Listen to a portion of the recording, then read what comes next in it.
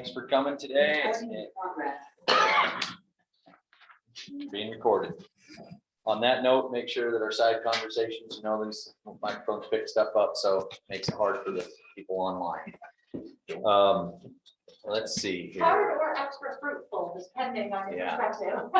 They're all hot mics, so be careful. That's right. So thanks again last night, everybody that came last night. We had a really large turnout here, almost 60 people. Very passionate. I think everybody that speaks is really cares about what they're talking about. And so appreciate all of that comment Carrie, do you want we don't have minutes, so everybody knows we didn't get the minutes typed out and on. We've had some staff things going on, and so we're going to get those minutes and approve those minutes for the January meeting. So they didn't get out in time for us to approve those. So we'll have to approve this meeting and the last meeting at the January meeting. Couple other things. I've been asked to, we're going to take up issue number 1 that we had asked for public comment. We've gotten some public comment. I think everybody's gotten that. I've been asked if we're going to take public comment before that vote this morning. I think there's a couple people that want to make some comments, so I don't have any problem doing that. And then there are some binders back there. If any of the task force needs an extra binder. There's still a few back there. And I'll apologize early. My commissioner board in Campbell County scheduled an executive session that I can't miss at 11:30. So I'll have to step out at about 11:25, go be involved. I should be back in here at noon. So apologize early for that. That's something that was out of my control. So we'll do that. And I guess we'll just go around the room and do some introductions real quick. Before we do that, real fast, yeah. can I suggest another change to the agenda? Sure. You mind if I do that? Yeah, and then we'll approve the agenda. So. Yeah. So I wanted an interested or having public comments before any decisions are made on issue 1. So we'll do that when we revisit that strategy side. We can add public comments before decisions made. But then I'd also like to suggest, and I should have made this change before we sent the agenda out, on issue 3, clarifying our key interest in adding and exploring options. The more I look at issues 2 and 3, the more I see how interrelated they are. So I just would like to suggest that we move that conversation of interest, values and criteria, and options until after we get the rest of the story for issue 2. And then we consider them all together. Folks, I see the options being so overlapping, but continuing to look at them in isolation, or I still have them chunked up, but in a new way. So just want to suggest that we make that. So there would still be time for public comment on issue 3, and then issue 2. So we're going to look at the options together. Great. Yeah. Mr. Chairman, one thing too, there's 2 folks that are traveling, and we gave them time certain to be able to present. I think we need to honor that. And I think that's fair. What we're just so we know what Jim McGagnon at 10. Jim at 10. Okay. And Dan Smith can follow him, around 11. Okay, sounds good. So that 10 and 11 slot will have Jim and Dan. So that sounds good. Any other changes or additions to the agenda? Okay, I would entertain a motion to approve the agenda then as amended. So moved. Second. All right, moved by Lee, seconded by Pete to move the amended agenda. Any discussion? All in favor, say aye. Aye. Okay, that motion passes. All right, let's go ahead and do some introductions and updates if you have any. And it's only been 2 weeks since we met. Dwayne, you want to go ahead and start? Sure. Thank you. Dwayne Hagan, rancher from Matisse. One comment I would have is town hall last night, how civil it was. And I think all the town halls that I've been involved in, and I don't think anybody else has anything different to say, have been very civil. There was no belligerent comments or people targeted or anything. It's been very rewarding to me to see how everybody is listening to everybody else's opinion. I have, especially in the last 2 days, talked with a lot of landowners that are mainly in the eastern half of Wyoming regarding landowner licenses. When we get to that, I'll try to bring this perspective there. So, Good morning, Adam Teton, Buffalo, Wyoming, sportsman, parent as of last night. Sorry, I missed the public get together at a daughter playing basketball, so that took precedence. Since the last meeting, I've had a boatload of unsolicited comments. I didn't put anything out, but people have been reaching out, which I really appreciate, because that's, they're not prompted, they're doing it because they're caring about what we're discussing. And the comments and even about some of our processes that we're doing that people have suggested, it's really encouraging that the general public is very much paying attention. And in some aspects, they're getting very frustrated that we're still stuck on the big five. There's some frustration that our access conversation that we had in the last meeting was very one-dimensional, that we need to be looking a little more outside of other than maybe exchange of money. There are other means of doing things. So as far as actual topics that we're going to look at today, the preference point system was a mixed bag for folks that reached out and that I talked to. I wish I would have taken a tally so I could see how it was weighted, but it felt very 50-50. Some people say get rid of it, and some people say, I'd rather have that possibility of the guarantee at some certain point in time.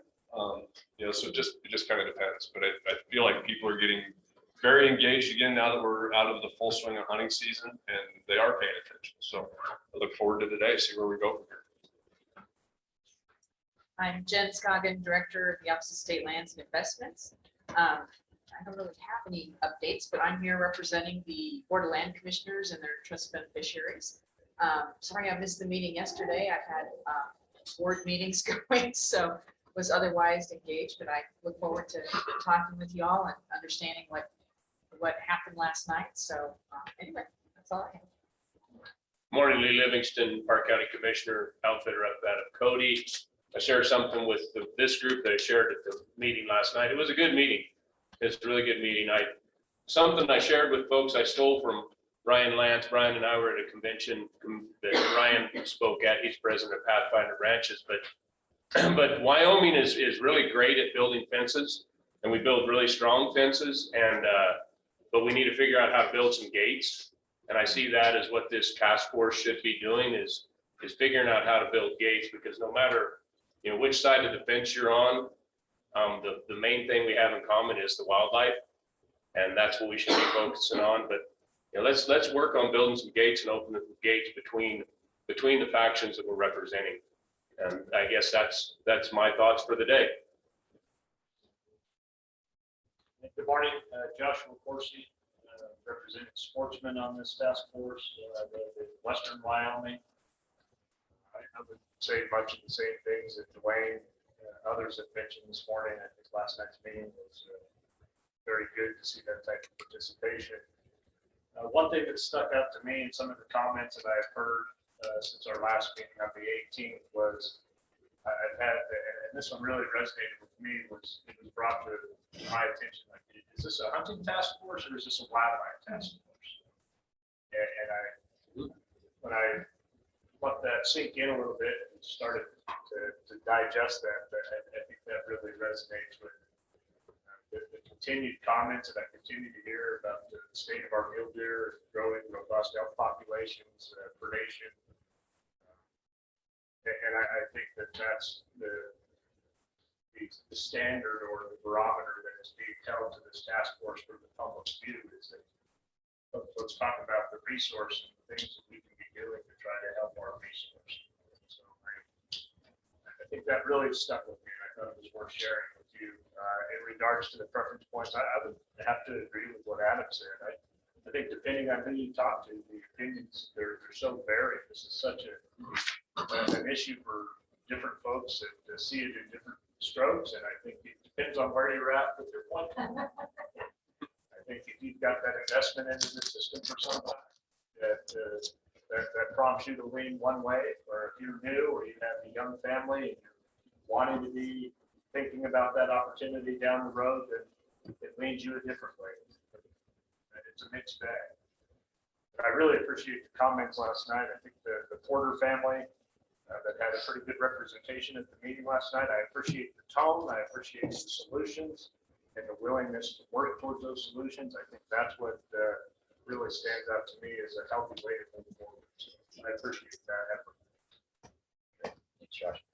Rusty Bell, Campbell County Commissioner, taxidermist sportsman. I just have to echo everything that happened last night. I think the folks in the room were just really civil, really brought their, everybody's passionate about what they're passionate about. And I think what we heard too from some folks last, they're passionate about reducing predator numbers, very passionate. That was interesting and it's good to hear. But, I just appreciate all that. I appreciate people putting their comments in online. I would say that you can be passionate with your comments and still be civil. Probably no need for those 4-letter words in those comments. Those are going to be put out on a public forum. So when you put that in there, it might, just be careful what you're putting out there. Everybody's going to see that. And so, thank you for the people around the state and around the country that are paying attention and putting in comment. And thanks to all the task members here for taking time out of their lives and everything to be involved in this, trying to make it better. So anyway, thank you. Tony Lehner, County Commissioner, Commerce County, small landowner and sportsman. Pretty much echo what everyone has talked about so far.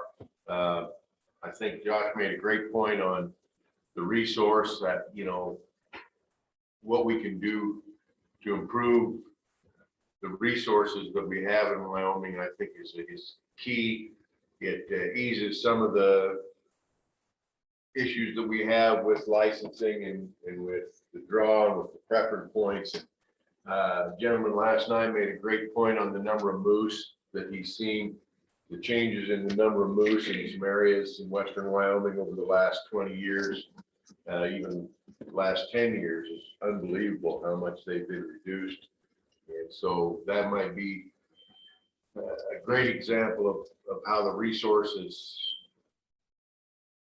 shrunken, I guess, to a point where it influences the ability to draw, the ability to hunt, the opportunity, and so forth. So I think that really resonates in my mind as well.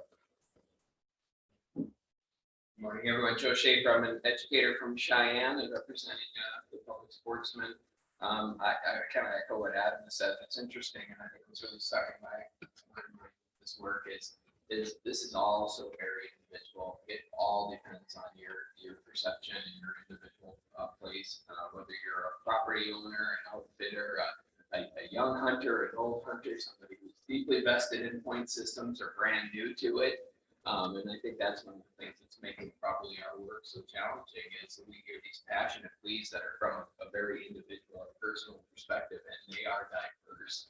And so I was hoping to get closer and closer, that what Pat keeps saying is in my mind, we need to get something done. We need to get something done. I feel like we need to get something done, but you talk to more and more people and you get such diverse feedback that it's hard to figure out what is it that we should do. And so I don't know that I have greater clarity today than I did, a couple weeks ago when we met, but I do appreciate that folks are getting engaged and really starting to reach out.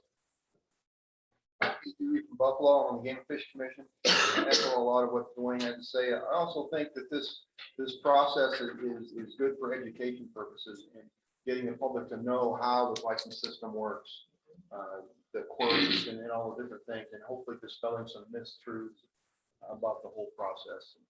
So I view it as not only trying to make some changes, but also an education on what currently how the operations are currently conducted. Good morning, I'm Brian Nesvik. I have the honor of serving as the head coach for the greatest game and fish outfit in the world. And I had a little bit of a reflection last night when I was sitting in the meeting and I was listening to the discussion. And I heard a lot of different perspectives, like Joe was talking about, like a lot of others have talked about. And I remembered back to the first time I was sitting in a legislative hearing, watching the department. That time I wasn't the guy up in front testifying. I remember watching the department testify on preference points, and I think it was around 2007-ish. And I remember that the person, I think it was the chief game warden, saying, you know, every time we go talk to the public about preference points, it's about 50-50. And so this is not new. This is something that we've seen in our state for a long time. And I think what our job is really to try to look at, there has been changes. We talked, there were some great points that were made last night about some of the changes that have happened over time. We have less licenses that we issue for moose as an example. There were some great examples provided last night from DJ Hill on how many moose licenses we issued. Points were when we started with the preference point system and how many we do now. It's significantly different. We're in a different place. And so anyway, I think our job is to try to look at the information and make the best policy recommendation in consideration of all the different views. I think that Joe's exactly right. People are going to view this from whatever ledge they sit on. And I think I think our job is to look at it and try to sit on all those ledges and look at it at a very 30,000-foot view and what's the best policy for the state of Wyoming for the long term. So we push them off that ledge or let them go? And my name is Cy Gilliland. I'm an outfitter from Casper and representing the outfitting industry on this task force. And last night it was a very interesting meeting, and we were very fortunate to have a large mixture of people in Casper. We are often isolated from that. It was nice to have all the outfitters here too to hear and exchange with the resident sportsmen. I think that's really healthy. I have the good fortune of traveling around the state a lot during hunt season, and it depends what coffee shop you walk into, and somebody grabs you, they know you're on the task force and what you're doing. But what happens in Western Wyoming, what they're looking at in Western Wyoming is so much different than over here. I mean, it's the number one issue that everybody that hit me with in Alpine and Afton, as I was over there with my hunting business this fall, is do something about choose your weapon. That's like their number one thing. You have to do something about choose your weapon. It has to be for deer. It has to be for elk. You got to do that.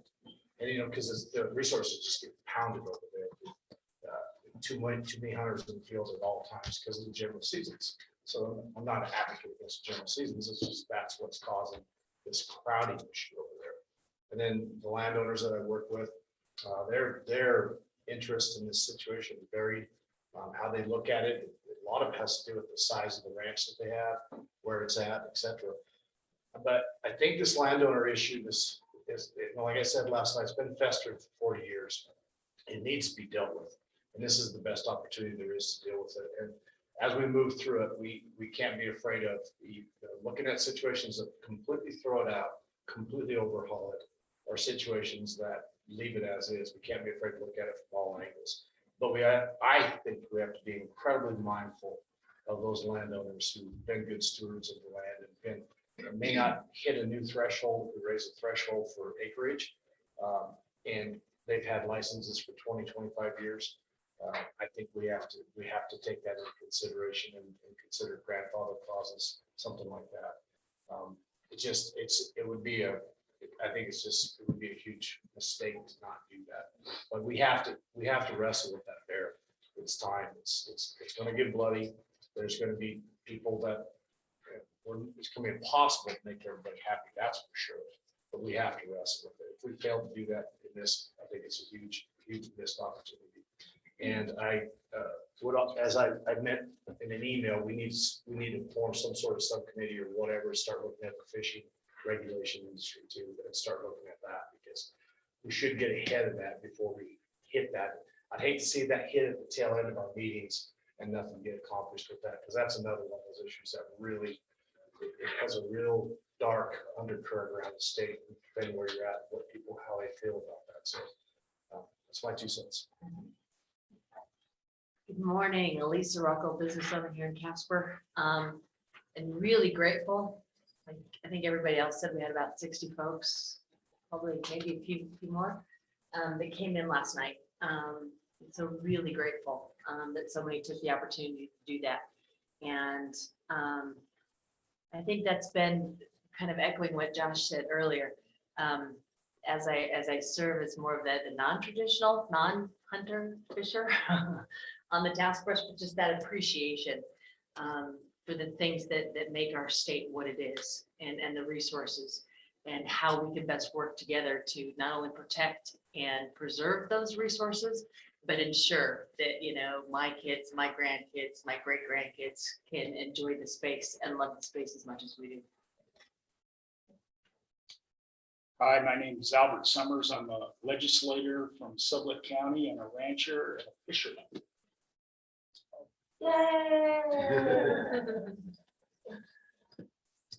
That's it.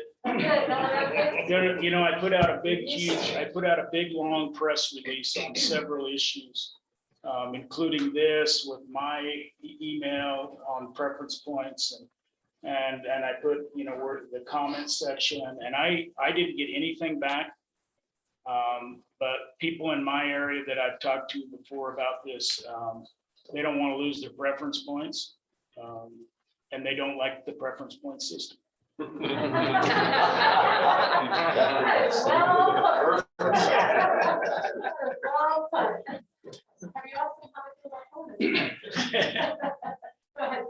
Hey there, Pat Crank. I'm representing Sportsman. I live in Cheyenne, Wyoming. Really no comments. I have one piece of, I think is really good news for Wyoming and wildlife to share. I was recently appointed to the Wyoming Transportation Commission, and I attended a meeting yesterday, and I was informed that there in this new economic incentive bill, whatever acronym it goes by, there's $350 million out there for wildlife crossings. And so it's a grant process, state needs to match, but that's something that'll be a priority as I serve on the Transportation Commission. And we have 2 projects that should be built this summer. There's a project on I-25 between basically Casey and Buffalo. Then there's what's called the dry pining section over in Albert's country, where we're slaughtering, you know, hundreds of deer every winter.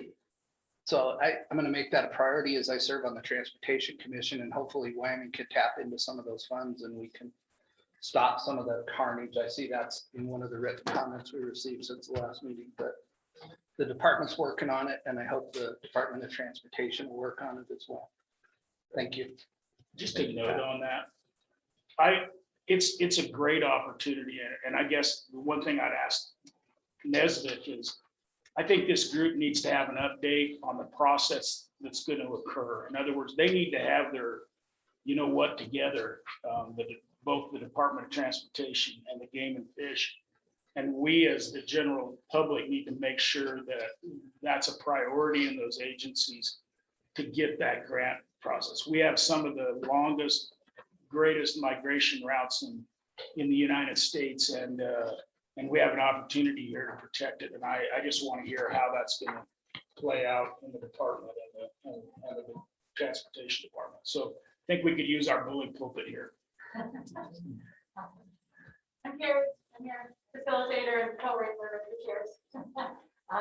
No updates for me, other than I'm just excited to get into the heart of things on issues 2 and 3. Also excited to see where we go with issue 1 and this preference point conversation. So let's jump into that. Oh, attendance wise, I knew we were going to be missing Ogden. We have Jason, our fabulous IT person, running the Zoom. Welcome to Jason. Thank you for being here. Lisa, have you seen any sign up for online? Yeah, Lisa and Jake. Like, oh, perfect. Can you, I wonder if we change this. Change that. Oh, no. Maybe.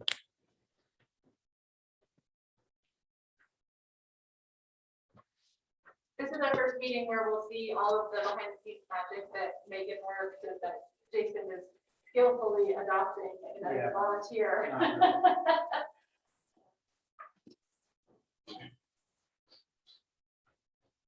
Do we know, has anyone heard from Larry?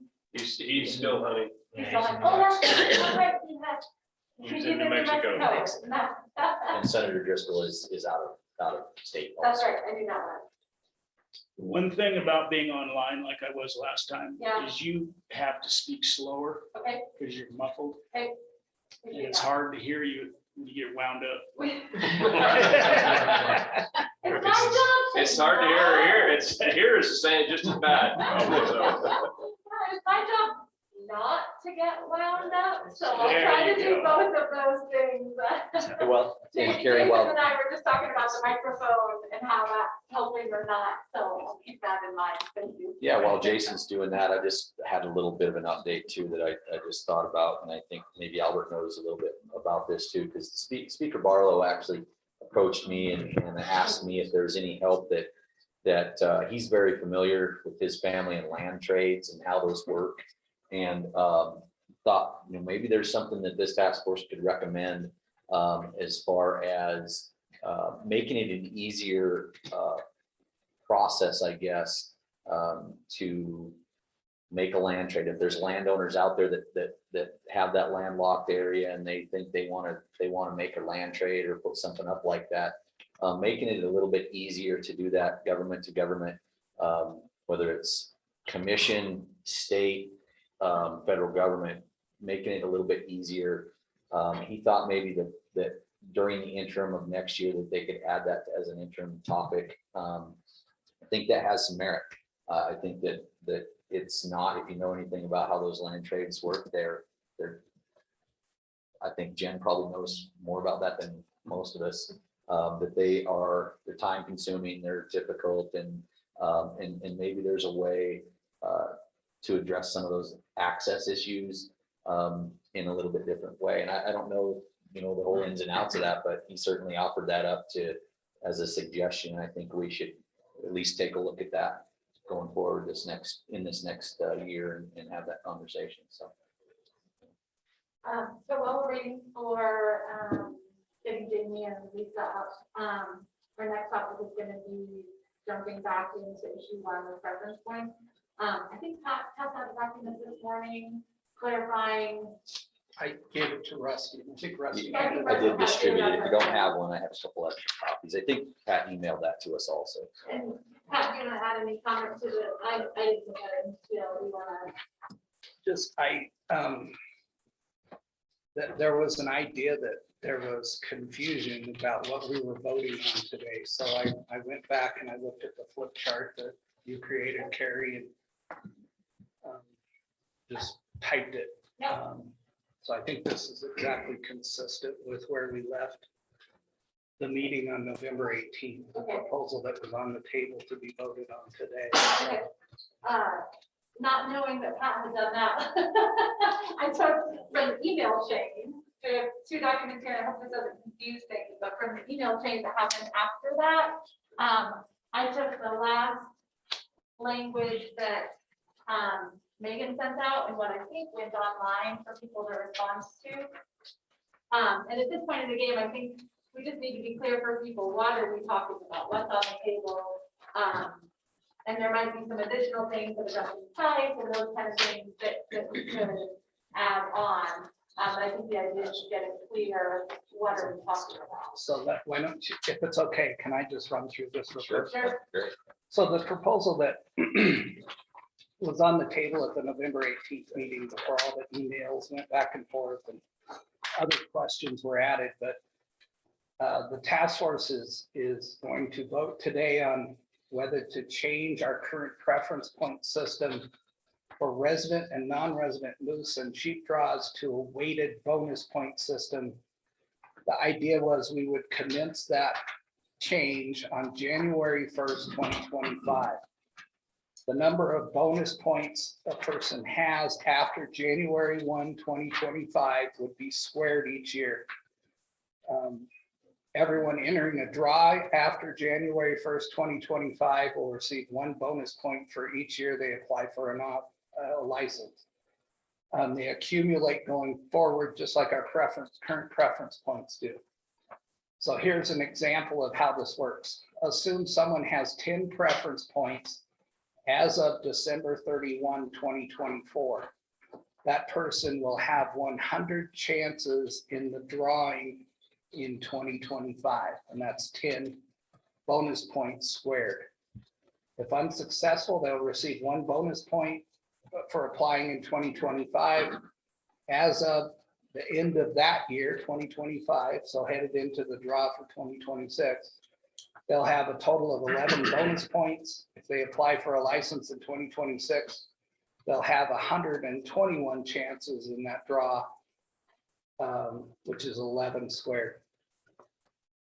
We're not considering changing the current rule that if you don't apply for 2 consecutive years, you lose all your preference points or bonus points. We are not voting today to begin granting weighted bonus points for goat and bison licenses. That issue can be considered later if the task force wants to address that. And the thought and the discussion at that November 18th meeting was this proposed change gives all existing preference point holders near maximum preference points to draw a moose or a sheep license in that period between 2022 to 2024. If they don't wish to do so, they'll still have a much greater. So we have a lot of people just sitting on the sidelines gathering preference points.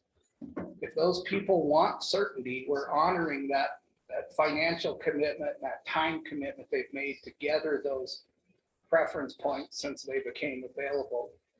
If they don't want to exercise their privilege and have certainty between now and the 2024 season, they'll have a much greater chance of drawing because they'll be subject to the weighted bonus point system going forward. So a person with maximum preference points now, which I believe is 28, would have 31 by 2025. So that person, as an example, would have 961 chances to draw in 2025 as compared to a person applying for the first time who'd only have 1 chance. And like I said, I think I heard strongly from the people that spoke that we needed to honor that financial commitment and that time commitment that everyone has put into gathering preference points. This is kind of a hybrid. I mean, if I had my way, I would do away with preference points. I disagree with the ghost of Larry Hicks sitting next to Lee Livingston. I think this system is broken. And even though people started with the very best intentions, it's messed up and for reasons we've discussed. But this is a compromise that the task force worked hard to come to. And I think it's a compromise that I'm going to vote in favor of today, even though I think that the perfect solution would be just to do away with them. But I've heard the public, I've heard the outfitters, I've heard sportsmen say, we've invested in these things. You need to honor that commitment. I think this does it. And it's going to be the vote for today. I appreciate, Pat, your acknowledgement of however imperfect, you feel like this is the result of the facts thinking and that's compromise going forward. Legislation is like making sausage. Yeah. You never get everything you want. Right. This, I think, kind of is what we've heard from the public that might work. Right. So thank you for putting in language, the clarification there, and then the thought the clarity. I saw hands from Albert and Lisa. Were there other? Okay, go ahead. Yeah, I guess my question is procedural. Will this be like a motion on the floor and we can amend it? Or is this take it or leave it? So in my process, we're in the straw design phase where we're tweaking it until we have enough agreement to go forward with it. So that's where I know the question for some of you was adding bison and goat. Some of you were like, do it now, just roll it in now. If that has a high enough level of agreement, we can discuss it and add it on. Or you could just try to make a decision on this. And or you might hit pause and say, let's keep thinking about it. If that's up to you all, call the question today and say, take a vote. And if your level of agreement is high enough, if you want to recommend it to the legislature, and do that, or say, let's wait, I think we might be premature. So Albert, I don't like this process. Okay, just so I can tell you. And it's because, I'm in the legislature. Once you get to this point, you got to make a motion. Yeah, And then you've that's- got to have amendments if somebody wants to amend it. And that can go up or down, but if you keep this blah, blah, blah, blah, you never get to a conclusion. And that's where to me, I say, like, if you think it's close enough and you want to make an emotion and make the amendment to do it, by all means. Albert, do it. I'll tell you, I'm gonna make a motion to do this today. And if you want to propose amending my motion, yes, I will consider anything you want to offer. It's good to Let's learn. make a little side rule over here on the end of the table and don't do the blah, blah, blah. Hey, Carrie, and I agree with, I agree with Representative Saunders and that we have to put something out there. I guess my question, and this might just be to the committee, there is a few people that want to make some comments. Should we do that before we make a motion and then? Yeah, that's, And then, would you guys be amenable to that? I think that, go ahead. I was just gonna say, based on the, it's the public comment part, and those that were here, please adjust, wherever I'm off. Seemed to be the feeling of the folks here last night. They're concerned with the 2025 and moving that to like 2027. Moving it out more, so there was more time for those upper end preference points. That was, I think, the overall feeling last night, that 2025 was too close, so move that out a couple of years. And then splitting the ratio to a 50-50 for those pools. so may not go into full random. I think 50-50, so it That's was almost the my full amendment, random not and quite. the preference Yeah. points. Okay. And I don't know, I'm not sure, I got those two pieces correctly, but that seemed to be. Other tweets. We have a hand, and then Josh, once the task force has had their chance to comment, then we can open it up to public. What I was hearing from a lot of folks is, and we plucked 2025 out as kind of a random date. I think there really needs to be a deep dive on is that the date, what date might work, and we might not be able to decide that in this room. And I don't know how we, along Albert's lines, making a motion. Do we make that motion open-ended and leaving it to the Game and Fish to come up with the date, or do we try to figure that date out here? I don't think we have the information in front of us today to know if 25 is the date, 27, if 32 is the date. So that's kind of what I was hearing is if 25 might not be, it's really sounding like 25 is not enough time, but. Brian, if you feel that that's, I hate for this group to kind of kick the can back. I know.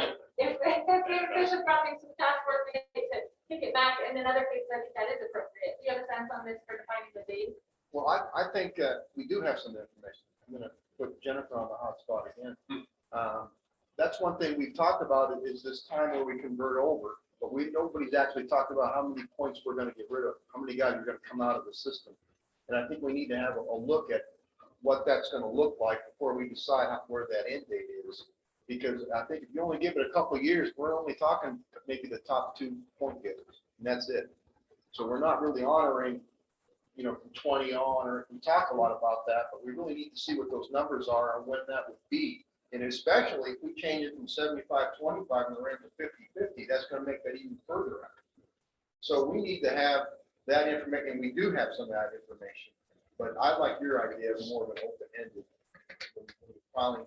Because what's the comfort zone? Is just getting the 2 top point getters out? Is that okay? Are we comfortable with that, or would you rather see a few more down the line get out of the system? We need to know that. I need to know that before I support one way or the other. So, it sounds like, and Jennifer gave me a look that maybe she has numbers, but I'm gonna give her a second, she's not writing. To be clear, it sounds like there is some openness to letting Game and Fish set that number. To be clear, the proposal on the table as it is now, unamended, would move to a fully random draw. So there wouldn't be the point covers, and it would be fully random. There wouldn't be the 50, 50, 75, 25. It would be a fully random draw as put here. So the math and the calculus, if it were bonus points, but still some sort of split, would be different than what we've seen in the examples and probabilities and just the calculations. So just to be clear, that's a new layer. Josh, you had a hand, and Jennifer, whenever you're ready, come on up. It sounds like the group is interested in the information. Josh had a hand, and go ahead. Yeah, I was gonna ask, the director has been specific on this, a couple of what Lee said. Would this be more comfortable for this to be a later discussion within your capacity and facilities of being able to look at that? To be able to pick that date instead of us just trying to pull a date out of the sky and kick the can down the road, thinking 4 to 5 years might be suffice. So I think some guidance from the group would be helpful, like we believe that we should take care of the top 2, the top 4, the top whatever.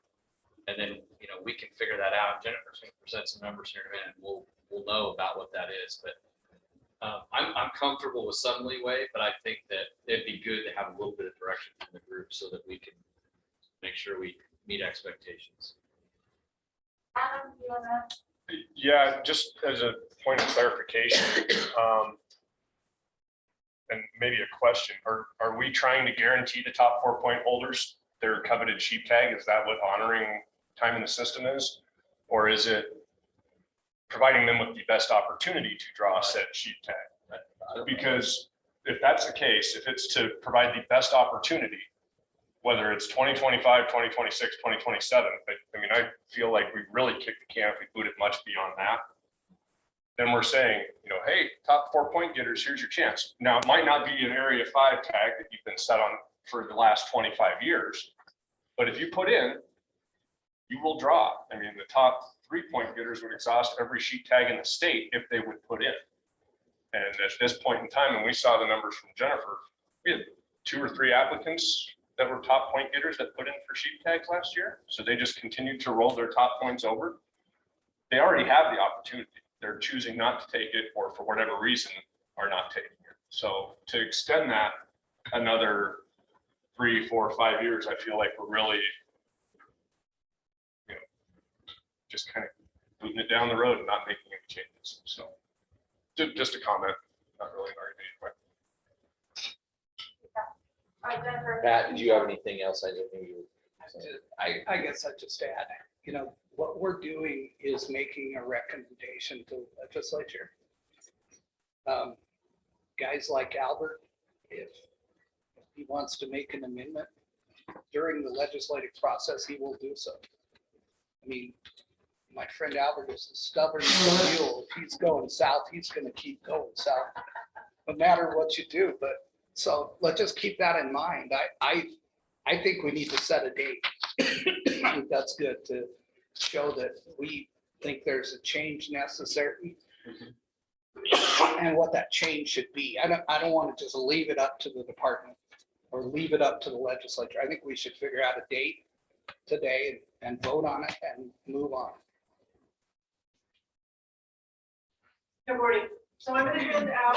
Jennifer, hold on just a second, because while it's fresh, I want to respond to what my dear friend just said. So not every legislator that's going to offer an amendment is going to be Albert Summers. And so, there's varying levels of understanding. And so I feel like when we make a recommendation, there are a lot of legislators that are going to trust that we made recommendations based on some kind of fact or some kind of good reasoning.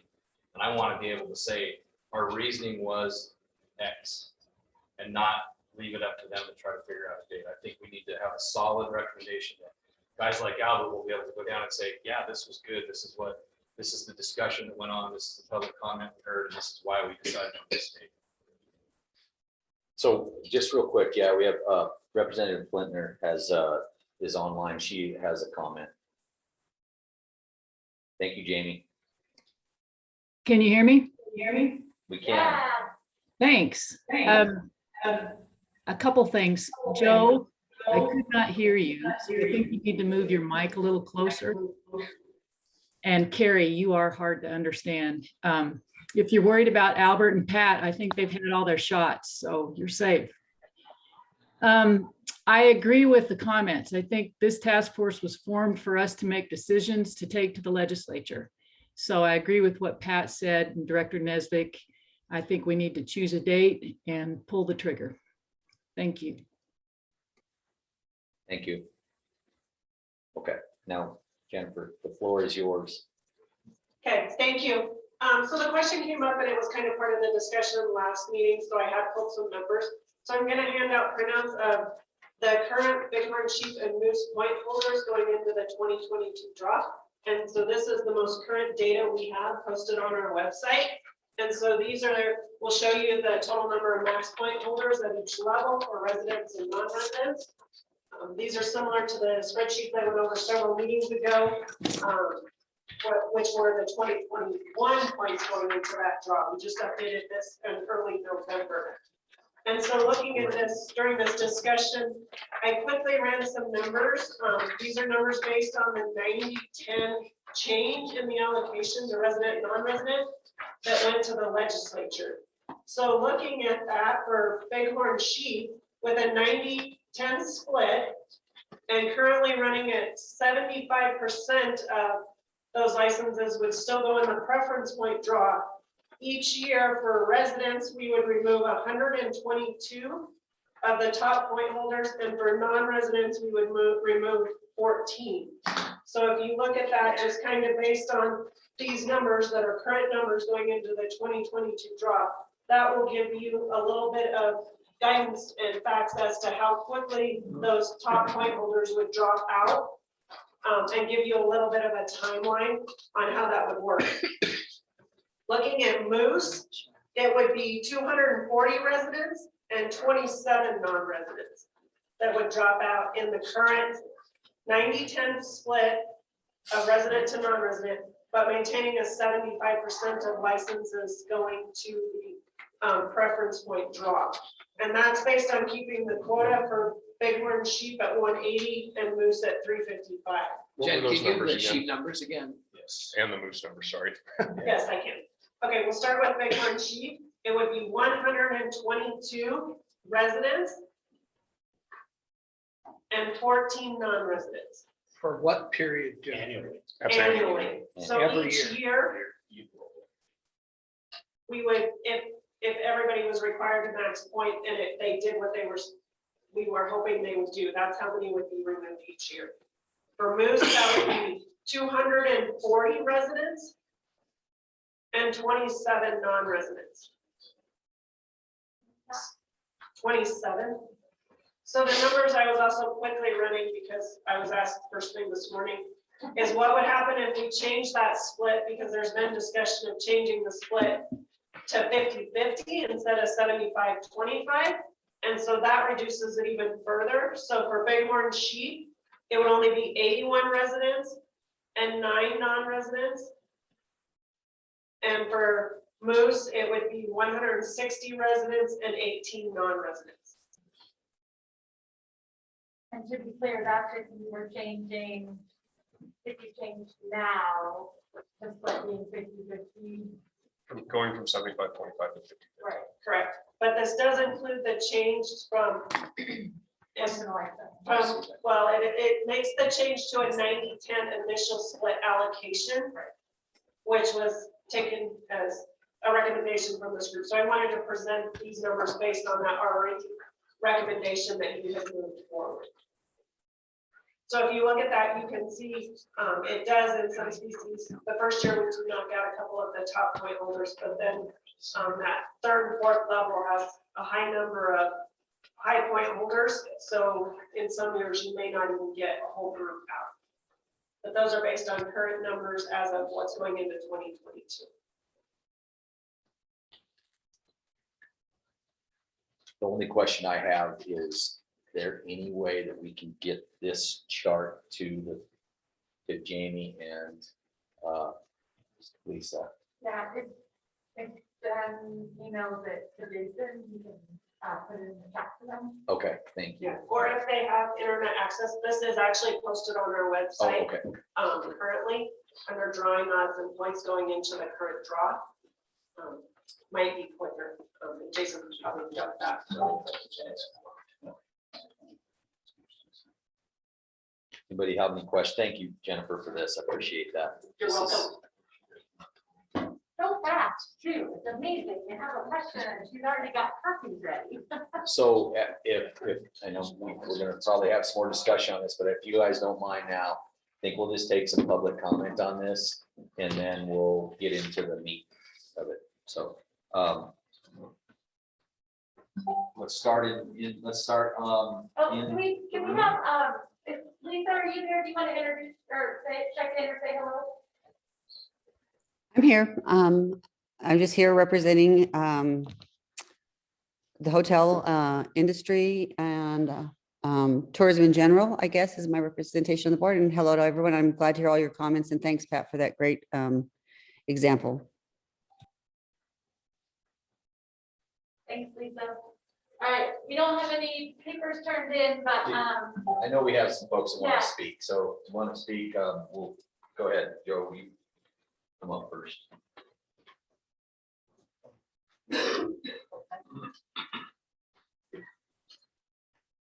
Okay, Joe Scott, I think most of you talked to me and wanted to see me before. I want to talk about how to frame the discussion. First, I think everybody talks from their ledge, so I have 4 to 5 points. I will not draw on a preference point system, and I'm okay with that. And when I get comments, I'm talking about residents. The non-resident pool is vastly different. The math is vastly different. You can't apply the same principles to both pools. So just frame my comments in the scheme of residents. I'd like to see us. Sometimes I feel like we've got the tail wagging the dog. So we say, gee, if we move from 80% to 75% preference points, what would that do? And I think we need to flip that discussion around and say, what do we want to see happen? And then ask a mathematician how to get there. Because I think that's really what we need to do in this room as policymakers, is decide what you want the effect to be. And then we can do our best effort at calculating how to get to that effect. And to some extent, just trust that calculation. Because you've got bonus points versus preference points. You kind of got, in bonus points, you got 30 to 40% chance of drawing over a 40-year lifetime, 40 years of putting in. You've got possibly more buy-in because you have more chance in that like 5 to 15 point range than you would in the other side. You're going to cause point creep to go unlimited because remember, 60% to 70% of people are not drawing. So they are going to age out. And so you're going to see people with 50 bonus points way into the future. It's just going to happen. It's a mathematical certainty. On the preference point side, you might get less buy-in because people know they have to be in for the long haul, except that you do have that random component, which is, I mean, it happens. So I have trouble saying where you're really going to have less buy-in or not, but it's certainly possible. But I'm going to say that I'm optimistic that you would reasonably expect to draw in 40 years. Now, can anything guarantee that? No. I think Joe made a good point on that last night. You can't guarantee it because the math is somewhat fine scale. We don't know what the attrition rate is year over year. And we don't know how that's going to change. And in what feels like an increasingly transient population, I feel like attrition is going to be fairly high, but at 6% attrition year over year with 1,400 new people putting in a year, which I think is probably high, but everybody gets a tag in 4 years. If you change that number to 5%, it don't. Like that's hard to predict. So we have to be careful about the math. And preference points have predictability. I think outfitters can comment on whether that helps or not. I think it does a little bit because people scramble. When you're going to draw across the spectrum of points, you don't get to financially plan as well, and you don't get to plan, frankly, for a sheep hunt. There's a lot of training involved, and so everything's kind of rushed from whenever you get those draw to that hunt in September. But I'm going to encourage you to pump the brakes a little bit, because I don't think you have enough data. And there's one thing that I'm going to go piss everybody off. There's one thing that I haven't really heard talked about that maybe should be talked about, which is how many people with points now have already had a sheep tag?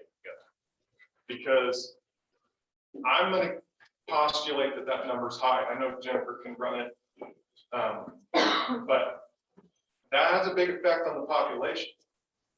And so if that number is large, it really changes the math. And for me, I'm hesitant to think that if you drew a sheep tag and you have 15 points today, that we should leave you in the system. I know a lot of people aren't gonna like me for that, but I think you've done the one thing you could do to increase opportunity to get more people to draw, which was to limit to lifetime. But you only limited it, the recommendation was only limited through the waiting period, not through people that have points today. And I know they've invested a lot of time, but it's still something that should be talked about. We also don't know the age distribution in those point holders. So predicting the math of what's going to happen and when people are going to drop out and who's really putting in at the beginning. Is it 12 and 14-year-olds that are putting it in? Or is it 30-year-olds who are just like me, hoping for a random chance, knowing I'm never going to draw on a preference point system, but I'm going to put in every year because I love it on the sheet. And I think the other thing that's really important that Senator Hicks isn't here to yell at me for is that whatever the recommendation is, whatever you decide as a measure of policy, can be done in the legislature. It needs to be done at the commission with sideboards from the legislature, because as you guys all know from having hashed this out for how many hours and how many hours outside, maybe you can explain this to a committee, but there is no way you can explain it on the floor.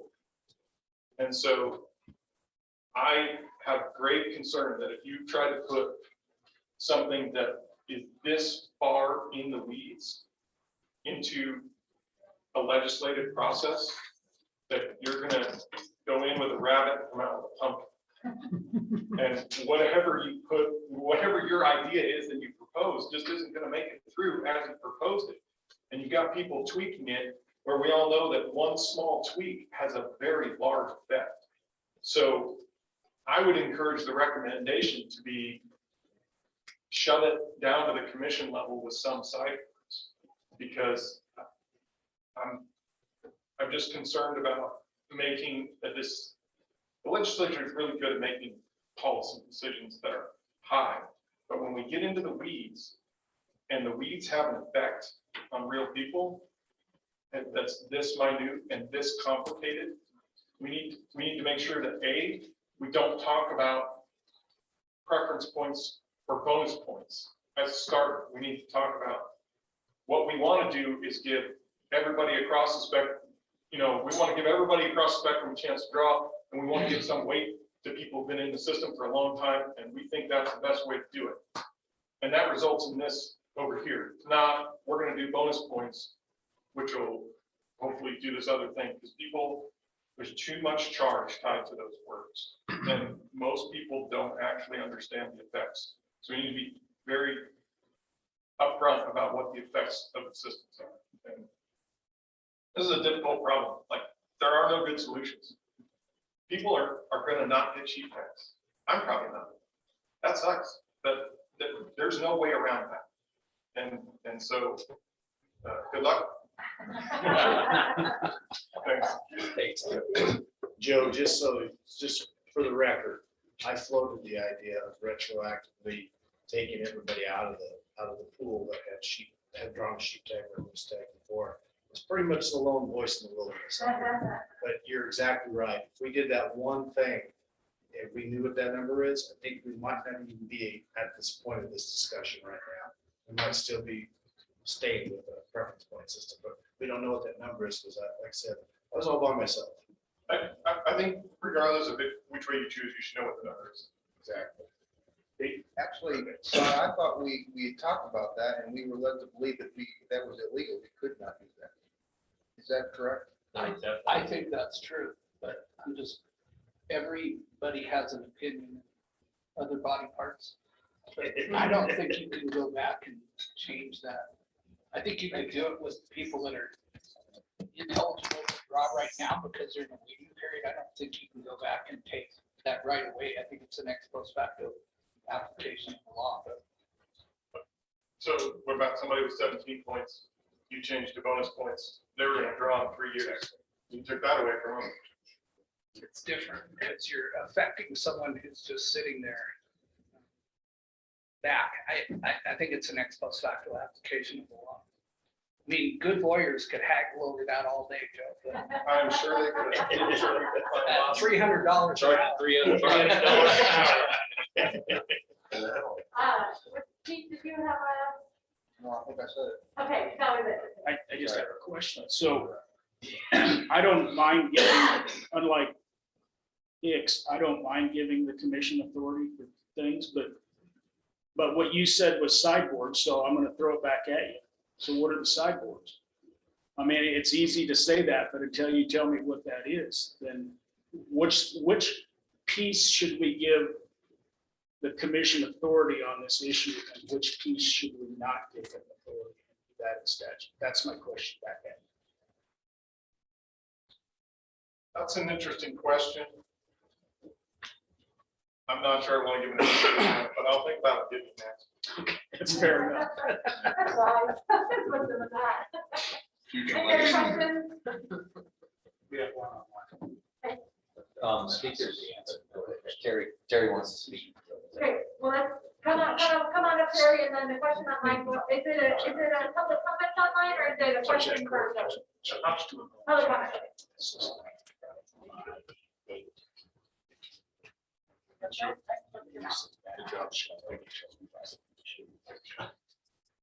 Terry Pollard, out there from Pinedale.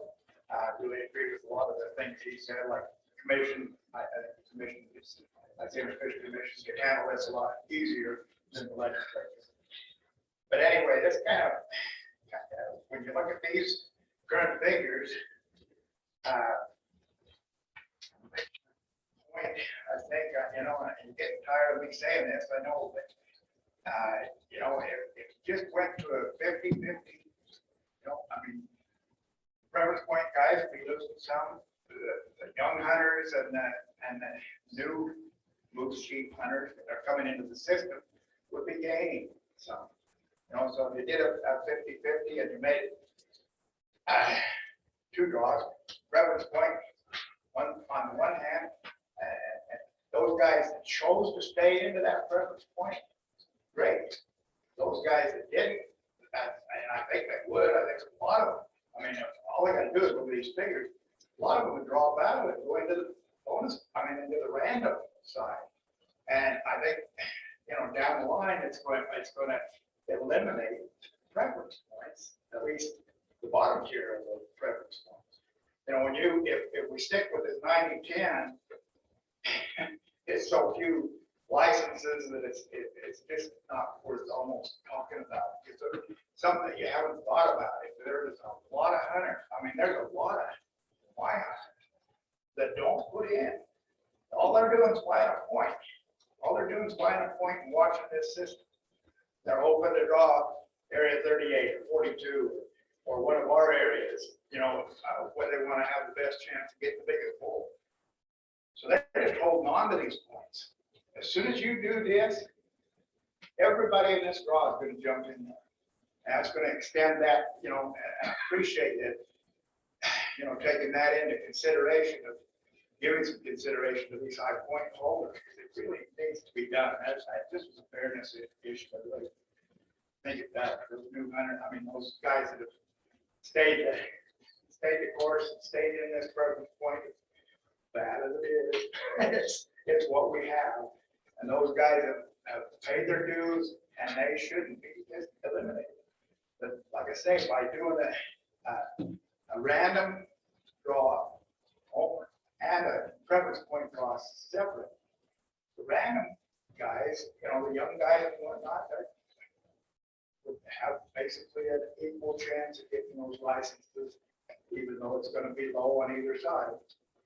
That's just the nature of the beast. It's just going to be low. It's that simple. But I just don't like this.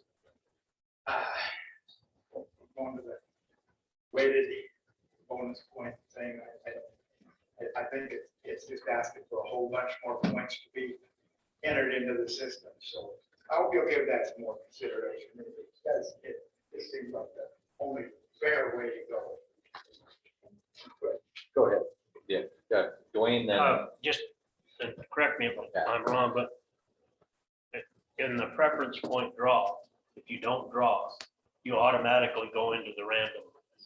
So that is. Yeah, and that could be changed either way. You can keep it a straight preference point. If they choose to do the preference point, they stay in the preference point side. And the way it is now, yeah, they go into the random. They didn't. But if you wanted to keep it totally separate, the random and the preference point, that might be more palatable. I don't know. Terry, I was going to raise the same point that Dwayne did, that if you separate into two draws, you're screwing the people you say you're trying to protect, those people that have high preference points. If I have 27 preference points and I don't draw in the preference point drawing, I want to be in the random draw because I might hit the lottery down there.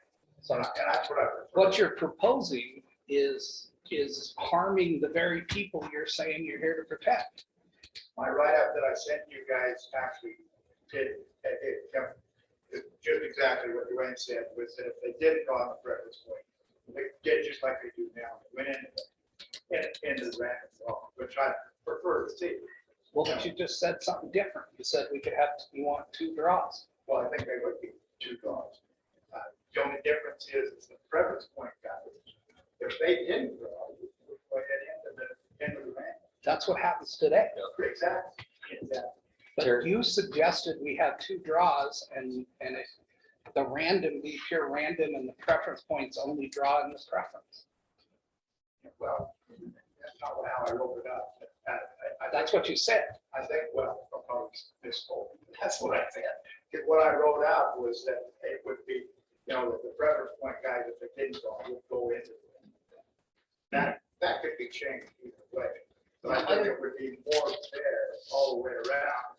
And we go to this 90-10 photo, which, as I said, is on the table already.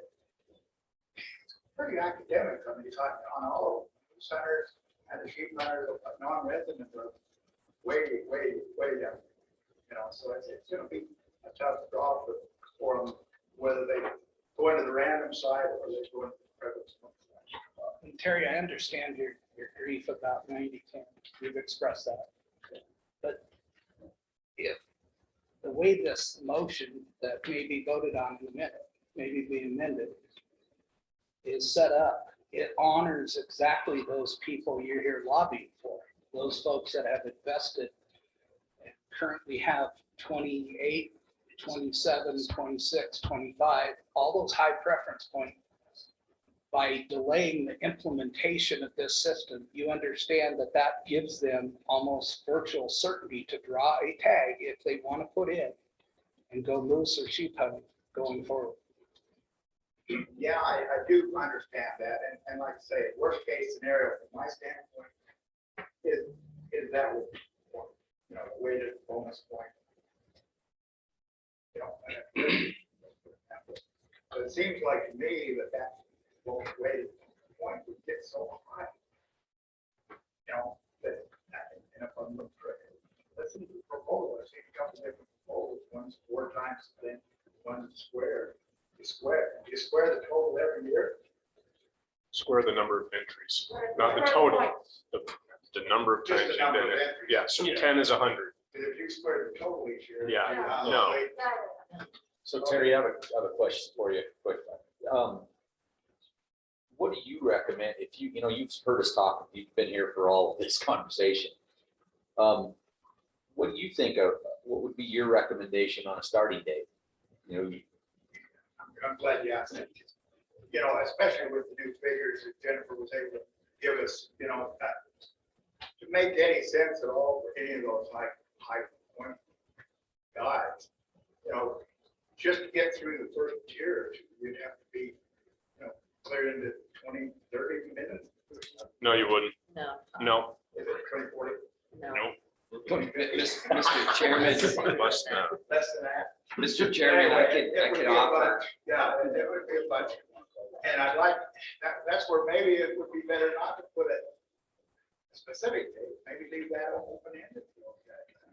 Hold Go on. ahead. Real quick, one, Joe. Yeah, I was just gonna say, so running real basic math, not calculating human behavior, and if we change anything with requiring people to apply, I mean, all that stuff. If you ran it for 4 years on sheep, we would be able to clear out everybody that has 22 points or higher. And here's where it gets problematic. You run it to 8 years, you get down to 20 points. You just hit the next 2. If you run it out another 4 years, you're only getting to 19. And so there's a big demarcation between 4 years and 8 years for sheep. 4 years, so I'm estimating running it out to 2025.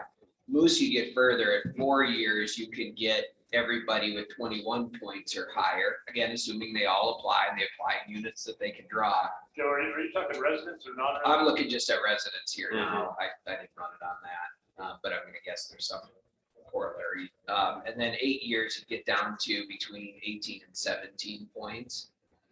If you do it. So again, you know, 4 years, once you get beyond 4 years, you're not whittling much away in another 4 years or another 4 years. And it's 3 years for non-residents, same math, because that's what I was running. Yeah, so very similar with that 3 or 4 years. So actually going out much beyond that isn't really gonna make And it. that's a diminishing return. Yeah. Exactly, and you know, it's gonna be, if it stays at the 90-10, you know, we'll see what legislation says on that. But if it stays at the 90-10, you know, it's gonna be a lot tougher for the non-resident, you know, all the way through. But I also, you know, and I think you guys have already approved the once in a lifetime situation. And I think if we, that helps a lot, I think. We'll see, I'd like to see those figures sometime, but I would think that the once in a lifetime linen, for instance, I've had 2 moose licenses. I'm in the draw still. I'm dropping out voluntarily, but gosh, if every, you know, moose and sheep, I think one time's plenty, you know, if you did it once in a lifetime, proactively and got rid of the guys that have had moose and sheep, I know it's gonna miss a big block. I really did, but it's gonna, whatever you do is gonna be tough for somebody. Thank you very much. All right, thanks, Terry. You do have, go ahead, Lee. Oh, and then that's what Terry actually touched on, but I was gonna hit Joe with it, and Adam, is the figures you're working with are with the 75-25. Yeah. And so, and I'm getting evil eye from Frank over there, but if we just, do we drop this and look what happens if 90-10 goes through and if once in a lifetime goes through? We don't know Jennifer, what that's gonna do. these numbers are, We have one online too. yeah, I just want to clarify, Jennifer, it's a quick yes or no, or these numbers are based on the assumption of 90-10. Yes. They are. Oh, they are? Just go thumbs up. Yeah. These are based upon 90-10, or, but historically, if you've given away 122, that's based on 75-25. So the 120, 75-25 is your Random. preference point versus random. That's that. I'm saying license numbers. Yeah, license numbers. so what I did was for Bighorn sheep, there's 180 licenses that's been historically the quota. Okay, And I took that and then I implemented. That's good to know. 90-10, so I split the original total quota 90-10. okay. And then I applied the 75%, which is the current way we split preference points, to random. And then the second set of numbers was doing it based on a 50-50 split of preference points versus random. But Okay, the initial quota split between residents and non-residents was calculated at a 90-10 split instead of the 80-20 or 75-25. Okay, so we do have Wyatt online. Is he still the only one, Jason? Yes. Okay, so patch Wyatt in.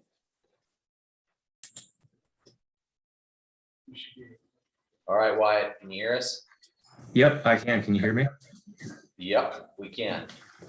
In terms of what was just said, we're getting rid of the preference point system because we know that not everybody can get a tag. We can't work everybody through the system to get a tag. So in terms of what we've already done, the 90-10 and the once in a lifetime, I think that's good for opportunity, but yeah, I wouldn't suggest just waiting to see how that plays out before we start addressing preference points, because I mean, we already know people are not going to get a tag in their lifetime. So the more opportunity we can do all at once, I think the better. I'm sure you're all aware I've been here for all of your meetings, and just want to say I have confidence in this group to do what's right with preference points, and I'm ready for the doing.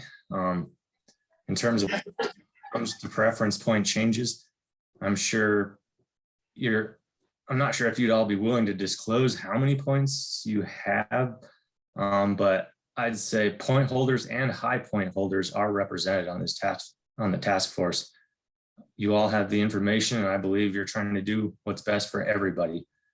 You really need to keep individual emotions aside, be it yours or the people that are very loud about their opinions. From the conversations I've heard and data presented, I think you all are equipped to do what needs to be done. Consider point creep and large groups of people below max point holders. The longer you wait to get rid of this system, the more people will move up and be 1 point away.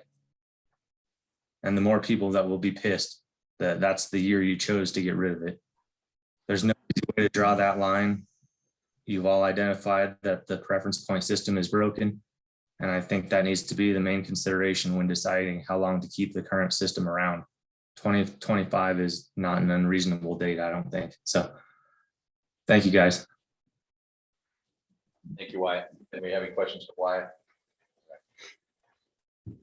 Time wise, I want to be mindful that we want to honor our speaker that's coming at 10 o'clock. Correct. But we've had group discussion and public comment on issue one. We've got a proposal there. All of the groups decided to go. I'm gonna, yeah, and I think at this point, I think it's helpful just to make a motion and then we take it from there. At least we have something that we know that we're talking about. And if we want to amend that, then great. So go ahead, Pat. I'm prepared to make a motion that as Let's make sure we get this written down exactly perfect. How's that? I'm just gonna refer to my written document, and so I'll just. Carrie, if you tried to write it down, you'll mess it up. I'm not Sorry. going to. I'm going to say, look at that. What time did you said vote on Friday on the top? All right, that's my motion. I'm just going to So track any potential amendments. my motion is effective January 1, 2025. We convert and this is a recommendation to the legislature because this takes a statutory change, but effective January 21, 2025, we convert to a weighted bonus point system. Those weighted bonus points will be squared. The number of points that a person has will be squared, leading those folks that have more points to have a greater chance in the draw. I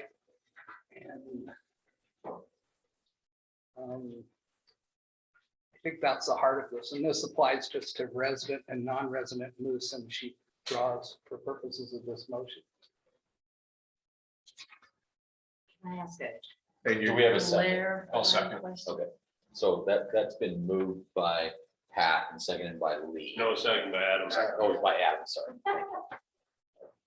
Notice how Lee ran away from that. Yeah. Okay, so discussion, go ahead. Just a clarifying question. So is the motion that in 2025, everybody rolls into a one singular random draw. Yes, yes. So we're not separating the two pools. Correct. My only question on that is you're talking a 4-year timeframe. And I think that's fine. But the problem is that when will this be enacted? This may not go before the legislature or be seriously considered until next year. Is that correct? No, I think it's gonna be seriously considered this year, whether it Maybe, passes. but or it's a not. fine, but it's a budget session, so the odds are maybe, maybe not. I would rather that the motion be 4 years from enactment. If, however you, I don't know what the legal language of that would be, but you're setting an actual date, so if that doesn't say this doesn't get the legislature till 2023. Well, And Rusty, I mean, I made the motion fully expecting my friend Albert Summers to amend it. Yeah, and And we can talk about the date during discussion and how that works, Pete. That seems like a logical, thoughtful That's the discussion. concern I have regarding that is when does it get to be enacted and then from there out? I have the same, I have the same. I would echo what Pete's saying, and the reason I say that is because we, according to our own rules we set up, now, because we really sent a confusing message out to the public for comment after that last meeting, so this is a real clear message, which if this is passed, it needs to go out to the public for comment, and then on January 25th meeting, when we come back again, we would formalize it as our recommendation to the legislature, which is right before the session starts on the 14th. Because, if we heard that from a lot of people that what we sent out last time, even to our own membership of the task force, was so confusing. It wasn't a coherent message as to what they were actually supposed to be commenting on, whereas this would be. So I would agree with Pete, what Pete's saying, it should be 4 years upon enactment from the legislature. It goes to the legislature, obviously it's going to go, not this session, but the session after that. So I think that's a good idea. Rusty, Pat, go ahead. I absolutely push back. The confusion, what I think was created by people asking questions, wanting to add things to this, lobbying for their position. Right. It was not confusing. It was on a flip chart right there. And if you look at what Carrie sent out, the pictures of the flip chart, it said exactly what is said on this paper that is my motion today. And I don't want to wait till January to vote on this. We got to get on. We're going to fail as a task force if we don't move on from some of these issues. I mean, think about Josh's comments today. Is this a hunting task force or is this a wildlife task force? When are we going to move to other important issues like landowner licenses and improving habitat and increasing our game herds and fishing? I mean, we can continue to lobby for our positions, for our respective organizations or our own biases that we bring to this commission and never get anything done. We need to vote today and make a recommendation to the legislature. Whether the legislature, hold on, whether the legislature takes that up in a budget session. If I were Jamie Flitner and she could speak for herself or Albert Summers, I would say it would be silly to bring this in a budget session. I would wait for the following year, and I'm okay if someone wants to make a motion to amend my motion to be 4 years after implementation or set a specific date, I will favorably consider that. But it's not a reason to delay this till January. Go ahead, Elisa. Yeah, cool. Oh, I was just gonna say, yeah, to add the amendment of from 4 years enactment. So take the date out and just make it, So is that a motion to amend? yes, please. Okay, so we have an amendment then on the table to change that effective date. I'll second. that And I motion think for discussion. Cy seconded it actually already, so that would change the effective date to basically 4 years from the date of an enactment, is that right? I mean, from passage to enactment. That makes sense, and legislators can, or previous legislators can help us with that effective date. Effective date. Can we So say change effective date to 4 years from passage? Is that? So, That's a little. you're probably you're probably asking the wrong guy, because I don't favor this whole deal. So just so you know. Okay. I don't favor 4 years. If I was gonna do it, I'd go out 8 years. I'm the guy that in this proposal would go to 2030. I know it only picks up people to like, about 20 points. But I don't support taking away people with 20 points and putting them in a bonus system. I do not support that. So I am much more comfortable with 8 years out than 4 years out. So I'm just gonna be honest with you. I just wanted to make sure that when we had that effective date, that I guess language wise, that sounded okay, Yes, no, Might not like the that language. makes, that's Okay. fine. Yeah, it should be Pat, from the can I- effective date of the legislation. That's Can I be a- words that don't- I'm gonna be a lawyer for just a second. I think under Robert's Rules of Order, you need to ask me if that's a friendly amendment or if I'm opposed to the amendment. Thank you, Pat. I You're will right. I'll tell you, there's 2 proposals on the table. Albert said 2030. We have. Well, I haven't made an 4 years of amendment passage. yet. I mean, this, in the order of amendments, she just made an amendment. The second, we go on and vote. on it. I consider that a favorable, a friendly amendment and have no objection to that amendment. Thank you. Yeah, thank you for Is your the second? parliamentarian. Does your second? And he's the second. I'm not in favor of the 8-year. No, that's 4 year, yeah, 4 years is fine, 8 years. That's the motion on the table.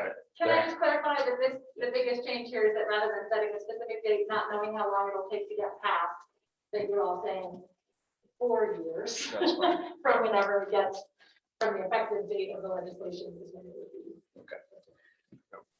Okay, so you guys will help me with this because I don't chair these amendment things very often, but so we can have this, let's have some discussion on the amendment. Okay. Mr. Chairman, one question, and we heard from Representative Summers. I don't know if Jamie, I don't know anybody else here, but Representative Flitner, is that safe to assume that this will not be advanced in the budget session or even try it in the budget session? That seems a little bit short-sighted, recognizing it's an uphill battle. We're doing a lot of work. We're advancing recommendations. It feels like I would hope that TRW, we would at least try in the session, or are we really saying this isn't going to even get brought up in the budget session? So you have to ask, Representative you have Whitney, to she's ask on. Jamie when her last meeting is, because she can't get a bill. I shouldn't speak for her. She can't get a bill out of TRW now. She doesn't have 2 meetings to do it, I don't think, do you, Jamie? That's correct, Albert. We've got one meeting scheduled, a virtual meeting for January. So the odds of, there's no way we could present a bill prior to the session that would be a committee sponsored bill. So if we were to take this to the budget session, it would have to be sponsored by maybe Albert and I or the 4 legislators on the task force. I have one maybe clarification. Could it be amended? Could the current bill that's already a committee bill be amended to add this?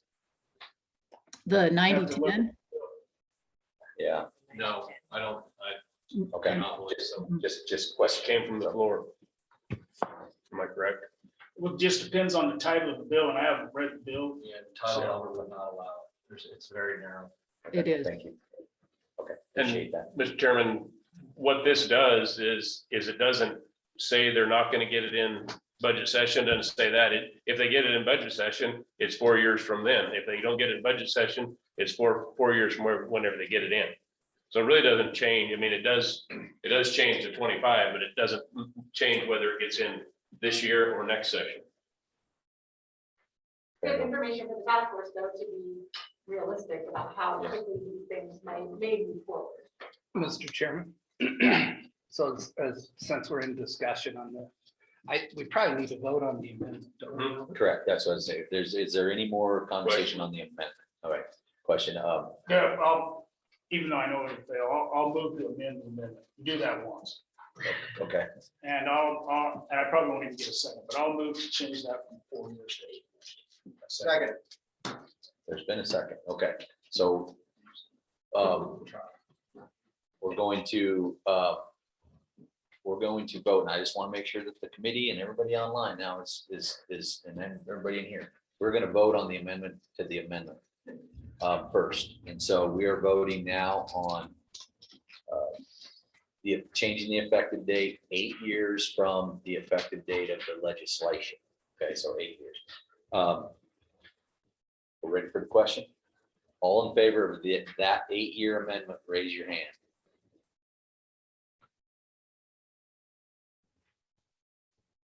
Okay, that motion fails. So we'll go back to the original motion, which would have been. In a practical sense, just following your own rules, you wanted records of who had Sure, voted so- how on different things, and I'm just not sure who's taking minutes of this meeting and how. I'm gonna just say, if you guys are all right, that will say the names of the folks that voted for the 8 years.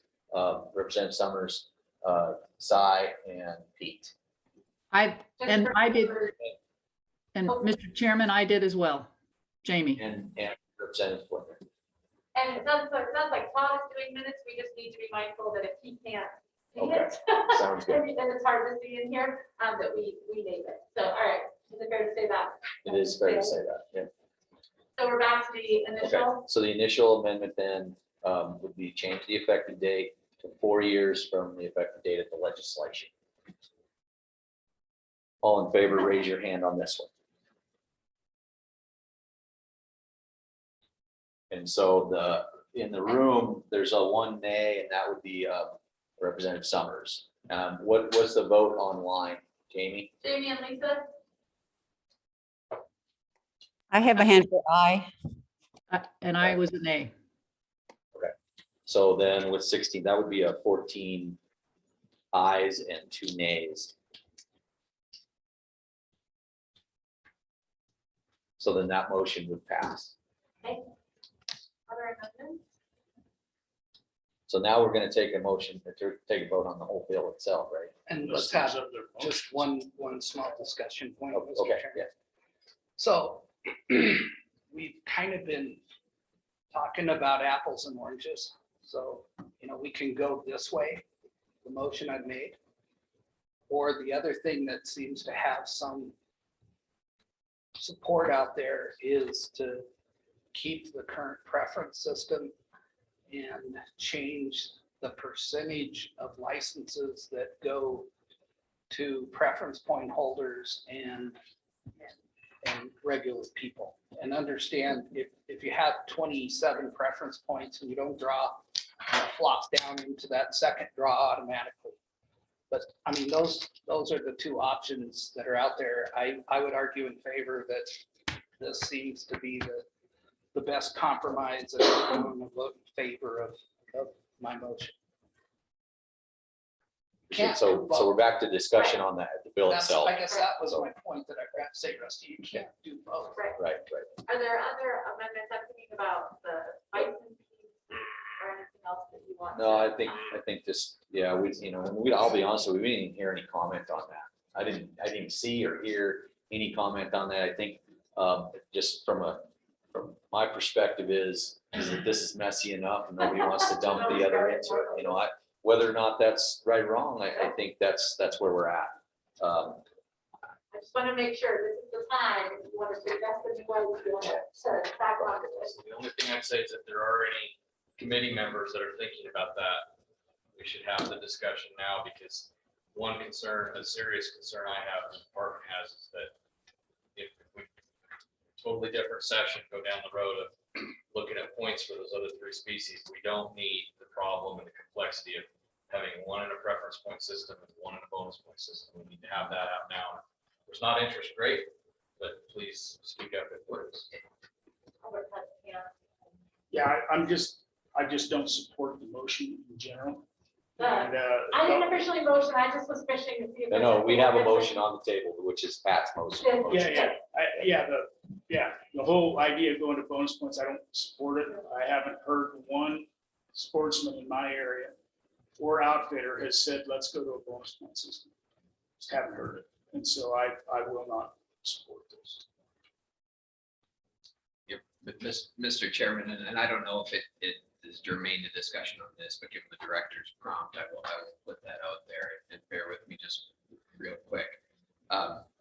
There is no doubt that any type of system where you cannot replenish demand on a frequent basis where you won't have a compounding issue where you end up with more and more people in a draw for that. And that's one of the fundamental challenges, especially with Mountain Goat. And so I would tell you that I do not plan to bring an amendment to add in bonus points for Mountain Goat for bison. Actually, bison's a different animal, but Mountain Goat isn't. Because I'm kind of reading the room, I will tell you that I think there's benefits to consistency, there's benefits to revenue for there's lots of reasons to do that, but any point system where you have such small supply with increasing demand is always going to have exponential challenges where you end up with more and more entries into the hat, whether it's preference or bonus. There are shortcomings to those systems, just as there are for random systems as well. Don't do that. But I do believe that when we talk elk, antelope, and deer, unlimited entry, first choice applications, that is a different game. There are far more animals in many of those areas. The demand is a bit more stabilized when you look at applicant numbers. And I am advocating it here for consistency, but my interest is really in deer, elk, and antelope. And I think that there is merit, especially if we continue to give a non-resident opportunity to have preference for entries into those, to consider a bonus point system for those other species. And so I'm happy to shut up now or keep going with this, but I wanted to get that on the table. I'm resolved to say that I've recognized the challenges, and I think this is what Pat keeps talking about, that it's broken. Maybe you want to expand on that. With Mountain Goat specifically, I don't know that I buy that with bison because the number of bison tags, I recognize the shortcomings for these species, but I don't want to say just because I pull back here that I don't have an interest in those other three. And I do think that there are sportsmen and women that have interest in that for those other ones. And we have received comment on that. Mr. Chairman, so Joe, with all due respect, your comments aren't germane to this motion. We need to have that debate later on about whether we establish a broken preference point system for deer, elk, and antelope. Other than that, I don't have an opinion, but your point is noted. I understand you're not withdrawing your future arguments, and let's vote on this motion. Brian, then Albert. And just to be real clear, I was specifically talking about the big five. That was my request, that if there are other interests with the big five, then we should go there now. Yeah, I'm not asking to bring that up now. Perfect. Albert. Yeah, thank you, Mr. Chairman. And I guess what I said is what I don't like. I don't like the preference point system completely. I just think it's a bad thing, it needs phased out. And to me, phasing out would be, the first step would be going to a 50-50. So I'm just going to say what I would support, which is not this motion. Any other comments? I think, go ahead. Well, I sort of want to go along with what Brian has said. I think we need to consider the goat and the bison as well. It would put, to my way of thinking, it puts a lot of burden on the game and fish to try to deal with those two different from moose and sheep. So I can't see where it would be that difficult to include those other animals in the big five. Mr. President, they're already doing that. There's no preference points on goats. There's no preference points on bison. So they're already having whatever burden there is, Tony, that burden's there. It doesn't change the burden whatsoever. It would increase the burden if we put preference points on those. So I don't understand Brian's comments, and he's my friend, but there is no increased burden doing what we're doing today. Jennifer's already doing it. It seems to me that we have wrestled with this exhausting efforts, to be quite frank. And I think the notion of trying to put a Band-Aid on what needs a tourniquet to further that into something else and create another problem would just, quite frankly, be asinine to me for us to want to consider that. I just don't see that we would want to do that when we're really being reactive to something that is broken as is. eloquently said. And I wouldn't be in favor of trying to muddy the waters any further. Regarding the motion on the floor, I'm not real crazy about it. I'm kind of more in Albert's camp, but I think this is obviously part of our process. We've talked a lot about giving a little bit. Each side's got to give a little bit, and I think this motion reflects that. My biggest concern about the whole thing was preserving the high point getters and their investment in sheep and moose licenses, and I think this does that. It's not the greatest thing in the world. I'd rather go longer like yourself, but I think this does show a give and take, which is what we're all about. So, Mr. Chairman, I was just gonna say, because I think we need to move on to a vote on this issue. If we want to have debate to Tony's piece, I would be happy to bring a motion after we resolve this one on bonus points for sheep or for goat and for bison. But I think we need to vote on and move on this issue. I appreciate that. I'm just gonna make just a couple comments. If there's not any others. I think one of the things this task force has wrestled with is that if we go through this process and we don't actually make a change, that we're unsuccessful. And I don't know that that's always true.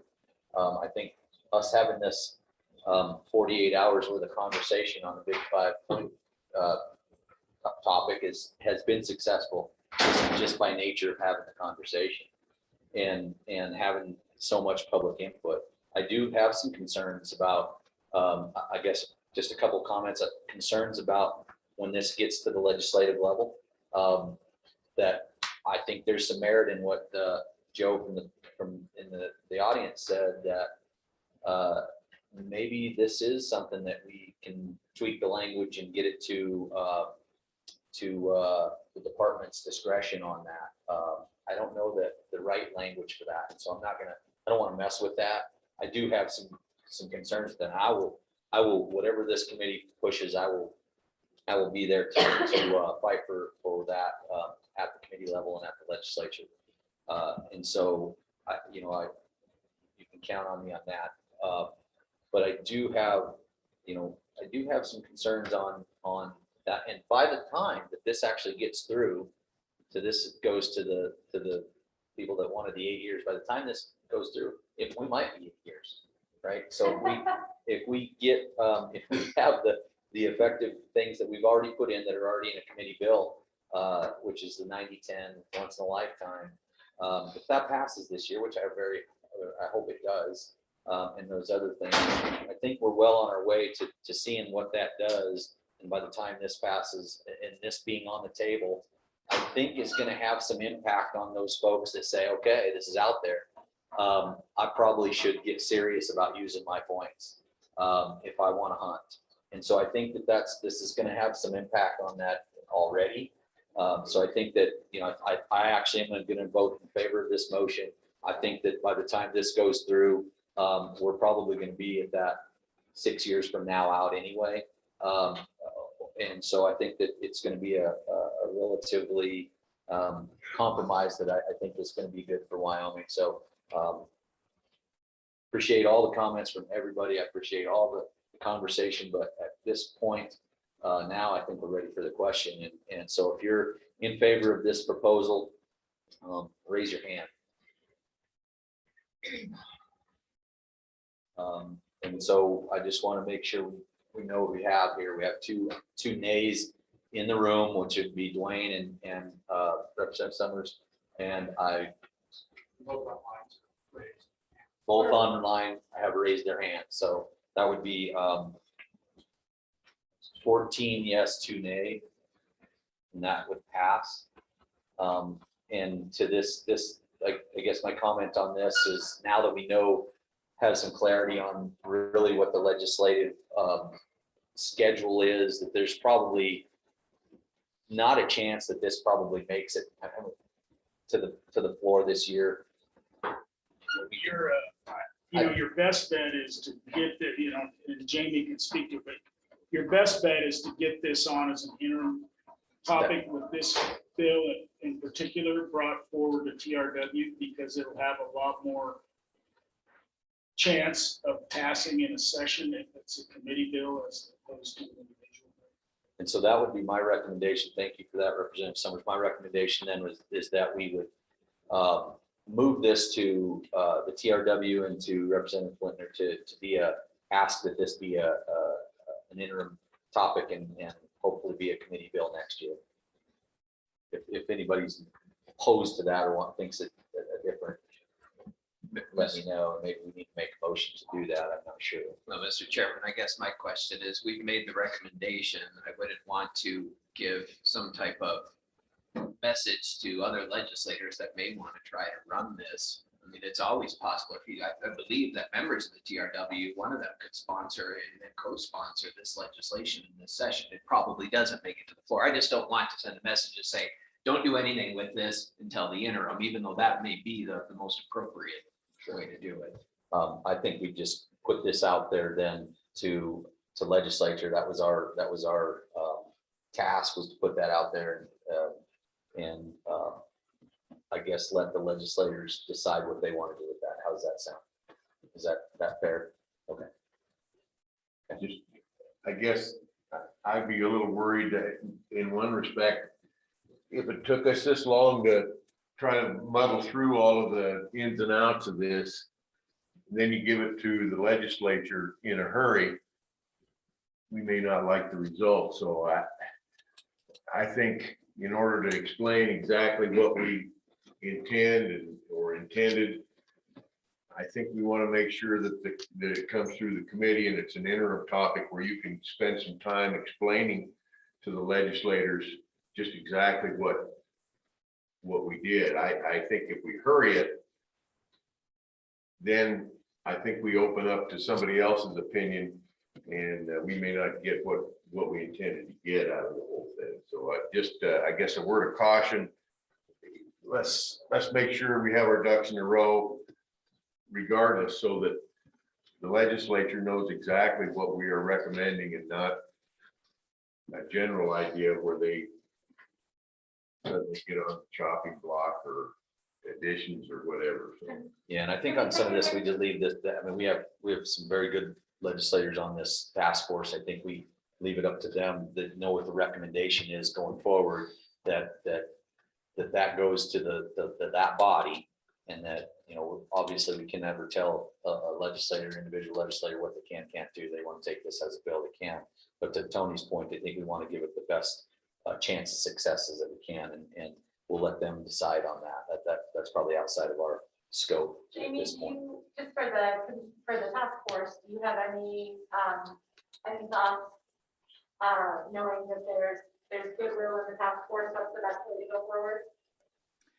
Mr. Chairman and Carrie, I agree with what Tony said. I think, and also Albert, I think your best chance would be for this to be an interim topic. It would give us more time, definitely, to continue the conversation. But always, you have a better chance of getting legislation passed if it's a committee-sponsored bill. And again, this is a very complex topic, so it would be best probably to continue the conversation through the interim. Yeah, I've worked on this for a really long time, and we took a vote that was 14 in favor. Acknowledgement that you did it. Well, You made a we don't- decision. stuff. So I do want to, I think at this point right now, we have the speaker coming on at 10 o'clock, and we have just, can we take just a quick break, and then we'll come back fresh with this. Okay. Thank you, Carrie. Coming back at 10 o'clock, so you got about 10, 12 minutes.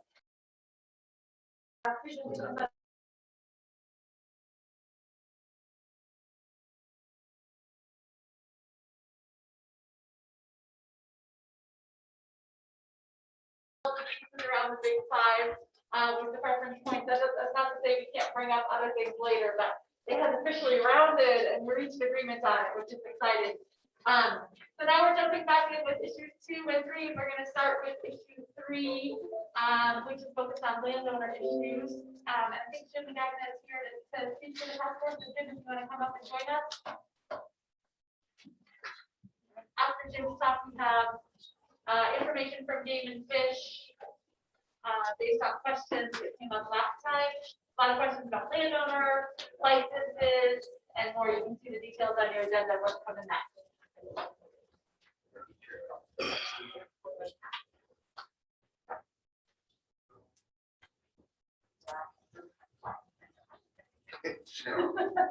Hold on,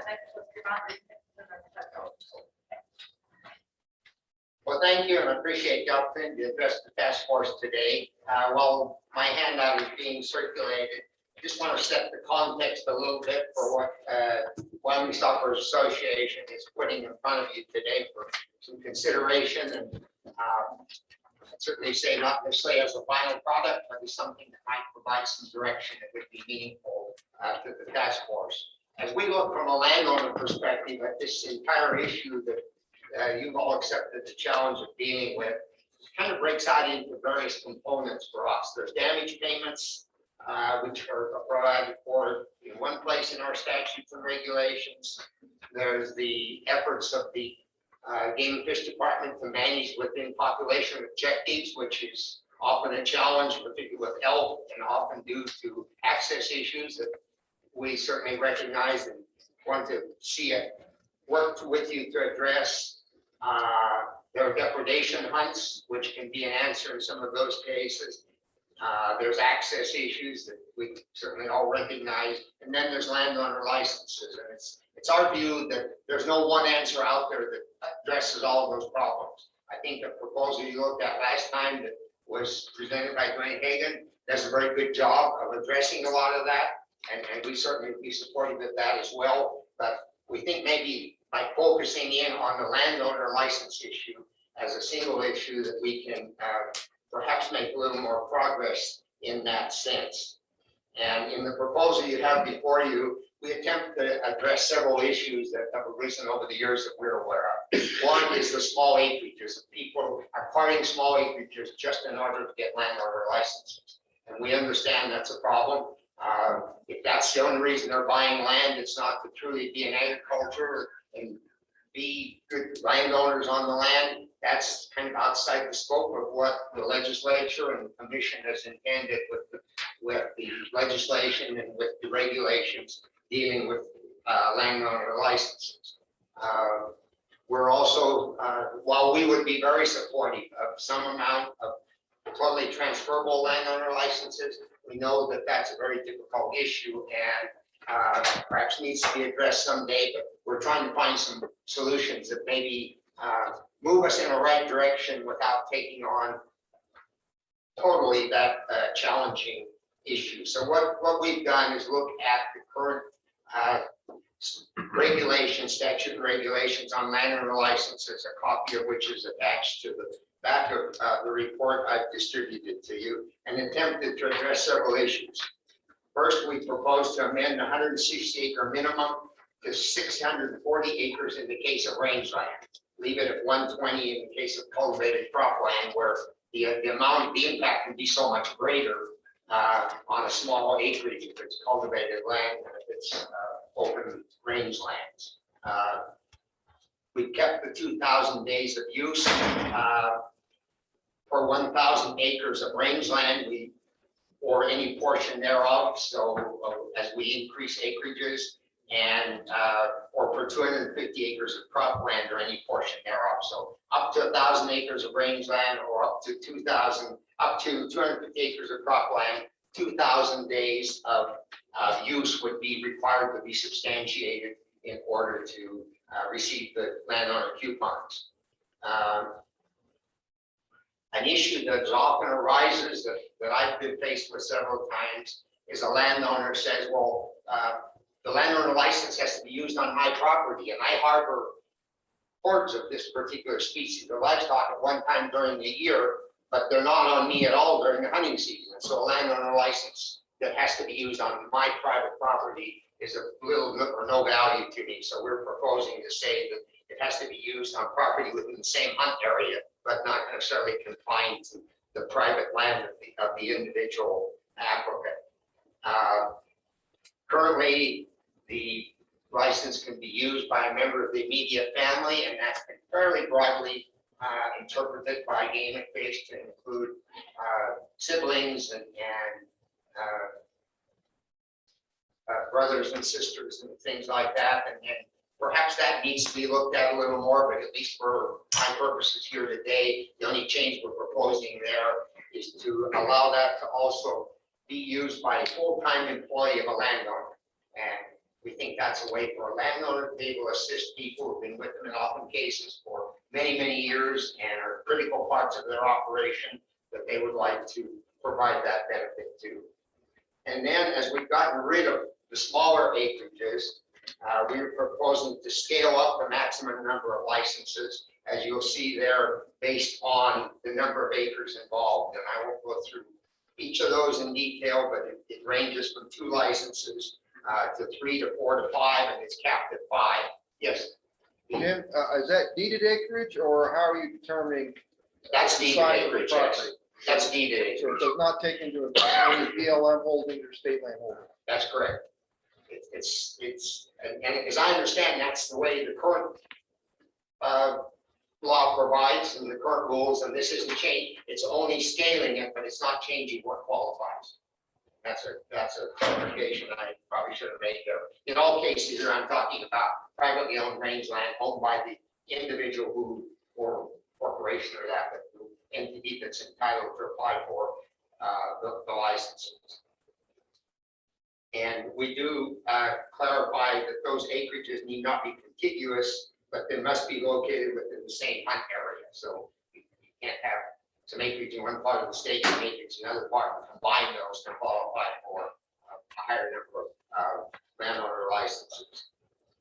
And then perhaps most importantly, in item number 7, we provide that qualifying landowner may donate up to 2 landowner licenses per year to a 501c charitable organization, C3 charitable organization authorized to do business in the state of Wyoming, the auction or raffle to the highest bidder with the proceeds to be retained by the charitable organization. So the landowner derives no direct economic benefit from it. It's a chance for them to show their support for any, whatever might be important to them in terms of charitable organizations in the state. Under some circumstances, they may be able to derive a tax benefit from that as a charitable contribution. That would be up to the individual circumstances involved. And the other thing that I think that addresses, if I look back at commissioner licenses as an example, in recent years at least, the larger portion of those have been raffled rather than auctioned. So that means for whatever that's sent out, $100 of that, you have a chance to potentially win that ticket. And I think the important things there is with auction licenses, probably undoubtedly tend to go to non-resident hunters because of the high dollar values. With licenses that are raffled, and there's no limitation on these being resident or non-resident, I think this actually creates a new opportunity for some people for resident licenses of these particular species in those areas. So we see that as a sort of a win for everyone there.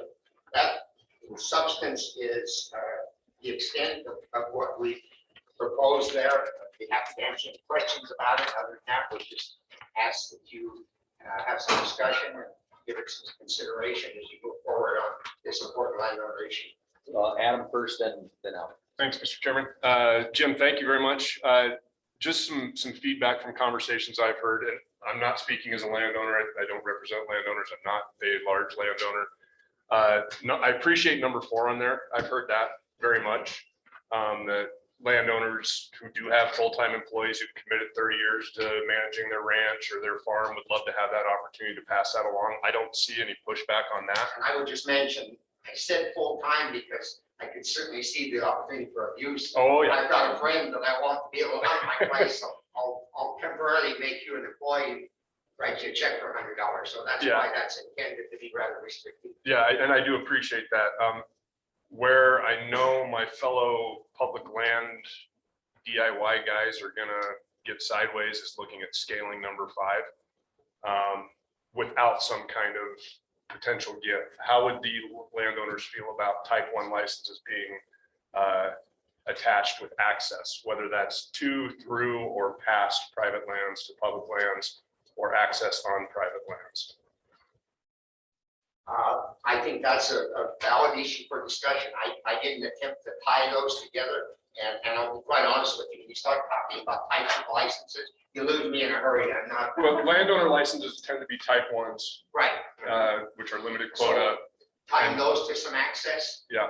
I think that's a subject I'm not going to say should or shouldn't, but I think that's a valid issue that this task force ought to discuss if this proposal moves forward. Thank you. Yeah, so Jim, you have like 640 acres of rangeland or 160 acres of cultivate, so a lot of us have rangeland and cropland, right? So if you start to scale, then maybe it doesn't make as much sense. I guess maybe it does.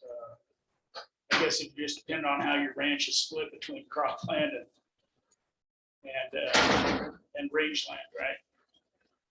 I think it would make a difference in terms of how you qualify. I would say that we would not be proposed that you be able to go down the scale with both separately and end up with 10 licenses. Say that's not the intent here. That might need to be a little more clearly defined. I see that the director has his hand up. He may have better answer. And then I just had one other question, or maybe it's a question of comment.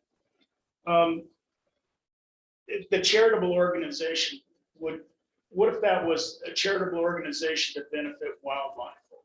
I mean, if it kind of limited it, out, to where it comes back, right? To wildlife. Thoughts on that?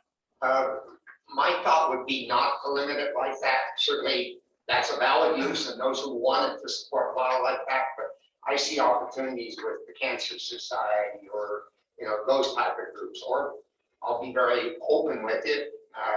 We have in our organization a 501c3 that could qualify for one. That's not the reason I put it in here, but I think that if it's tied to Wyoming, it should be an opportunity for the landowner to reflect what they want to support. What's important to them as citizens of the state of Wyoming, rather than saying you can only support a particular activity. And just to follow up on that, Jim, just quickly, what all kinds of entities, 501c3 can be a lot of different kinds of entities, but they can't be political entities. Isn't that right? That's correct. 503? Yes. Okay.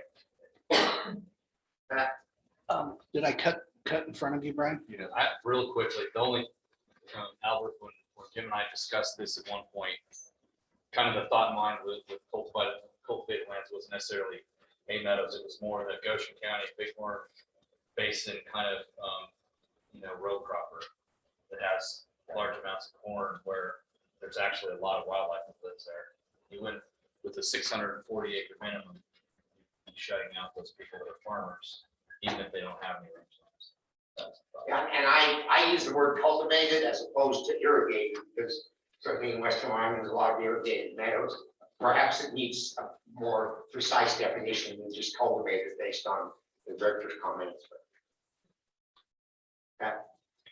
So, Jim, it's my understanding that currently, once Game and Fish says you get a landowner license, that's kind of a forever certification. Would your group have any problem with having to yearly certify that they qualified for these landowner licenses? And then I guess if we do that, we need to think about some kind of appeals process. Assuming, Jim disagrees with the local game warden, and does that flow to the commission? And where does it go from the commission? But I think that's one of the problems with what's occurring today is we just Game and Fish certifies and then it's there forever. We need to reevaluate these things in some timely basis. So would your group have any problem with that, or what are your thoughts? I don't believe we would. In fact, again, that's not an area I've been engaged in.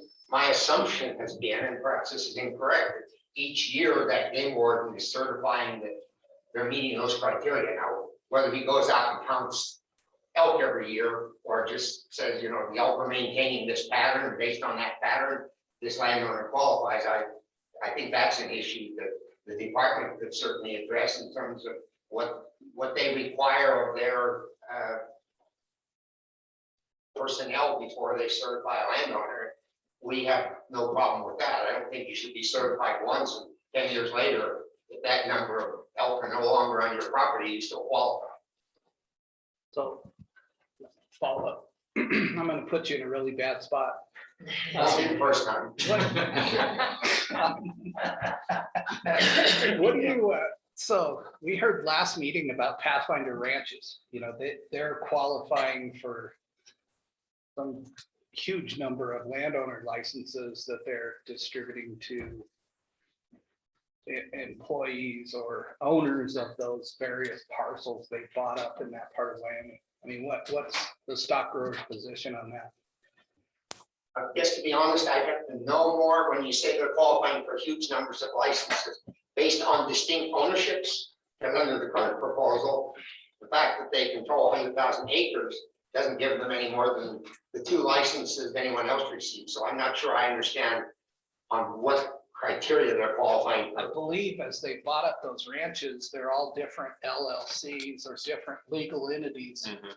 So that, you know, if they have 160 acres that has the proper days of use by elk or deer, elk in that area because deer general permit, but then they get 2 landowner licenses on that piece, and then they get 2 landowner licenses on this piece, and I don't know, what was the number? I think 54, 57 landowner tags that they, 53 or 54, something like that, that they receive. So and I think I think Pat beat me to that question, but I was gonna ask if you were in favor of maybe helping us close that loophole somehow, because I think there's something there. And I noticed on, you know, adding the full-time employees of the landowners, I think that's already, I don't know how they work that, but I know full-time employees at some of the mines receive tags, and I don't know how they do it, but there's got to be something to that already. Owners, they're shareholders. I got you. Versus Okay. full-time Okay. employees. Okay. I think that's the full-time employee one, I think is addressed with the issue that Pat raises and that you follow up with. I think it deserves some more discussion. I'm not ready to say certainly that, you know, Pathfinder should only have 5 licenses or something. But on the other hand, there needs to be some criteria built in there so people aren't doing that just for the purposes of maximizing numbers of licenses. And, well, you know, whether it's that they have to be able to demonstrate some differences in the stockholder ownership of the corporations. If it's the same 5 stockholders own 6 corporations, that might be something to look at. I don't have a necessarily a right answer today, but I think that's an issue that it's appropriate to look at. Jim, real quick, okay, go ahead and then Jim, we you have were, Representative and this Whitmer is wants. off topic, but I do that a lot. You were gonna report back to us about the economic impact of private landowners either outfitting their own place or charging trespass fees as we in the future consider whether we should allocate the deer, elk, and antelope licenses differently. And I'm not asking for it now, but I just wanted to make sure that at some stage we get that from you if you can. I appreciate that as a reminder because I'd forgotten about it. If I did say I was going to provide that, I will have to give some thought. I'm not sure that that's information that's readily available. I mean, it's short of a survey of landowners across the state. That to be done successfully would last beyond the scope of this task force, I expect. Thanks for that, Jim. Okay, we have Jamie, you're up next. Thank you. Thank you, Mr. Chairman. I was just going to jump on what Pat was kind of speaking to, and I think with regard to the change in ownership of lands, I just looking at some of the changes that have been made in the bighorns near us. I think rather than reassess those on an annual basis for everyone, it might make more sense to reassess those once a land transaction has taken place. If you've got lands that have been in a corporation or an LLC or a ranching family for years and no change has been made, I wouldn't think you'd need to reassess that. But if you've got a piece of property that's been sold or parceled off, I think that would be when reassessment should probably occur. And Jim, maybe if you could share your thoughts on that. Thank you. Well, thank you, Representative Flicker, and I certainly agree with you on that. If there's a change of ownership, a reassessment is appropriate. I wouldn't want to take away from the game warden the ability to do a reassessment at some other point if that game warden felt that there was a change in conditions that necessitated or indicated the need for a reassessment. And I appreciate that, because I think that especially looking at what this drought is doing to some of these deer and antelope numbers, some reassessment might be required, because of the lack of numbers. And if we're going to just continue to grandfather all of those in, we might have more areas that actually don't have very many limited quota licenses left after the landowners. And if they're not really having those, not being reassessed on those days, I think everybody would appreciate that happens once in a while. Go ahead, and then Joe. Just two quick points. So first of all, that's an internal policy. It's nothing in the regulation. It's just something that we have internally done. And for the most part, once we give it, we don't take it away. Secondly, just make sure everybody understands the facts. So in the situation that's been described here, where you've got a holding, and there's several of them around the state that are buying smaller ranches and incorporating them under a larger, big corporation. Oftentimes, the number of licenses that were issued before the acquisition and after is not significantly different, because those individual ranches were already receiving landowner licenses. They're just now under the control of one larger corporation. And that is the case, at least in part, with several of those larger corporations that I'm aware of in the state. Yeah, Jim, I have another question, and it's really, I guess, as much a comment as anything. This whole idea of landowner licenses and damage gets, I get mixed up, right? Like, to you, what is the reason for landowner licenses? To me, it's not about damage, because there's a damage statute. If the damage statute's inadequate, then we need to address the damage statute.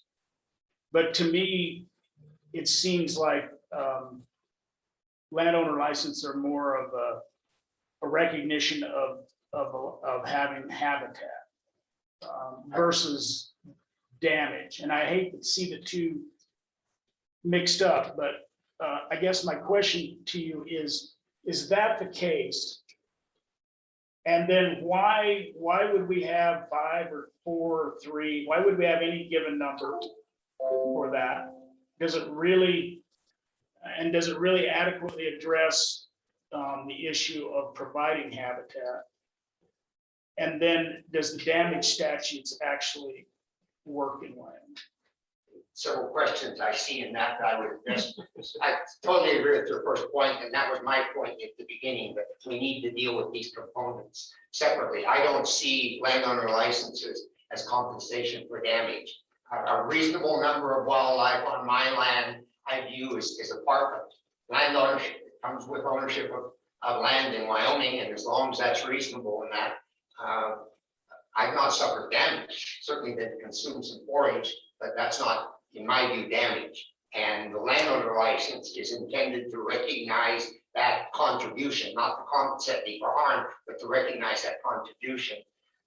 My theory, our theory on proposing some scaling is to say that, as you get more acreage involved, you're making more of a contribution, and that should be recognized as well. The 640 or the 60,000, it's not the same level of contribution. And so to a certain extent, recognizing those differences. And I'm not saying that this is necessarily the exact appropriate scaling, but I think some scaling makes some sense from that perspective. Going to the damage statutes, which I wasn't even sure to what extent that's an issue being addressed by this task force, but I've looked at it, and I think in the case of cropland, it's probably adequate. In the case of rangeland, if you read what's in the regulations, it defines a specific classification of grasses for which damage can be paid, and I can't even recite the name of that, perhaps the director can. And I think that needs to be looked at because the most important forage on my ranch, particularly happen to be running sheep, is salt sage, say example. And that's what's being damaged by excess numbers of wildlife. Then to say, well, it's not a grass that fits in this technical classification, so you can't be reimbursed for it, but the neighbor who's growing certain type of grass can be. I think that's an inequity that exists in the current damage statute that should be addressed as well. Joe has a question, and then Jamie has a question online, and then I'll go to Si. So, all right. Go ahead, Joe. Thank you, Mr. Chairman. And my question is back to, I think, Representative Flitner's first comment, and might be more for the director. It just maybe remind us on the certification process. Representative Flitner's comment kind of threw me for a loop because my understanding of reassessment would be more about the biology and the animal behaviors, not necessarily the ownership of the property. And so maybe just for our reminder, how does that assessment work? You said once we do it, we kind of give it and we don't assess, but there's probably some protocols or processes, and most of those are internal, I think you said, Brian, but I don't know, maybe just remind us how that works. Yeah, so the next presenter is going to talk through from A to Z, the whole landowner license issuance process. And I think maybe if you're willing, we can wait till Dan talks and he'll give a good overview of that. Perfect, thank you. Okay, Jamie, you're up. Thank you, Mr. Chairman. And actually, Joe asked the very same question I had, so I'll wait for the presentation. Thank you. Thank you. Si. Jim, thank you a bunch for bringing something forward that gives us a starting point from the ag community at ideas and things to work towards. So I really appreciate that. That's a really good thing. A couple what ifs. On number 4, when we talk about family, we talk about immediate family, and our current regulations do too. And I'm not sure that the language that's being used a lot of times in issuing this landowner tax when it comes to corporations necessarily fits the way the current regulations are written. I know we've interpreted as such, but and then the other aspect is, what does that exactly mean? Is that a resident? Is it a resident landowner? Which there is some noise out there. Obviously, I hear it from some of my membership that it should be landowner licenses should be limited to resident landowners, and that there's little value coming to the state of Wyoming. Sometimes when somebody buys 3,000 acres, it's not resident and comes here for 2 weeks and hunts and leaves, and the land just sits. But there is value because it's not being developed, etc. So there's that argument that needs to be fleshed out a little bit. It probably will be brought up in discussions in the future. The second aspect is on number 5. And I think these are good ideas as starting points as far as increasing the number of licenses to these larger acreages. But what if when you broke over that threshold of 2, you went to 3, 4, and 5, that 3, 4, and 5 licenses required to be used on your own deeded property, so we don't add additional crowding onto areas of public or accessible land next to that ranch, when that ranch truly does qualify for 5 licenses, but number license 3, 4, and 5 leaves the borders of that ranch and goes elsewhere. I understand your argument, but I think that's a what if that you need to consider, because I know for me personally, just how I view things with stuff, I really don't want to see 5 licenses crowd into the public land around that area and impact my resident neighbors. So.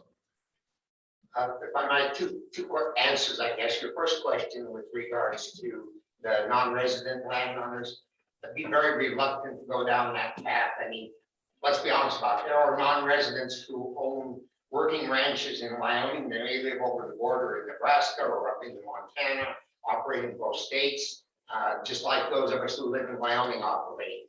There are others clearly that buy ranches for amenity purposes and truly aren't running a ranching operation, except enough to qualify the lands as agricultural lands for taxation purposes. But trying to judge people's mindsets to draw that line, I think is difficult. So I would not favor restricting it to residents. With regards to your second question, again, I come back to the fact that for some people, they may harbor a lot of game on their land, but not during hunting season. Now, you could maybe make that a part of the process that said, if you don't have that species on your land during hunting season, but you've met that qualification, During other times, then you become the broader area. If you do have them on your land, you could confine it to that, that becomes a little more complex. The other thought that, at least for discussion, I'm not saying we would or wouldn't endorse it, would be to say, particularly for the, and I've asked the question, Director, if I might, currently for the landowner licenses, is there an access requirement? No. No, and you know, you may want to look at saying above these higher numbers that not limiting them to hunting on their own land, but some requirement for a limited amount of access in order to receive those higher number of licenses. Jim, one of the issues we have in the current system is these licenses come out of the quota. And there are some areas, even under the current system, where landowners almost consume all the licenses in a quota. If you go with your proposal here, that could even get worse. If you have some of these landowners up to 5 landowner licenses, there's going to be areas where there's going to be more licenses that could be issued to landowners than there is for quota. Would you have any thoughts on possibly having a certain situation where only a percentage of the licenses in an area could go to landowners, or something along those lines? Access is great and wonderful, but in some of these instances, there'll be no access available, period, because there'll be no tags available other than what the landowners get. How would you address that? I would have 2 thoughts. First of all, I don't know if it's available, but I would be interested in some data if it is available, and it may not well be. With the amendment of the going to 640 acres, that's going to free up quite a number of licenses that were currently available. Now, whether they're being used or not is what I don't have any data on, but it's going to free up quite a number of licenses there that, in my view, would compensate for the additional licenses under the 3 bullet points.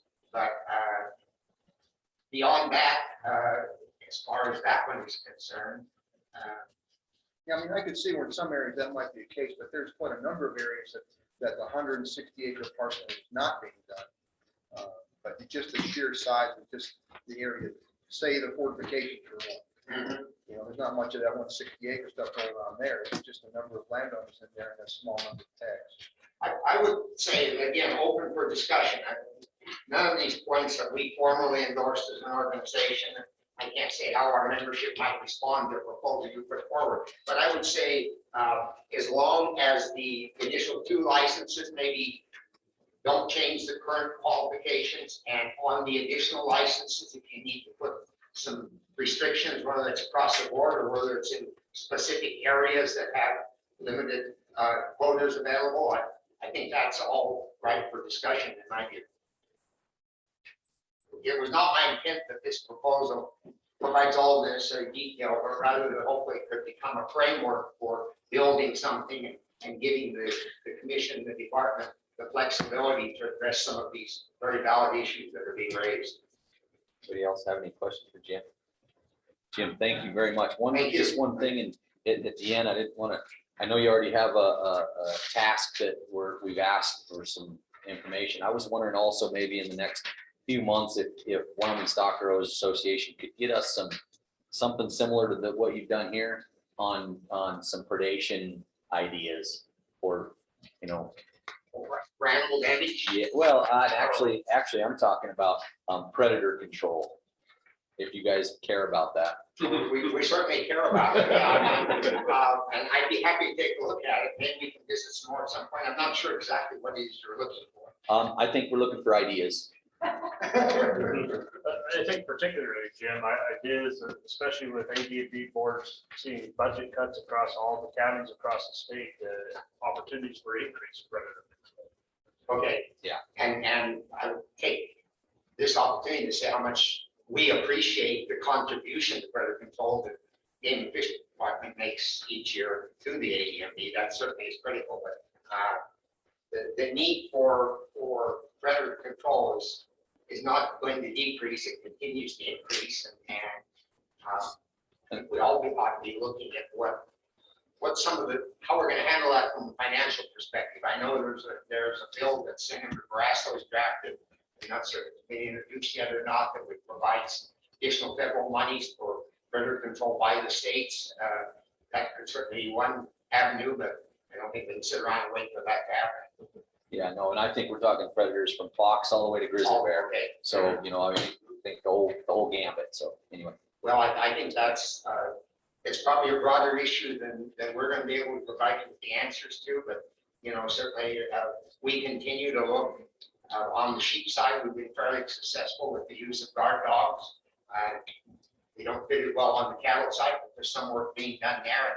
You know, maybe some of the non-lethal control, can receive some greater emphasis than it has today. And I say that knowing that I've got someone sitting across from me who deals with that predator issue on a daily basis in the summer. Thank you, Jim. Thank you. Thank you. All right, I think we have more information, Brian will listen to on landowner tax. Dan. Yeah, so, Mr. Chairman, just a little brief introduction here. Dan Smith is our Regional Wildlife Supervisor up in Cody. He's been the game warden with the department for quite some time and now a regional supervisor for a couple, 3 years. He has extensive experience with landowners. He spent a lot of his time in our Access Yes program where he dealt directly with landowners on access agreements. He has also been a part of a committee internal to the department that looked at the issue of landowner license issuance here a few years ago. And anyway, he's going to go through, and just so you guys know, this is up on the website. It's got a narration that goes with it as well.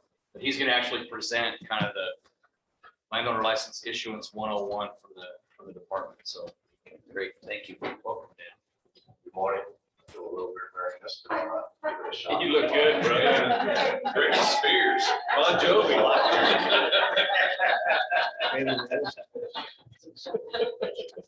So thank you for taking the time to let me speak this morning, and thank you for trying to tackle this issue. It's a challenging issue. It's been around for a while. So my name is Dan Smith. I'm the wildlife supervisor at Cody, and hopefully, maybe I should have gone before Jim, because I think I'm going to answer some of the questions you had for him, and then you can build on what he said on what I present. So we'll start down. So first, the authority that we have to even give landowner licenses comes from the legislature, Wyoming Statute 23-1302.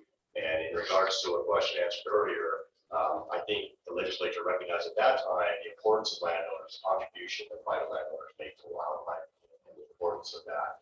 And so for the purposes of providing maintenance of wildlife habitat on private lands, they put together this regulation or this statute requiring the commission to put a regulation together for landowner licenses. And I'm not going to read through it unless you want me to. Jason, which way do I need to point to make it work? It's up here. There we go. So in chapter 44, which is a very long regulation chapter, it does address landowner licenses. And from the commission's point of view, the purpose of it was to allow landowners to hunt on their land for those species present. And so, and with department policy, we have allowed, if you own land within a hunt area and you qualify for a landowner license on your private property, you can hunt the entire hunt area. The regulation does ask that the landowner provide proof that they meet the minimum qualifications, which I'm going to go through to obtain a landowner license. If you read the regulations strictly, it is, you know, it's meant to be every year, but that puts a lot of onus on the game warden who has a working relationship with that landowner. So maybe you qualify for 10 years, and then the next year, maybe you're not seeing as much wildlife as you had before. Like Brian said, we're not going to give it and take it away because the year after you may have it again. And so we have historically allowed, if you had a landowner license, to continue to get those. There are cases though, where there's a certain year where we have a bunch of elk, for example, that show up on a private property, and it's not a place that they normally show up, but they spend the winter there. So that landowner qualifies. And usually what we tell that landowner, at least in my region, is that you're going to qualify this year. If those elk don't show back up next year, then you're probably not going to qualify in the future. But we try to address, you know, in that particular year, that if you had a bunch of elk show up on you, and when I say a bunch, it could be 200 or 300 elk that show up and stand in your field all winter, you should be able to qualify for a landowner license that next year. And that may not happen every year. But a lot of the big ranches, like Representative Littler said, there's elk there every single year. There's no need to reevaluate that property every year if they qualify for elk. Mr. Chairman, quick question. So that I think Representative Summers brings up a good point. So in my mind, the scenario you just gave me is more about damage. So infrequent utilization of large numbers of animals that are having an impact on that. Help me see how that is about supporting wildlife habitat and sort of broader purpose of it. Because my mind went to damage control in the situation you had, not necessarily what I think the intent of a landowner permit was, but I must be missing something there. Sure, and maybe I misrepresented it. Thank you for the question. So it may be that you provide habitat, whether it's rangeland or cropland, it's gonna support those elk through the winter. So, and usually when I see that happen, so 16, 17 winter, where we had a lot of snow, elk ended up in places that they don't normally end up. And if they wouldn't have been able to stay on that property for the winter, they wouldn't have necessarily survived. So for that winter, in my mind, they did provide habitat for that. Landowner wasn't claiming damage or anything. It was just that they had elk there for the entire winter, and so they qualified for this. It's basically a thank you for that habitat for winter. Thanks.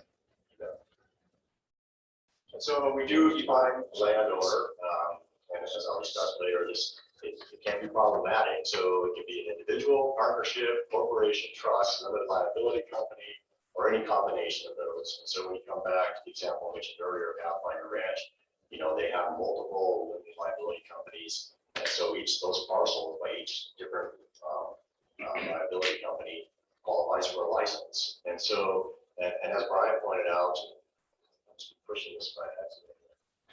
As Brian pointed out, any of those places probably got licenses already, and so it's just that it's under a different corporation now. The landowner applicant is any person that's involved with those lands, either in ownership or part of the LLC or corporation, they can qualify. And so somebody brought up earlier how many people who work in a mine get licenses. If they are all part of the company, if they own stock in the company, then they can be on the list of persons who qualify for that license. And then we do define landowners immediate family. So basically it's the landowner spouse, and then you'll be sentenced after them, and then stretched out to brothers, sisters, and so forth that way. We don't currently involve any employees or workers of the ranch unless they are part owners.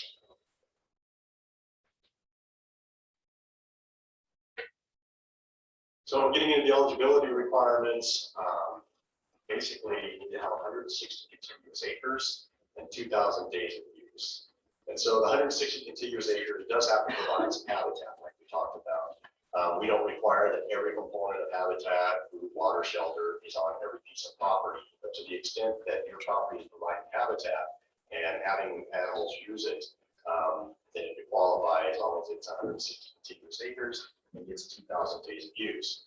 So the 2,000 days of use, just to further explain that, if you have 200 elk for 10 days, 10 elk for 200 days, just some kind of combination that comes up with 2,000. So one of the challenges that the game wardens put up with is, what does that day use mean? Does that mean 24 hours? You got to stay there the whole time? Does it mean they came and stood on your land for 2 hours and then moved on? Again, that's putting a lot of responsibility on the game warden to try to figure out what 2,000 days of use was. That days of use has to occur in the previous 12 months, as we discussed, and then each parcel that qualifies, so each landowner can get 2 licenses per qualifying parcel. That's deer, antelope, elk, and turkey. Otherwise, it's qualified. Mr. Chairman. So Dan, could you tell us, how do you determine 2,000 days of use? And I'll tell you where I'm going. Next slide. I'm going to try to cover it. Okay. Is that okay? Go ahead, and then I'll ask a question. Well, next 2 slides, if you bear with me, Commissioner Frank. So if it's a new applicant, we meet with the landowner.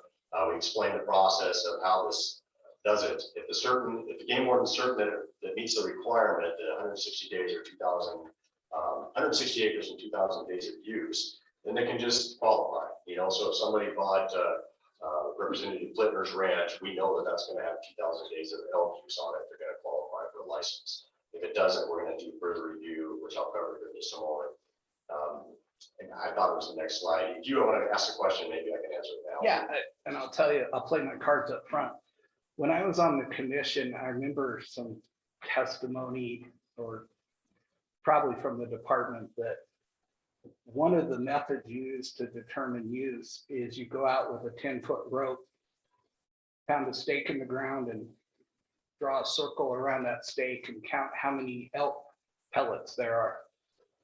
I mean, is that accurate? Are there other methods that you actually use when the game warden goes out there to try to determine use? So what you're referring to is a pellet count. And what we try to do on a pellet count, and I will touch on it again later, but what we try to do on a pellet count is you throw a frisbee or you pound a stake, you're trying to make a sample. The rope is actually 11 foot 9 inches. And so if you make that radius, it's 1/100th of an acre. And the landowner gets to pick where you draw the circle.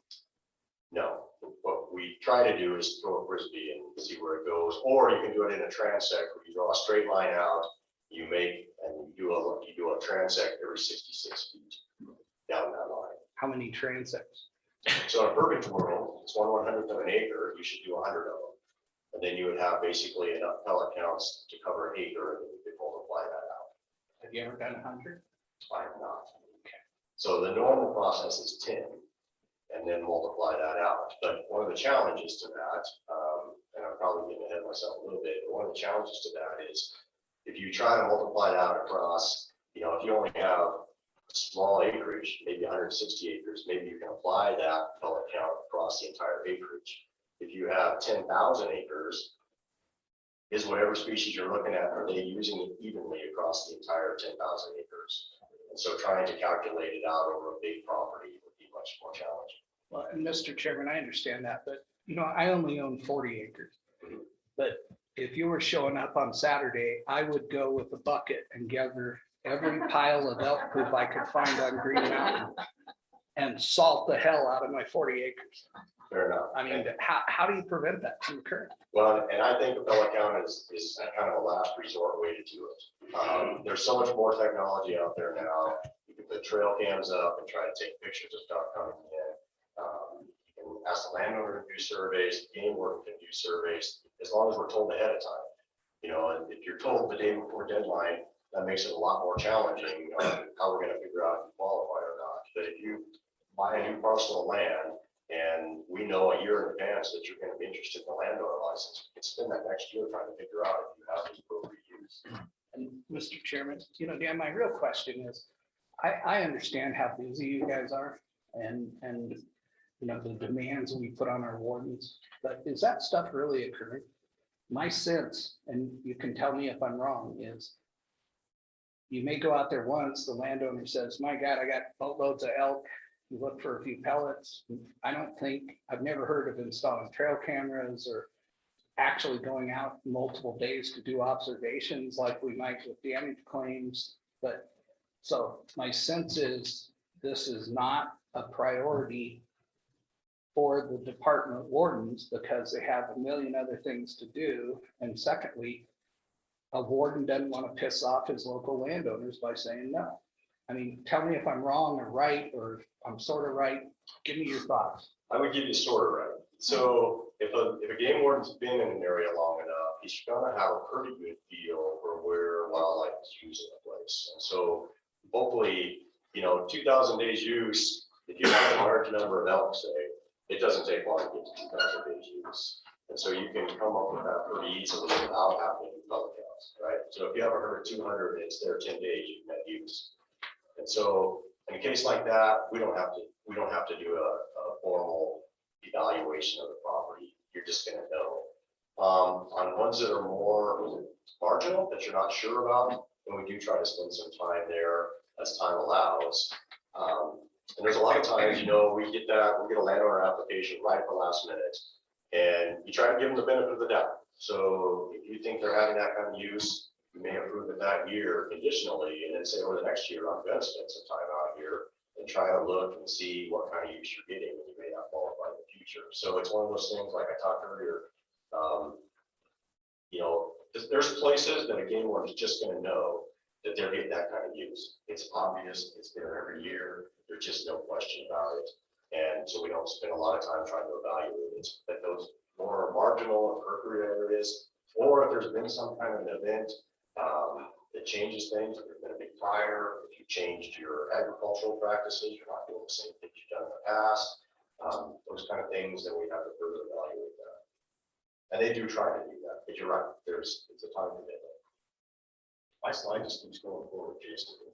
Mr. Chairman, Dan, I think on landowners that aren't in question, the burden should be put on the landowner to prove he's got 2,000 elk days, in my mind. I know if my landowner licenses were in jeopardy, I'd dang sure be getting photos at the right time and dates, or have a pretty good journal and be able to prove to that game warden that in fact I do have 2,000. Yeah, thank you for that comment. The regulation does put some of the responsibility on the landowner, but of course we want to work with our landowners, so we try to do that in partnership with them. But yeah, we certainly have landowners that take pictures for us, but like Commissioner Craig said, given the right opportunity, there could be abuses to that. You can take the same picture, the same animals over and over again. So there has to be a working relationship there, and try to come up with that and try to do it as fairly as we can. So I'll see if I can go back. I probably jumped all over my program here, so my apologies if I repeat myself. So I talked about the first one a little bit. Some call it, for existing applicants, I think I was on the new applicants, excuse me. I apologize, I'll see if I can keep that from moving on me. So I think I covered some of this. If it's a property that a new landowner buys and we know that it's going to qualify, then we just go ahead and approve them. If there's uncertainty in it, then we try to do some further evaluation of the property and try to determine if they're meeting those minimum requirements. Existing applicants, like I said, there's some that you're just going to know every year that they just qualify. But for the most part, we do try to reauthorize people we've authorized in the past, unless there's some kind of big change. For example, there's some places that we try to manage elk more intensely. So there may be some places that in the past have qualified because there's been a large number of elks, but due to a landowner request and saying there's too many elk in the area, we have intentionally tried to reduce elk population. So lower grass creek is somewhere that comes to mind where we intentionally try to lower the elk population. So if we lower the elk population in that area, then we do have to go back to landowners, especially if they change ownership, and reevaluate whether the elk are using that property the same way they did before we tried to reduce the population there.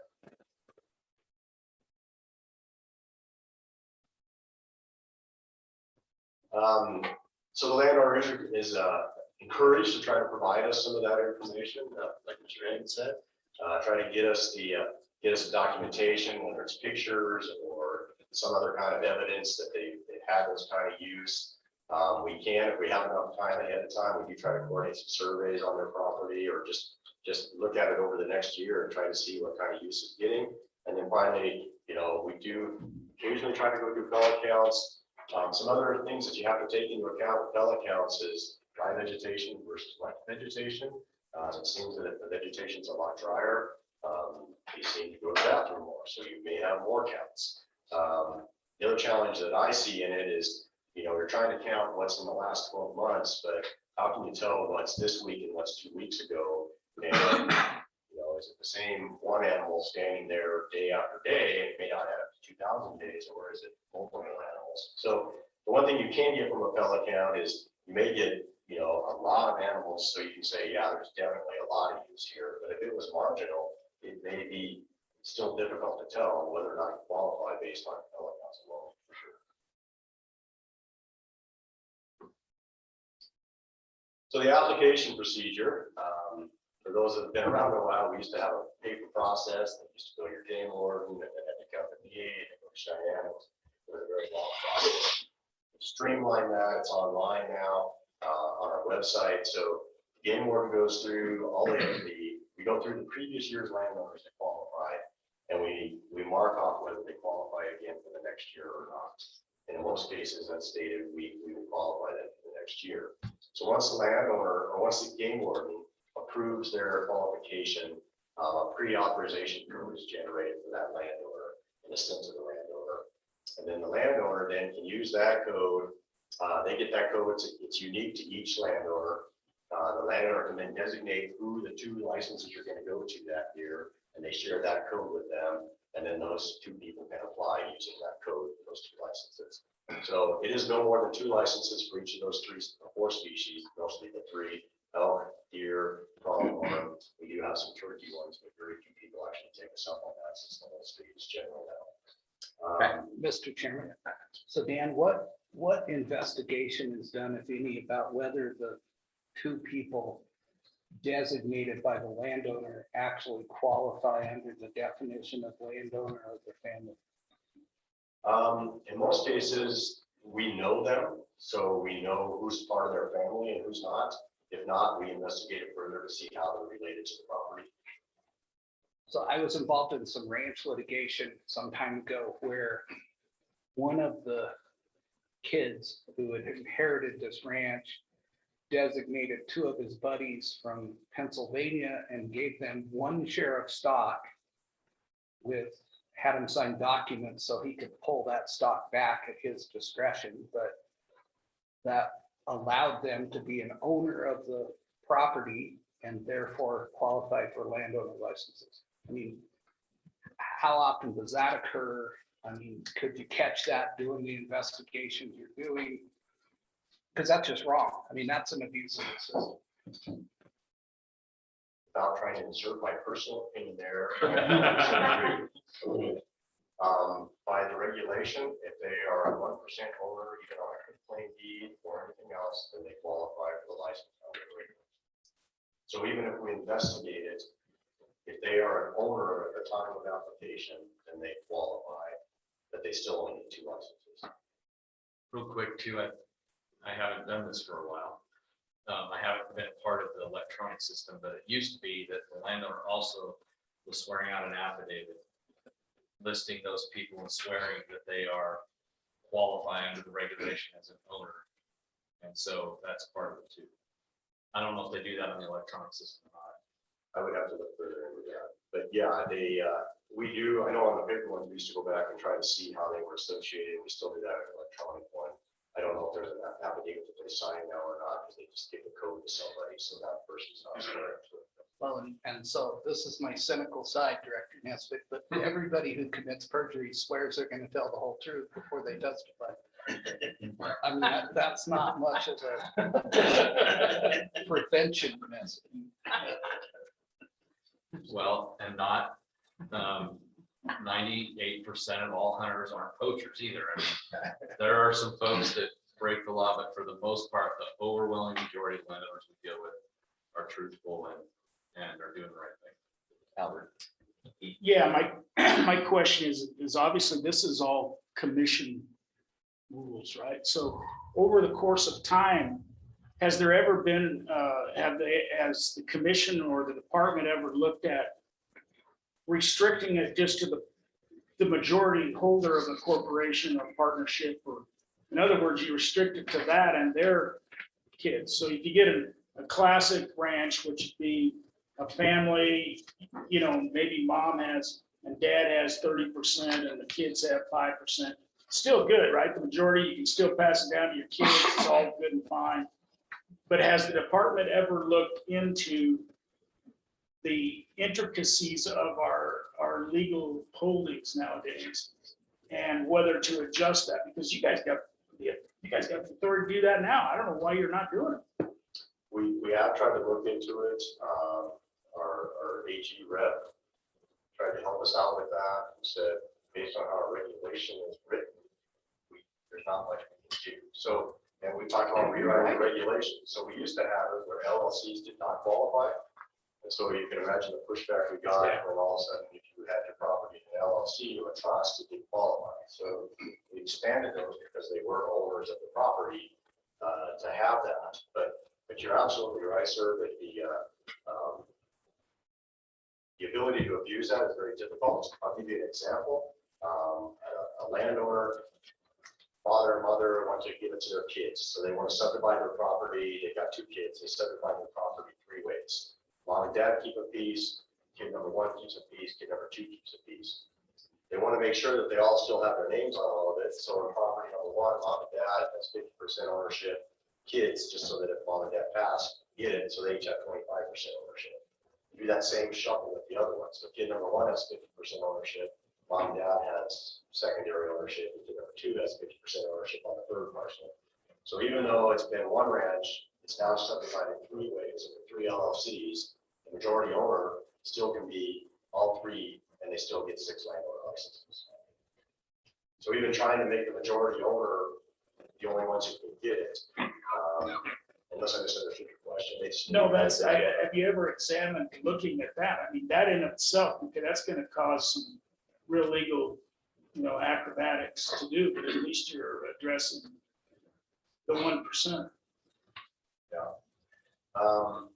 So that's my question. Have you ever looked at it, rolled it over?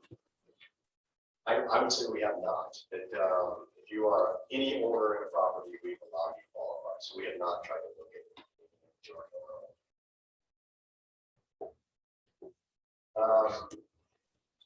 So landowner licenses. That's okay,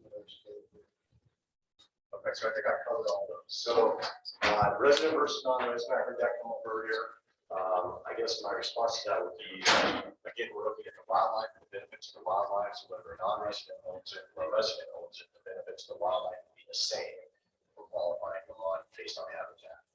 So we don't restrict it landowner or resident or non-resident. When that applicant applies for licenses, though, they pay the appropriate fee. So if you're a non-resident owner, you pay the non-resident fee to purchase your license. If you're a resident owner, you pay the resident fee. So the landowner license issuance is under statute for qualified landowners. It's only in areas for residents. It's only in areas where there's a limited quota license. So if there's a general license anywhere, if there's a general license in the area where you own property, then you can obtain a license. And so there's no way that you can get a landowner license. You can just go buy a general license. Non-residents, it's a little bit different because they have to apply for a non-resident license and be drawn. So they can't put in for either a limited quota or a general license if they're a non-resident owner. That makes sense to everybody? Actually, no. Okay. And I'm the landowner here, so I probably shouldn't be saying this, but if the idea behind this is to reward somebody for having habitat on their ranch, then why would you make them pay for a general license? And why is it only good on a limited quota? In other words, if the idea is you're rewarding somebody, then you should be rewarding them with a general license or a limited quota or not. I mean, it's that part of it doesn't make sense to me either. Great, let me clarify that because I obviously didn't explain it well. So the intent of the regulation is to guarantee that you get a license. And so if there's a general license area, you're a resident landowner, you have a guarantee that you get a license, you can go buy one across the county. If it's a limited quota area, then the landowner can put in for that limited quota license. In most cases, I'm going to explain in a minute, you will get a license. So basically what the intent of the regulation of the statute is to guarantee that landowner license. Mr. Chairman, Dan, there's one kind of special circumstance in that. Can you explain that? You know what I'm talking about? So talking about non-resident? Area 128 for deer is a general license for a period of time. And then after that, there are 50 primo deer tags issued for late season. And so a landowner can't get those 50 licenses because there's a general season ahead of that. And sometimes we run into that with whitetail licenses. Can you explain that so everyone understands that as well? Yeah, so if there's a general license early and a later limited quota license, then you're still guaranteed a license through the general license. And so we do not allow you to put in for a limited quota license later. And so again, the intent of the regulation and statute is to guarantee a landowner a license. And we have had some pushback from landowners. It's an issue that, I have a general license in October, but I have this great type 3 limited quota whitetail license. I've got these great bucks on my property and I want to be license. And put in there. Under the current regulation, if not, they would have to be able to buy a general license, for which they can otherwise go on, but not during the season. That answer your question? Yeah. So that's talking about. Okay. And then again, non-residents, they can put it to the general or the quota, because for a non-resident, the general license is also. Dan, I got a question for you. The workload of the work that absorbs the bulk of this, how many of these application processes are denied? There's not many, but I think there's not many only because we front load that, landowners know what they qualify for. So we, instead of them putting in and having us deny it, they just know up front, I don't qualify. They have that conversation ahead of time. Or it says, you're not gonna qualify. I'm gonna have to deny it. So that 3 year, I did not read this year. That's not 2008 views. Is that, Mr. Chairman, is that an appeal process of if the landowner is denied? Certainly, anyone could go, if they felt like they were wrong, they could go to the commission, plead their case. That's always available to anybody, but I'm not even aware of that ever happened. I can't recall it ever happened since I was. So the strategy, that's for exclusion. Okay, so just as part of the process, okay, so yeah, it's landowner draw process. So the landowner puts in for a landowner license in that front area.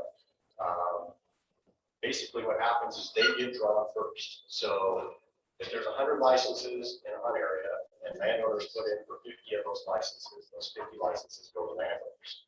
So what the statute says is that landowners have to put in without any competition of a draw, with one exception. If we have 50 licenses in an area and there's 75 landowner licenses applied for, then the landowner is going to a draw.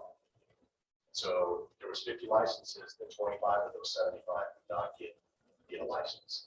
None of the public get any of those licenses. Yeah. Is that a random draw? It would be a random draw. And I don't know that it's very rare if it happens. In the Cody region, it's never happened. So I just wanted to. The last I recall was in southeast Wyoming, around the Guernsey area, when there were first elk that showed up there. We got landowner draws there. I'm not sure it's ever happened in fortification. It's just dang close, within a couple. So, yeah, so I had asked Jennifer to, at some point, she'll give us some information on how many antelope deer, elk areas, limited quota areas have an allocation of landowner tags over 50% of what the quota is. I'd just like to know how many of them there are. And I don't know that I'll for Jennifer when she presents that. Yeah.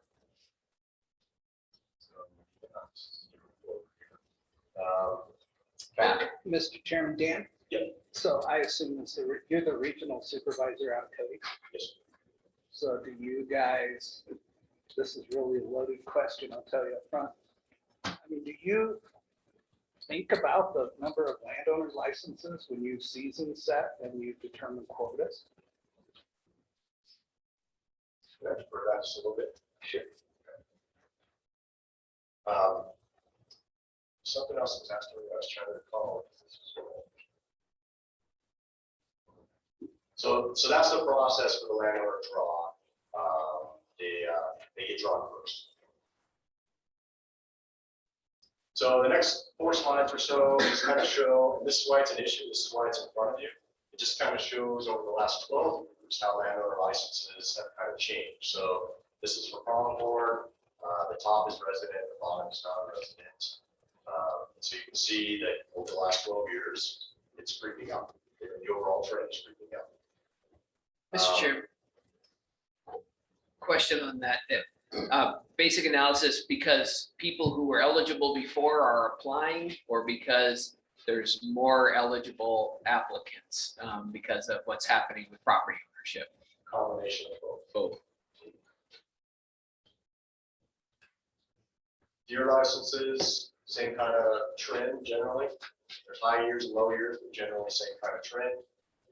Elk licenses for residents have kind of stayed pretty much the same over time, except for in 2020, there was a big jump there. And I haven't got 2021 numbers, but Jennifer's going to present those later.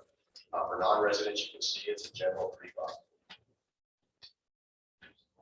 Dan, I got a question for you. I'm curious, and we probably don't have this data, but based on what Mr. McGagnon had presented, is there a way that we could determine how many of those deer, elk, and antelope landowner licenses are from parcels that are below 640 acres? Yeah. So, well-timed question. It was a great question. Right on cue. So this is not complete data, but in 2018, as we were trying to work internally and work through this process, we, because we basically don't track that across the state as to what side your land parcel is. Game wardens approve them, or they don't approve them, but we haven't been tracking. So we did a survey across the state saying, what size lands are you approving? This is kind of where it fell out. I just want to preface it that it's not complete, but it gives us a pretty good sample of it. And so that third column up goes up to about 1,300 acres. So the majority, and these are the number of parcels that qualify, not the number of licenses we gave out. This is the number of parcels that we authorized. And so the majority, as you can see, are less than 1,300 acres. If you look at that first column, that's 160 to 320 acres. And you can see there's about 141, 142 parcels qualified there in 2018. And then it trickles off until you get above 10,000. That's the far one, the far right. And there is quite a few properties over 10,000 acres that qualify. Does that answer your question? Yes, thank you. Okay. That is not broke down by species, just for clarification. That's overall parcels. Lisa. So a question with stock growers, and the discussion we've had, shifting the 160 acres to 640, are there advantages to game and fish from a habitat and wildlife management? Is there an advantage to moving from 160 to 640 just from a management of habitat and wildlife perspective? Don't know that there is, because it's all private land, so it's all managed by the landowner.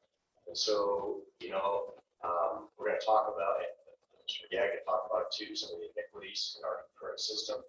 And so we have small parcels that don't qualify, that provide a habitat for animals. Then we have very large. So it really just depends on how they're managed by the landowner. I didn't know if, in my head, say you've got 640, right? You've got a house right here. Well, then you break it up and break it up and break it up. And I have a house here and a house here and a house here. So you have more buildings, more people, if that is disruptive. Yep, absolutely. Absolutely. So subdividing land may decrease the number of animals that are using the overall habitat. Yeah, just those first two bars, that equals up to 33% of the total properties that qualify for licenses. About a third are under 640. Dan, have you seen an increase in applications with these 160 acre small parcels being sold and marketed by realtor firms for this exact scenario? Yes. So let's talk about some of the issues and concerns. And Mr. McGagnon brought up a lot of these, so it's great that he found them before I did. So sportsman concerns, I'm going to do sportsmen and then landowners and department. So we can kind of cover all of them. So sportsman concerns, and these are just things that we hear as a department. So landowner licenses reduce the number of limited quota licenses available in the crop. And so just for clarity, when we have 100 licenses out there, so we set the quota for what we think that the population of wildlife can sustain for hunting. So for simplicity, if there's 100 licenses available, the landowners get first shot at those in the limited quota area. So if there's 20 landowners that apply, there's still 80 that go to the public. If there's more and more landowners applying, every additional landowner is one less that goes to the public. And so when we see an increase, as I showed you in those previous slides, if you see the trend going up, every one of those is a decrease in the amount available to the public. So there is some concern from sportsmen about that. Why are there more licenses going out? More subdivision. There's also more people buying licenses now that never had applied for in the past. but now they're applying and then donating them to some of the groups that you can donate to right now. So we've seen an impact in some of the areas where there's a few licenses. There's a sportsman group, and these are groups that do great things. And so I'm not disparaging that at all, but you do see more landowners applying and then donating them, and it still takes away from the public. So we do hear those concerns as landowner license numbers go up. Most licenses are issued for the male of the species. So if you're going to put in for a landowner license, if you purchase land and have land that you want to hunt on, you're probably going to hunt a bull or a buck on your property as opposed to hunting a cow. And so if you have your land and you want to hunt a bull on your property, you probably don't want to have a bunch of other hunters there unless you have to hunt ahead of time. And so access to private land can become an issue just because the landowner has a license. And then again, like I said, licenses obtained for donation resulting in decreased licenses. Certainly not everything we hear, but those are kind of the top ones. So landowner concerns, as Jim McGagnon pointed out, there's inequities. If you own 160 acres, you qualify for 2 licenses. If you own 10,000 acres, you qualify for 2 licenses. Intuitively, you would think that 10,000 acres or 100,000 acres probably provides more habitat and more open space than a 160-acre parcel. And so there's an inequity there. And then I can take it to the other side too. In Cody, we have a landowner that has 60 acres and he has to put up with 150 elk all summer. It's 40. It's 40 acres that I got. I wasn't even referring to you, but okay. 40 acres. And so those landowners don't qualify, even though they're providing habitat for a month or 2 through the summer. If you're trying to raise cows on 60 acres and you have 200 head elk standing there, it gets a lot more challenging to do that. And so we can't even reward that guy by giving him a license. We just tell him, we just try to make sure there's enough cow licenses that he can buy whatever he wants. And then change in traditional ownership versus non-traditional ownership. So if it was always agricultural based and managed for agriculture management benefits wildlife too. You're putting water out there, you're making sure you're not overgrazing, you're doing all the things to manage for your livestock, then you're also helping wildlife as well. If it changes to non-traditional, one of the situations that comes to mind for me is that all of a sudden you start harboring 200 elk because that's why you bought the property, you want to hunt elk. Well, your neighbor is trying to raise alfalfa, and those 200 elk may be on your property some of the time, but they're his alfalfa the rest of the time. So that conflict between a recreational ownership and a traditional agricultural ownership can be a challenge. So that's another concern we hear, and then we battle these. And then just overall management concerns from the department standpoint. Somebody brought it up already, and I kind of deferred it. So when we are setting a season, maybe there's an opportunity to have a late season deer hunt. A November rut hunt, it would be just great for everybody. But we can't have a very big one, so we can only have 20 licenses, let's say. If you have a lot of small 160-acre parcels in that area, and you throw out 20 licenses for November, the public's never going to get one. And so in one of our regions, we did not propose a season, which would provide opportunity, but we knew that the public would beat us up over it because it would strictly go to landowners and the public would never get a license. And so it does play into a management decision. In bigger areas, if you have a lot of licenses, it doesn't matter. But if you're looking at late season, small license numbers, it can have an effect. Subdivision of properties, fragments, landscape, exactly what you said. One of the things we're seeing, since we allow, the regulation says the intent is to hunt on your own property, but it's only our internal policies, we allow you to hunt the whole hunt area. Well, we've had people take advantage of that. I can buy winter range, the Casper region, Pineville region. I can buy 160 acres in winter range. It's going to qualify for landowner licenses because deer are going to be there all winter. But they're not going to be there in the hunting season. So I can intentionally buy land over here, knowing that I can hunt the forest next year in the same hunt area.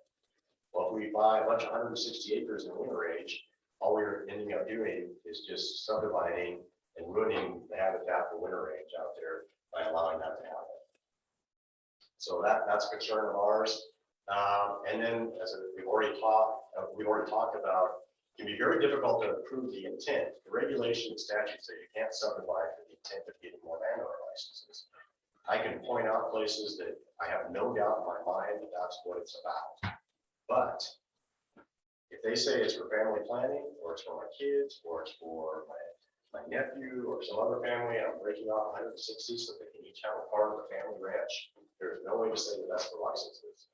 And so even though the regulation says that, it's impossible to prove what your intent is.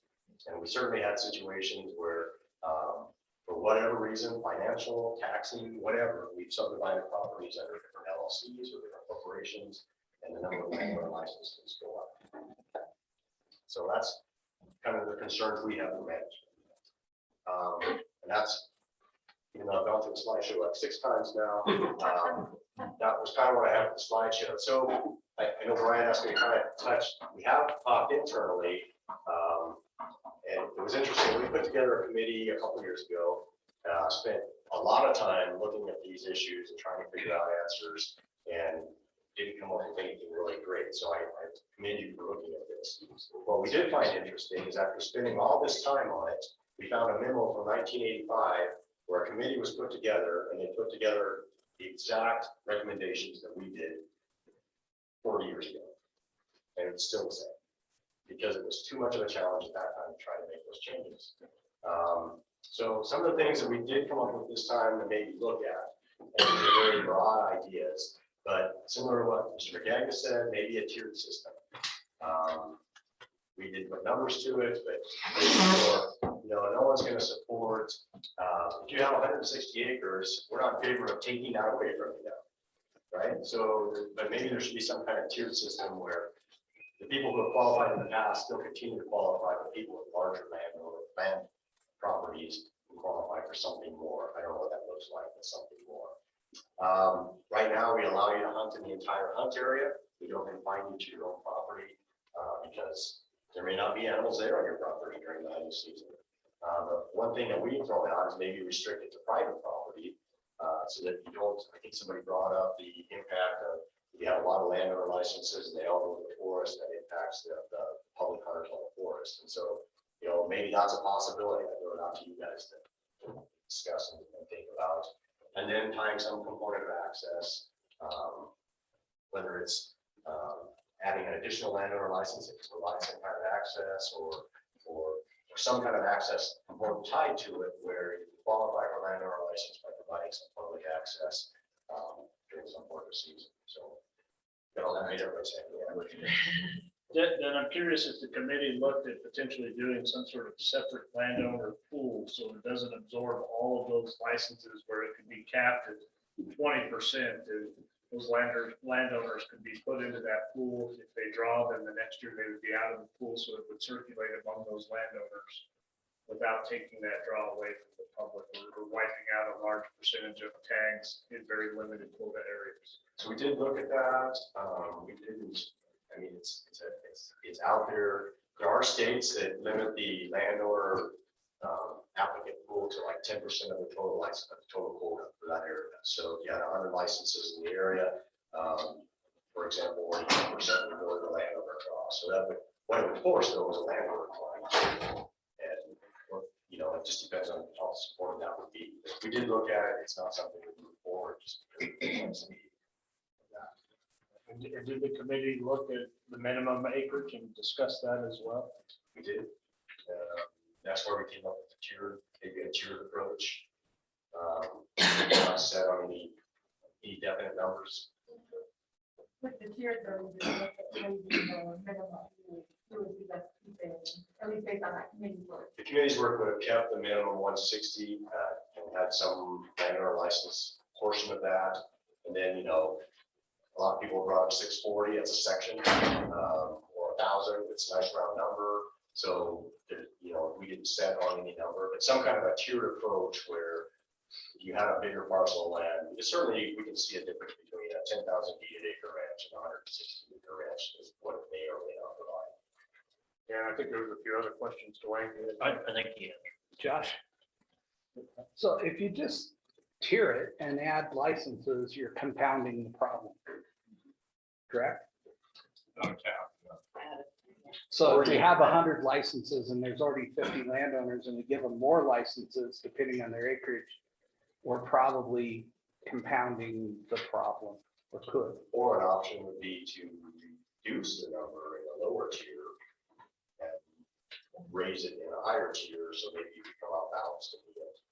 But that's not what the committee decided. I mean, you decided apparently in your study to keep 2 licenses for 160 acres.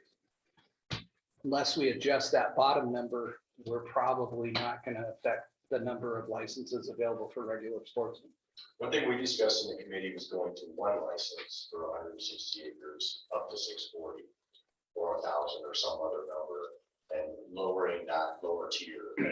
The committee did not want to take away from landowners that were currently getting licenses completely, so we didn't want to eliminate that lower tier by changing it to a higher number. And that's up to you as a committee on where you guys want to go with that, but we didn't like that. And then Josh, I just have a comment, I guess. Brian, you can answer this if you want, but. So in my 6 years on the commission, I found that our poor game and fish department, no matter what decision they make, they get kicked in the head. You know, if they say we want to issue 1,000 licenses, they get kicked in the head because then there are not as many elk the next year.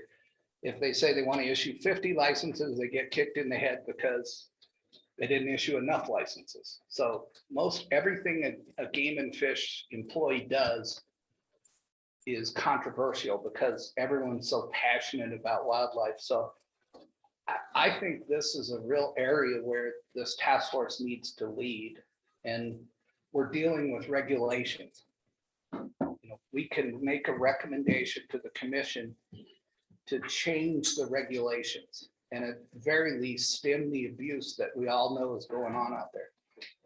You know, there are definitional changes we can make in the regulations to up the acreage, to who qualifies, you know, how much of an interest do you have to own in a corporation or an LLC? You know, we could say that if you take a 1,000-acre ranch and divide it into 460-acre parcels, that just doesn't qualify.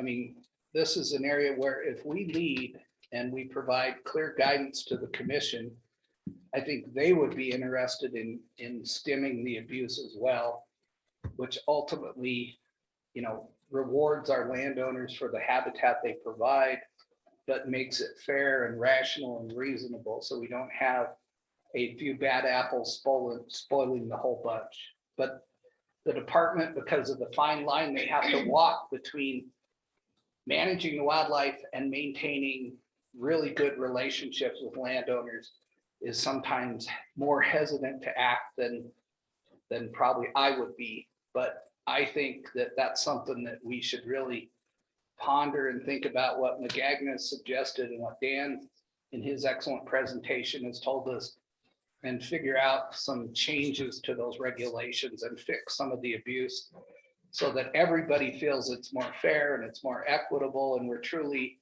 rewarding our landowners for providing the habitat that sustains our wildlife, and particularly in their most critical times. So this is an area that I think is really important. Yeah, thank you for that, Dan. Any other specific questions for Dan? If Yeah. not, I want to move it to a little bit different direction on this. Just real quick, Josh. And just to be clear, and for the task force, what we're talking about is a social issue. Other than the fragmentation of habitat, it's not a wildlife management issue, because whoever has that tag, you've got X number of tags, you're gonna approve in an area. It doesn't matter who's carrying that tag to the elk that gets shot. So, like I said, what we're talking about is a social issue. Yeah. A question specific to Dan. And in your guys' the department's analysis of 640 number, what number of what's the acreage amount that we reach to where we minimize the possibility of subdivision to qualify for landowner license? I guess what I'm trying to say is 640 acres enough? Are there enough places out there that are 3 sections large that they could subdivide that into 3 different 640 pastures to qualify for 3 times the license? I think a number that I need as we move forward on this is what kind of is that magic bullet where we get that minimum acreage, to where we minimize or stop the subdivision aspect for licenses? I don't know that I can answer that because it's going to depend on the comfort level of the person subdividing, right? So if you have, if you have 10,000 acres, you want to subdivide on 160, it's a small percentage of what you have. So what we were trying to do when we were looking at it is say, what would be a number that maybe you just would not win, just break it off and say, here's 160 acres to send to somebody. And so that's where we kind of landed on like a section. It's a section, like 640 acres, that's a lot. We're just subdividing the ranch. Most ranches don't have enough extra sections, and they're just gonna give sections away, right? So you like that number then? Well, I don't know, that was just a number. So we didn't try to do any kind of analysis to really would be what, if somebody wants to subdivide their ranch for the purpose of getting a landowner license, it's gonna come down to their personal preference. It's like buying stock, it's how much risk are you willing to take and how much of your ranch can you give up? And so I don't know what that magic number is. I don't even know how we go about analyzing it. It would be on a person by person basis. But what we were just trying to come up with is there a number? Maybe there's not. Maybe you're going to subdivide no matter what the number is. But we were trying to come up with, is there a number that maybe would deter somebody from subdividing simply for the purpose of landowner licenses? If you're subdividing for any other reason, that we don't want to affect that. And so that's not our intent. But if you're subdividing strictly for a landowner license, is there some place that would make you more uncomfortable to just subdivide it off? And I don't know what that number is. Lisa, you have a question for Dan? Understanding, I mean, the challenges, especially for wardens in proving, for lack of a better word, use. The conversation has come up a few times about tying, landowner licensing to access. So then in my mind, it's the same thing, what burden does that put on Game and Fish to prove access?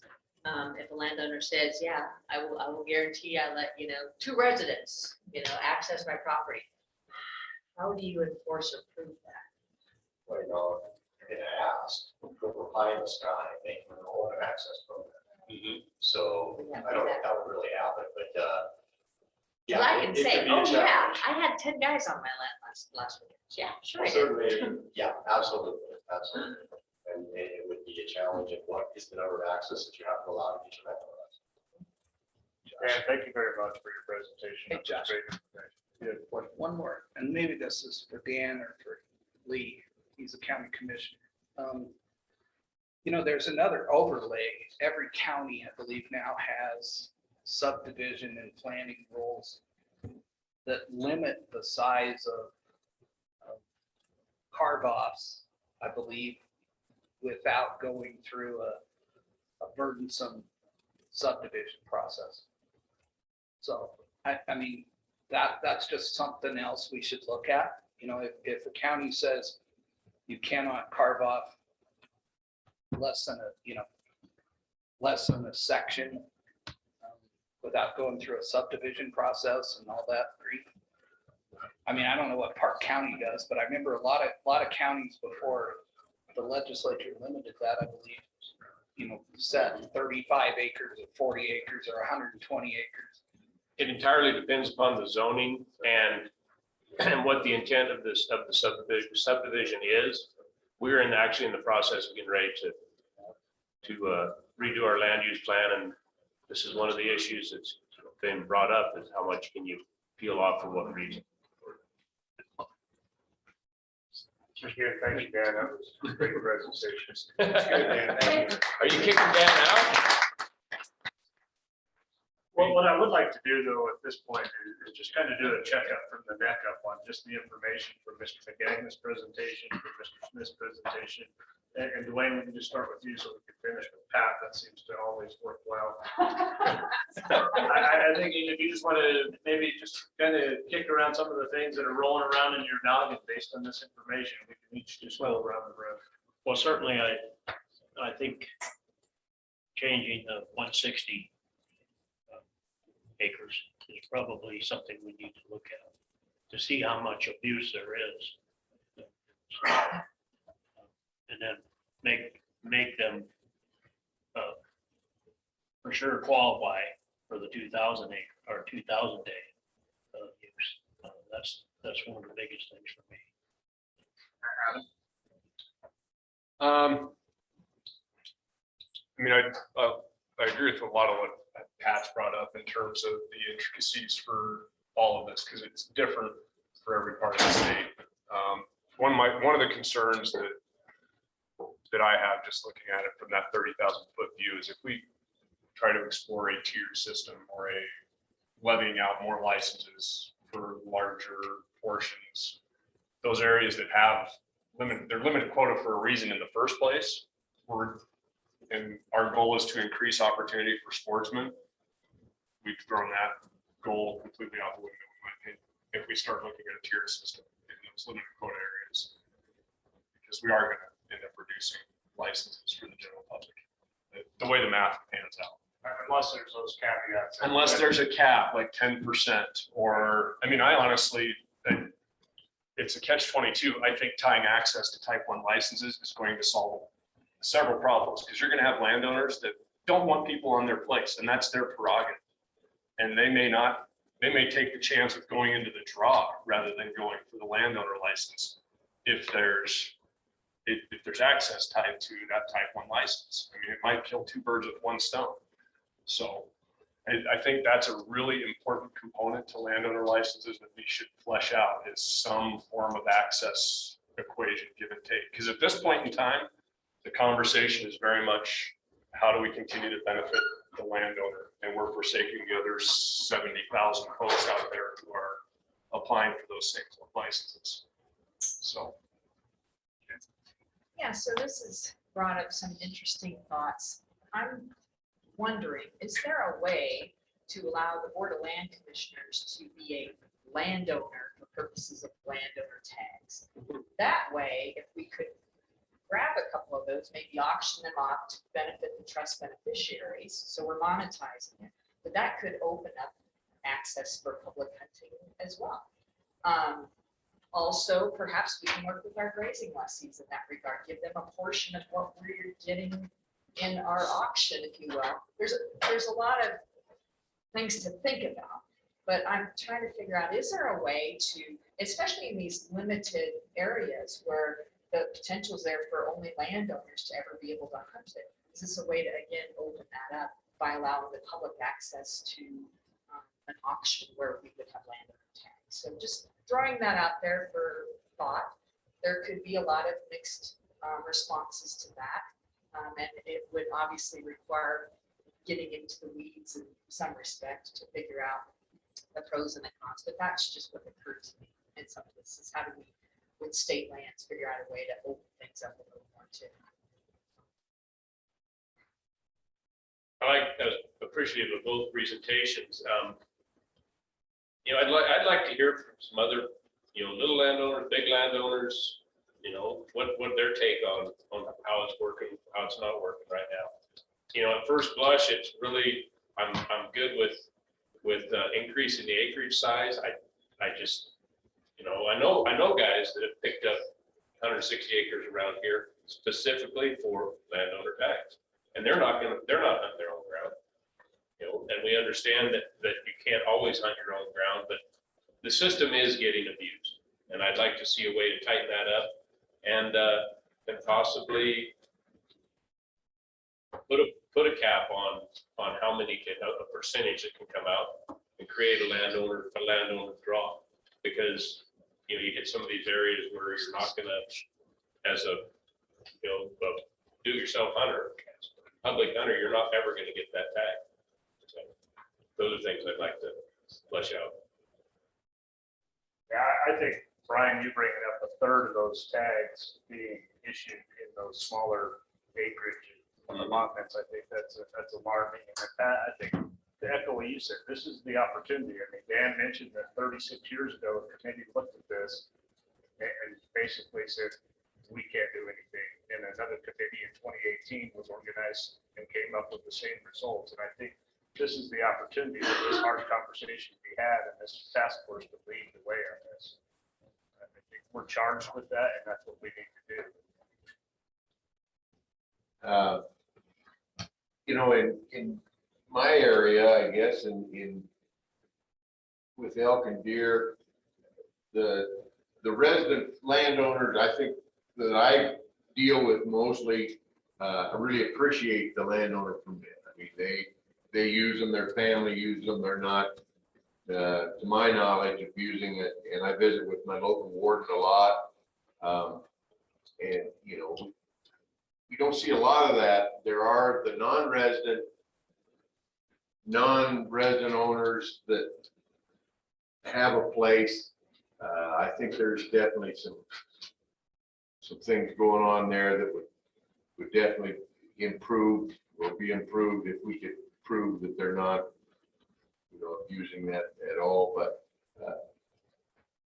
I know the ones that I talk to the most, and they actually allow hunting. They allow a lot of access. They may charge a small trespass fee for some people, and maybe charge the non-resident hunters a little more, just the general public. But they do appreciate having those landowner tags. But I do really think if we could find a way to attach some access to some of these, I think it would help a lot. And certainly in the limited areas that we have in the area 7 for elk, you know, huge demand.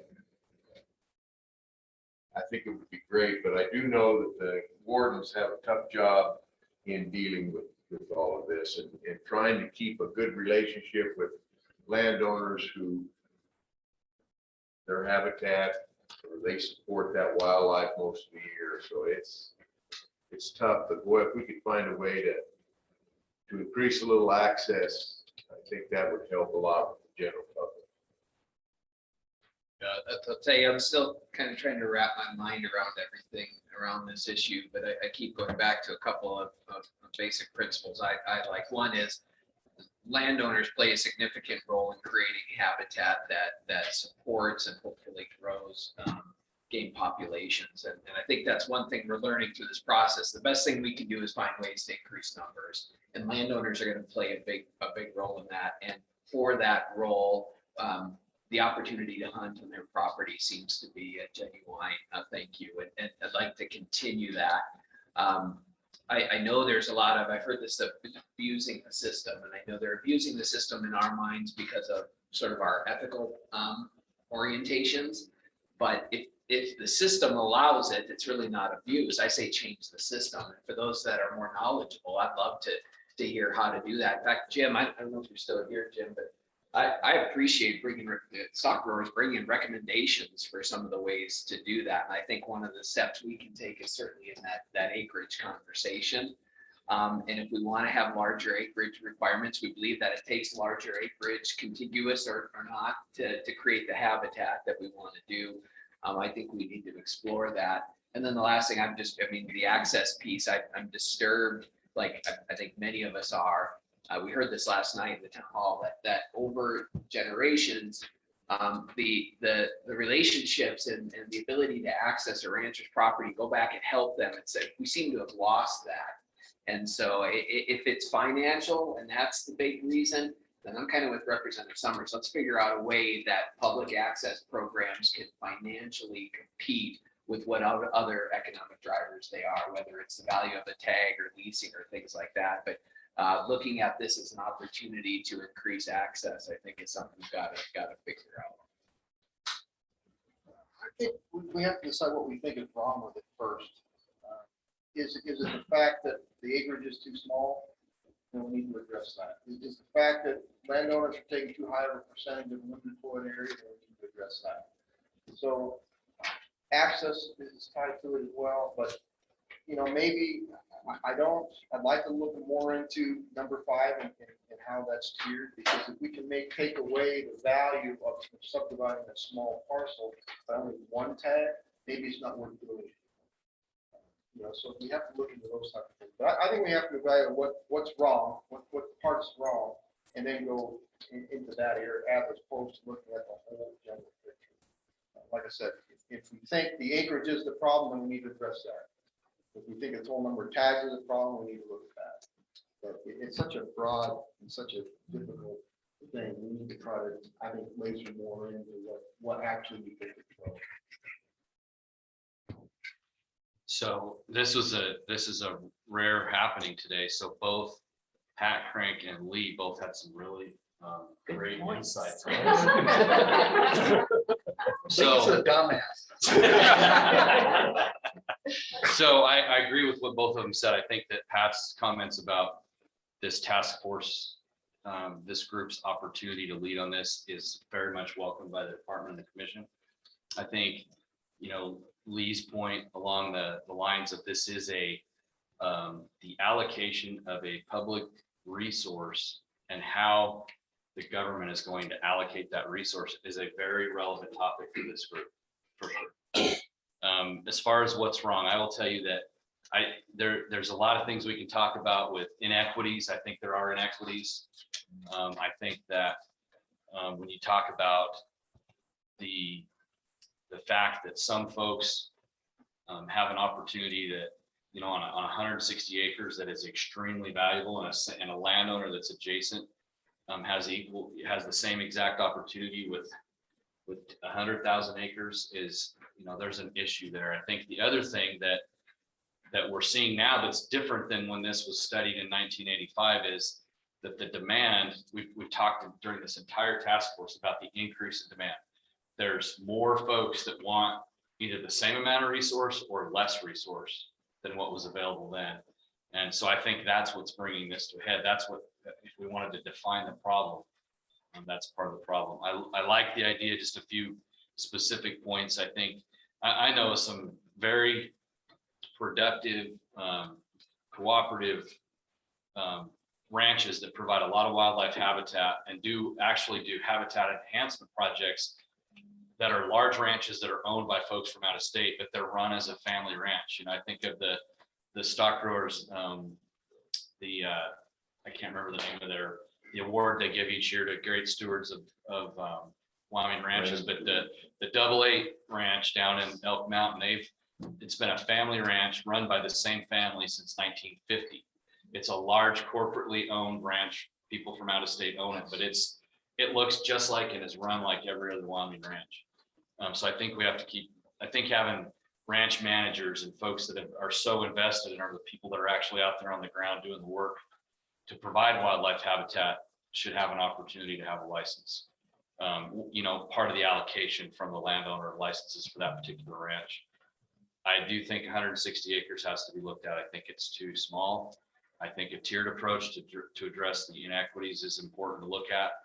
I think that those tiers should be a little bit wider maybe than what was contemplated in the ideas that Mr. McGagnon brought forward, opening those up a little bit. Hunting on, this requiring folks to hunt on their own land if they get landowner licenses.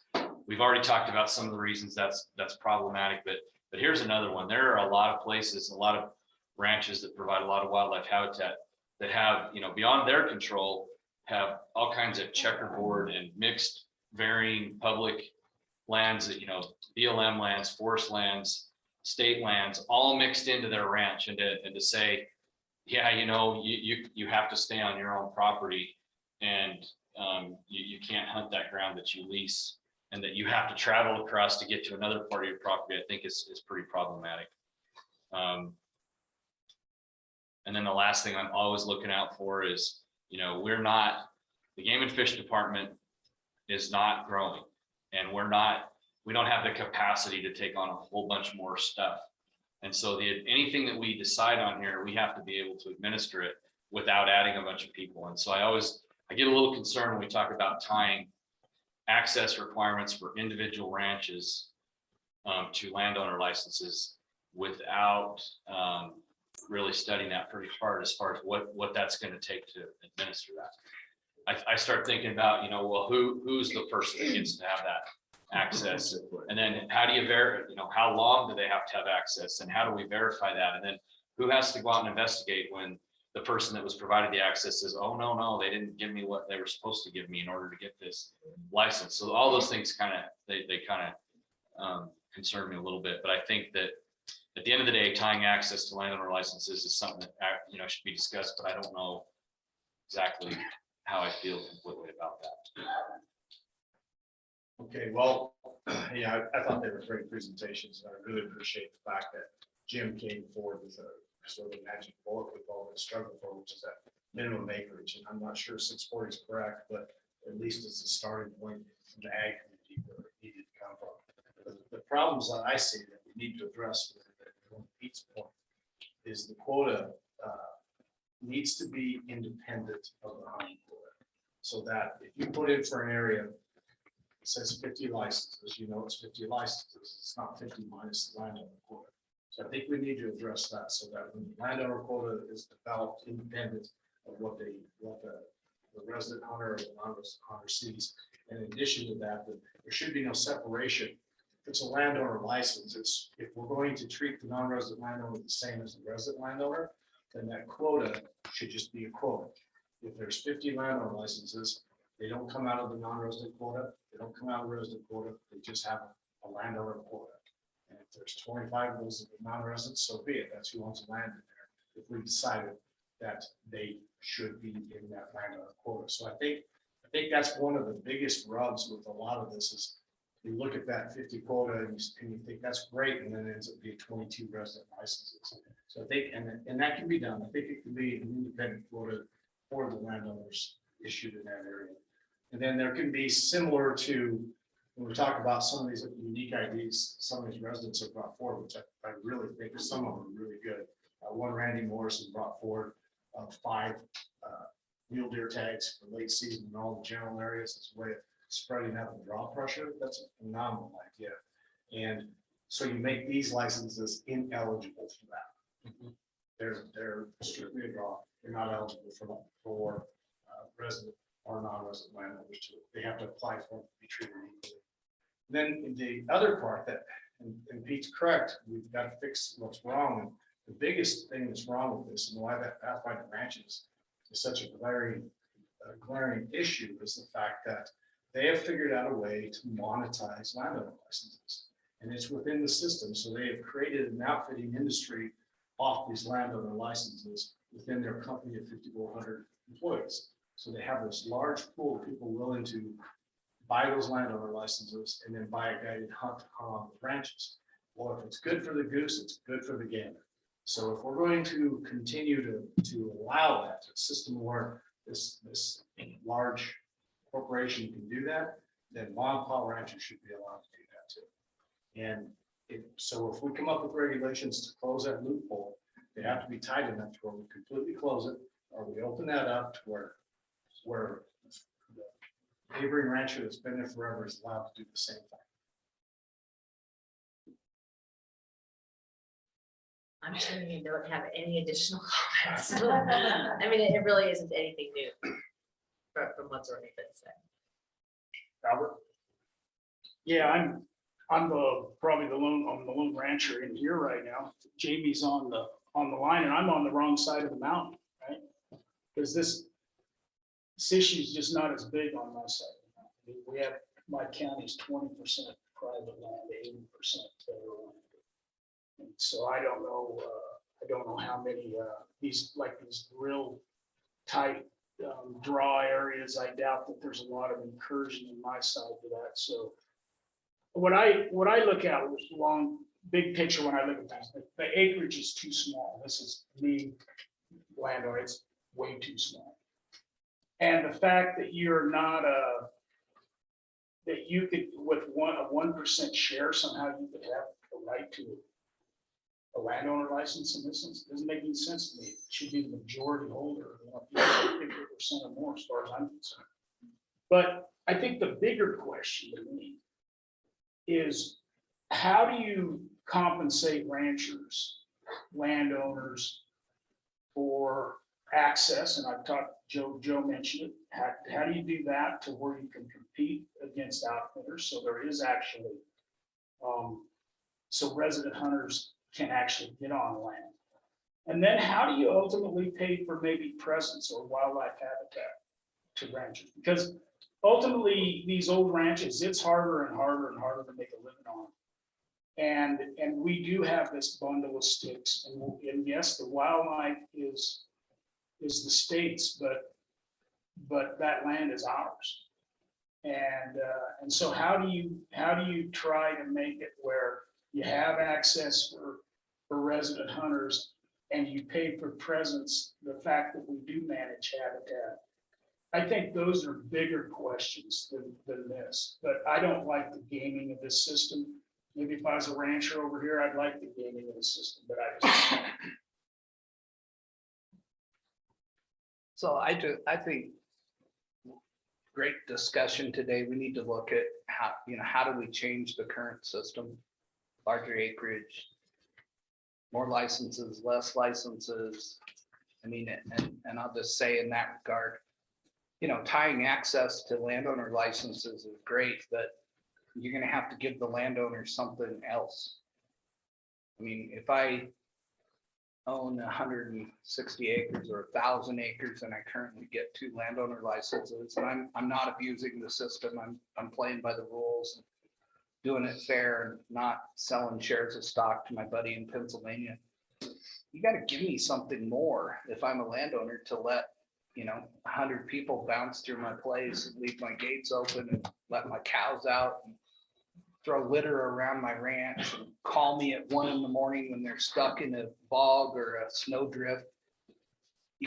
So just understand that up front. If we want to tie access, then we got to give the landowners a better deal. Otherwise, they're just going to say no. And don't underestimate the power of agriculture in the Wyoming State Legislature. I mean, ever since this state became a state and when we were a territory, they have significant influence. When Jim Magagna shows up, people listen.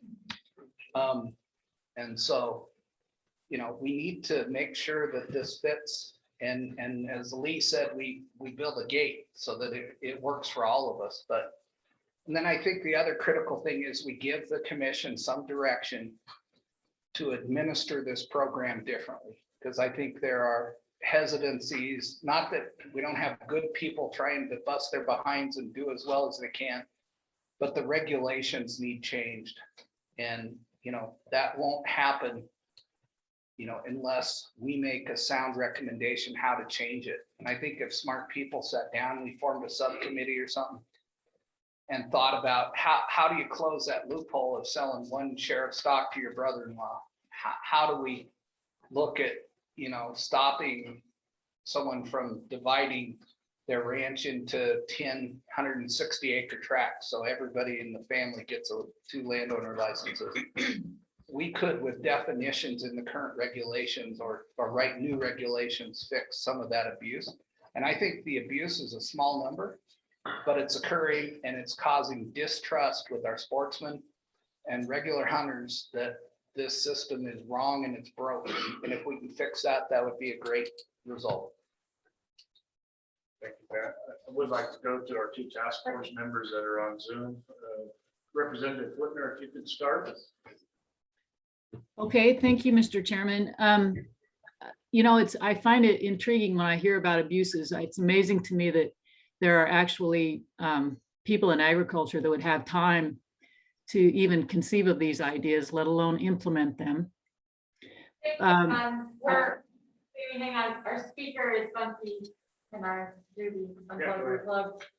Just a minute, Jamie. Okay.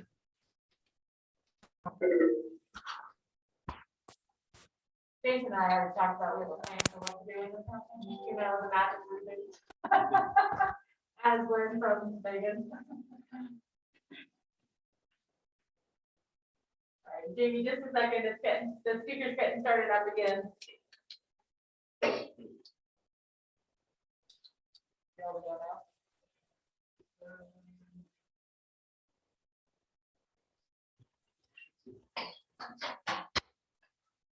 All right, Jamie, go ahead and try again. Okay, can you hear me now? I think so. That might have been a sign for me to just keep my mouth shut. I guess I just try to think about this from both a landowner perspective, where I live now and where I was raised on the Dry Fork of Powder River. And so coming into the task force, speaking to not only landowners that I grew up with, but also the one I'm married to now, biggest issue for us is not so much the need for compensation as for management. I mean, specifically with regard to elk numbers. And we've already had this discussion, but those numbers have increased greatly in some of these areas in the state, so much so that it's hurting livestock producers, because those elk are competing for the same grass that our livestock are needing. So I still don't see that we have found a solution to that problem. And I think just increasing landowner licenses will not solve that problem. And I don't know what the solution is to that. But in terms of a thank you to landowners, I think most landowners, we appreciate our wildlife. And it's not necessary, I don't think, for us to be compensated just for providing habitat. We're always going to provide habitat and do so happily. We get as much pleasure watching deer and elk and antelope, as well as, you know, birds and any type of wildlife that we have within our state. We get as much pleasure just seeing them on the land. So it's thank you enough just to be recognized as landowners for providing habitat. And I think for me as a landowner, what I find frustrating is that there are still sportsmen in the state who look at us as their nemesis. And I believe that is completely false. And that's a narrative I think I would like to change. And if we could do anything in this task force, I hope that we can get that done. And just get sportsmen to recognize that we're all in this together. At any rate, I also wanted to thank Mr. Magagna and also Dan for their presentations. And I did find the slide that he presented very intriguing about the smaller acreages, taking more advantage of those landowner licenses. Thank you. Thank you, Jamie. Lisa? Thank you, Mr. Chairman. It's interesting, I guess, when I was serving on TRW before and on judiciary, a bigger issue was obviously the trespass onto these private lands like Jamie has, and there was a lot of frustration. So I am concerned about the access issue in the sense that, you know, I think that a lot of these people that own land don't want it torn up and are concerned about people going all over their property. I don't know if we could grandfather in the acreage for past people. I'm not sure what the best solution is. I could see both sides to all these equations. It doesn't seem fair for someone to have 100,000 acres and only get 2, and for somebody else to subdivide it down. So I'm listening closely, and I'll watch, and I'll try to kind of get an idea from the group, and thank you. I was getting Sarah had given this note about 20 minutes ago, but lunch is ready, but I know that there is some interest in some public comments that would like to be shared. So I'd like to just ask the task force, what are your thoughts about continuing with the momentum of this discussion and offering up some public comment at this point, or do that post lunch? Mr. Chairman, I think we're gonna have a bunch of public comment. I don't know. The good news is lunch is not hot, so it's not gonna get cold. It can't get any colder, right?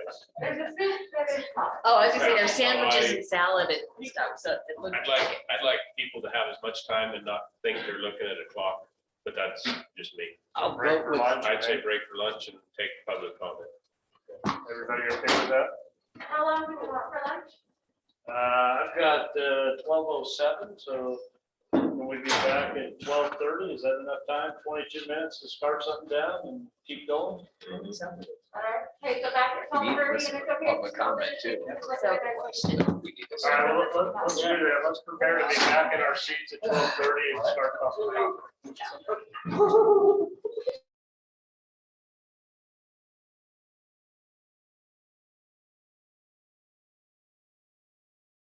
Of a working lunch maybe, but I appreciate everybody's willingness to accommodate this.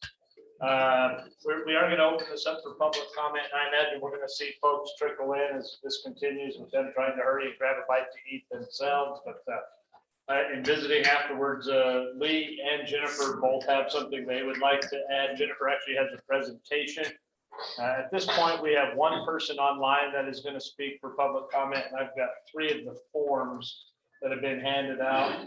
There may be additional folks from the crowd that want to speak that haven't filled out a form. But Lee, if you want to start, you had a pretty good point you wanted to bring up. What I wanted to share with everybody is we talk about landowners providing habitat. And that's kind of a nebulous thing for some folks. Maybe they think it's landowners are providing a place for elk here and antelope just to hang out for the winter. But what that habitat equates to money. And I want to give folks just a little example because I've got 70 acres. This is not a push for damages, Dan. I've got 70 acres up the North Fork. I got 40 acres of it under alfalfa. Because of the increase in elk on the North Fork, I have documented myself 200 head of elk, plus or minus, on that for at least 30 days. Based upon the figures that the Game and Fish has, an elk eats 12.46 pounds of forage a day. You do the math on that, and even at today a very low hay price of calling it $200 a ton. The elk on my place cost me, and I'm just a little guy there. I'm not bitching about it because I make my money hunting elk, but it's $7,500 a year.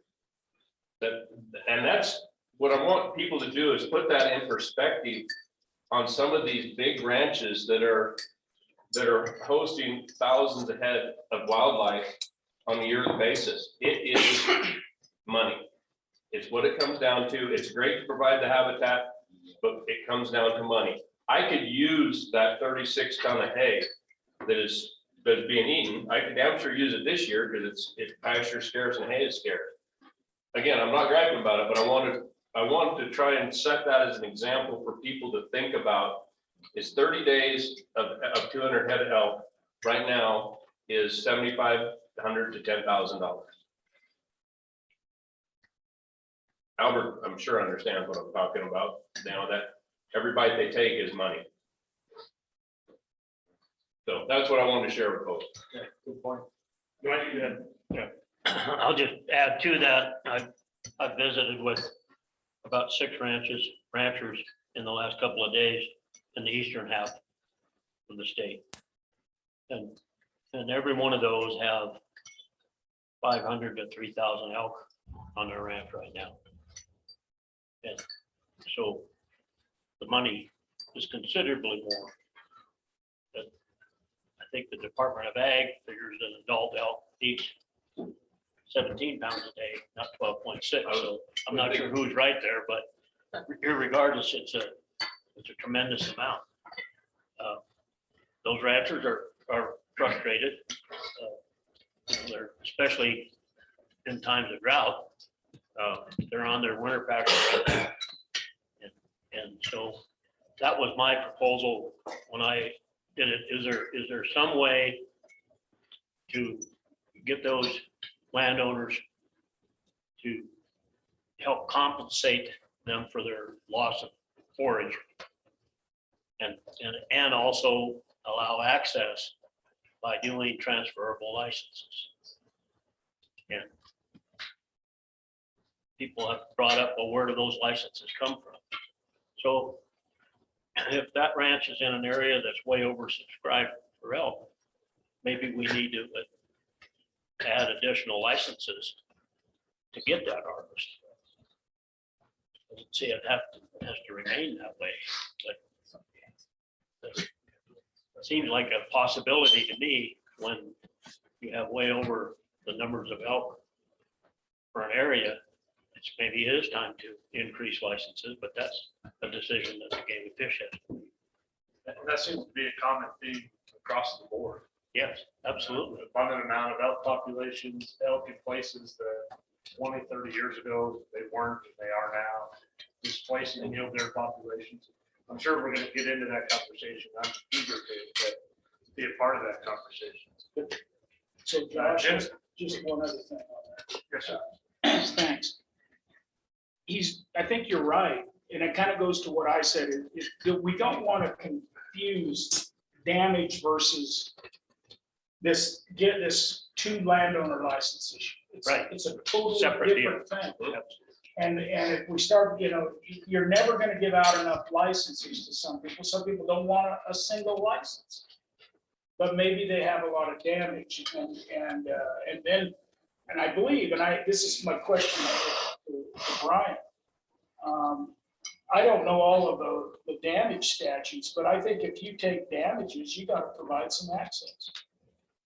Yes, that's correct. So in order to qualify for damage, you have to allow enough harvest or enough people on that they can harvest what's being produced each year. So you take the calf ratio, this is the number of elk that are causing damage. They'll have this many calves. You have to allow enough access at a reasonable fee for free to harvest that number of animals. Right, and that can be regulated through you. I mean, it's not like it's open access. It can be regulated through you all, how much access. And typically it's by the landowner, and he just tells us what he did. And so I think as we look and think about all this, think about this overabundance of elk in a different classification as these 2 landowner tags or 4 landowner tags or 5 landowner tags. I think it's just a different issue. And it's getting worse. It's getting worse because in eastern Wyoming, northeastern Wyoming, I've heard from several landowners in the Black Hills that it's got really tough. So Josh, that's a question maybe for Lee and Dwayne. I'm curious, the impacts, are they during season and not during season? And then Brian, for you, does the department have the ability, and do you ever do ranch specific special, call them call hunts? So I was familiar when I lived in Montana, the large ranches that would have large numbers of winter herds would hold cow calf harvest seasons in February, just to try to get down. And they felt that was more politically amenable than issuing kill permits or going out and actually doing that. So I'm assuming a lot of this is out of season. Otherwise, you'd probably let hunters on to shoot. Well, mine is, Joe, mine's during season, but we're talking, I let very few people harvest there because it's damn sure not a hunt. And it's not set up where it's safe for a lot of people to be throwing lead. So it's just not I couldn't let 20 guys show up there because there's too many houses and highways and et cetera. But it occurs during, I mean, they're on there right now. So. And so, Joe, I'll give you an example in my area, and Nesbitt's got these all over the state. So, yeah, you might have 7 landowners in one of those come hunt on my place during a special time so you don't do damage to my hay crop or on my life. And then you get a rich guy buys a place next door and says, no, we're not gonna let anybody. Mm-hmm. And so all those elk run to that rich guy's place until the season closes, and then they're right back on it. And that's what's happening, I think, in other areas as we get more and more. No, it is. There's a lot of those examples. And sometimes it's not only a damage concern, it's a brucellosis concern. Yeah. You know, Dan's back here. He's got one downstream of Matitsi where, you know, I don't know how much that situation has changed or if it's pretty much the same, but it's been very limited access. The population has grown to 1,000 animals or more, and they are going to the neighbors. And they're carrying brucellosis. It's a significant issue. As far as the specific to private land kind of hunts, the answer is yes. The most success we've had is when we take a particular ranch, we have people that we hire temporarily to go out there, and they are on the ground, and they're sending hunters over here, over there, and it's very controlled. And the license numbers are unlimited. And we've done very well with some of these. In fact, to the point, to the point just west of where you and I live, where the landowners got kind of mad because we killed so many elk. Not all the landowners, but some of them were. And now went and sat down with one of those landowners to try to get access, and he said, "No, you killed all the elk last night. I'm not doing that again." Well, what about your neighbors? No, I run my ranch, they run theirs. You know. So I thought that was success. I harvested a cow off it. Yeah. Got that elk herd down significantly. We did. Hey, Josh. Yes. Brian, could we use Pittman Robertson dollars to pay for grazing of our wildlife, or 4-H for our wildlife? And then the second question is, could you use Pittman Robertson dollars to buy access Yes, to both? both questions, yeah. The money that comes from firearm sales. Sales of firearms and ammunition. And just so everybody understands Pittman Robertson, so the way it works is that, there's a formula that's applied with all the revenues that are taken in at the federal level. Under Pittman Robertson, there's a formula for how much goes to each state based on population, the license sales, size of the state, excuse me. And then that's doled out to the state, and essentially we code almost everything we do. We match what we do. Like my time here today is being paid for by Pittman Robertson dollars. I'm using my time as the match that we have to match for that federal grant. It's Jennifer 7525. Yes. Okay. So everything we can possibly code towards matching Pittman Robertson, we do that now. So if we were going to go out and pay ranchers to provide wildlife habitat, 25% would come out of basically our license sales fees, and then up to 75% would come from Pittman Robertson. The one thing you always need to keep in mind about Pittman Robertson is there's not a huge pot of Pittman Robertson dollars in Game and Fish. Game and Fish has to go do the project, and then after the fact, they're reimbursed 75% by the feds. So that could possibly be a source of funding to, I mean, how do you want to skin the skunk? I mean, landowners are not going to allow access for one elk license. I mean, we have to outbid Cy Gill and Lee, for the leases they're paying to private landowners. So we have to match that, and then maybe some ranchers might be more amenable to having a game and fish program versus a private outfitter leasing it or charging their own trespass fees or guiding on their own ranch. So that's a lot of money. So if we're going to compensate ranchers for the forage that our wildlife eat on them all the time, we need to figure out a system to do so that works fairly and effectively, and then you tie access to that. There's a much. When you say a lot of money, what is that pool of money? 18 million, but one thing to keep in mind is we use all of them. So if we allocate some of it to something else, some other ox is getting bored. Well, but we're always behind, Brian. I mean, maybe it's changed, but when I was on the commission, we had a hell of a time spending the Pittman Robertson because I voted for Obama, and every time you elect a Democratic president, everyone buys every machine gun and 22 long rifle they can find. And those Pittman Robertson dollars go through the roof. So it was I don't know if it's still the same, Brian, but we had a hell of a time spending it. Yeah, we execute all of the Pittman Robertson dollars. There's not like it left over at the end that we didn't get to use. We use it all. Jennifer has some information that was asked for at our last meeting that's pertaining to this conversation. About 10 slides, is that right, Jennifer? And then we're gonna do public comment. And then we're Forgot gonna do about the public comment. Yep.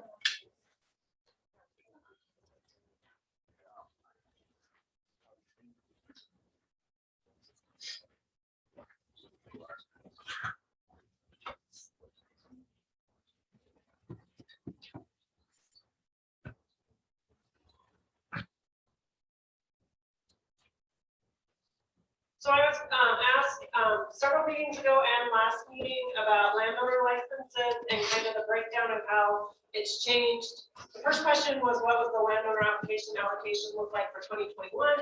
Then the conversation was, how did that differ from 10 years ago?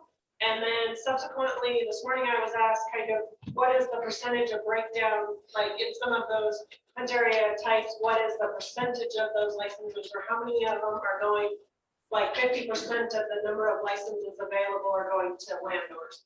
So when Dan was walking through his great presentation, I was whipping up 10 slides to answer those questions for you guys. So this is just basically follow up on the landowner licenses from a licensing standpoint. So this is that first initial ask is what did we issue for landowner licenses in 2021 in comparison to 2011? And these slides, I only looked at full price licenses. I wasn't looking at doe on deer, doe on antelope, or cow calf elk. I'm just, these slides, as quickly as I wrap them up, we're just looking at the full price licenses. So you can see between 2011 and 2021 in total licenses from elk, there is a slight increase, and then I also broke it down between what was issued to residents and non-residents. So in 2011, we did issue some general elk licenses to residents. So that kind of equates for that little bit of a difference in just resident allocation. But you can see there was a substantial increase in non-resident elk licenses between 2011 and 2021. Deer, you can see we went from 571 to 751, and our antelope also increased quite substantially between 2011 and 2021. Jennifer, so in most of those cases, assuming stagnant quotas, this would suggest that the larger portion of limited quota tickets went to landowners than went to the general public in the draw. I'm not comfortable saying stagnant quota numbers. We've had some pretty substantial events that have occurred, drought, where they've changed those quotas. I didn't look at the total quota counts between 2011 and 2021.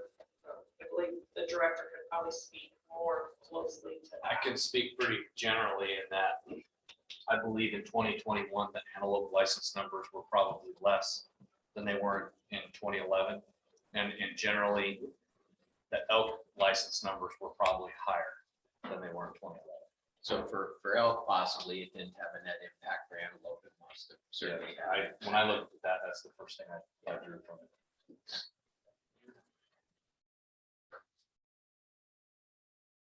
So just looking at elk, I think it's also important to talk about what the elk landowner licenses are issued in respect to the total quota available for residents, to give that picture. So that didn't really change a lot. It's about 2% for residents in both years of the available quota to residents, and for non-residents, it actually went from 4% to 6% for elk.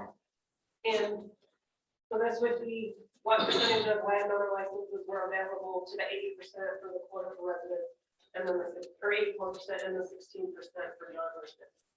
So you can see it was about a 2% increase for non-residents based on the quota available.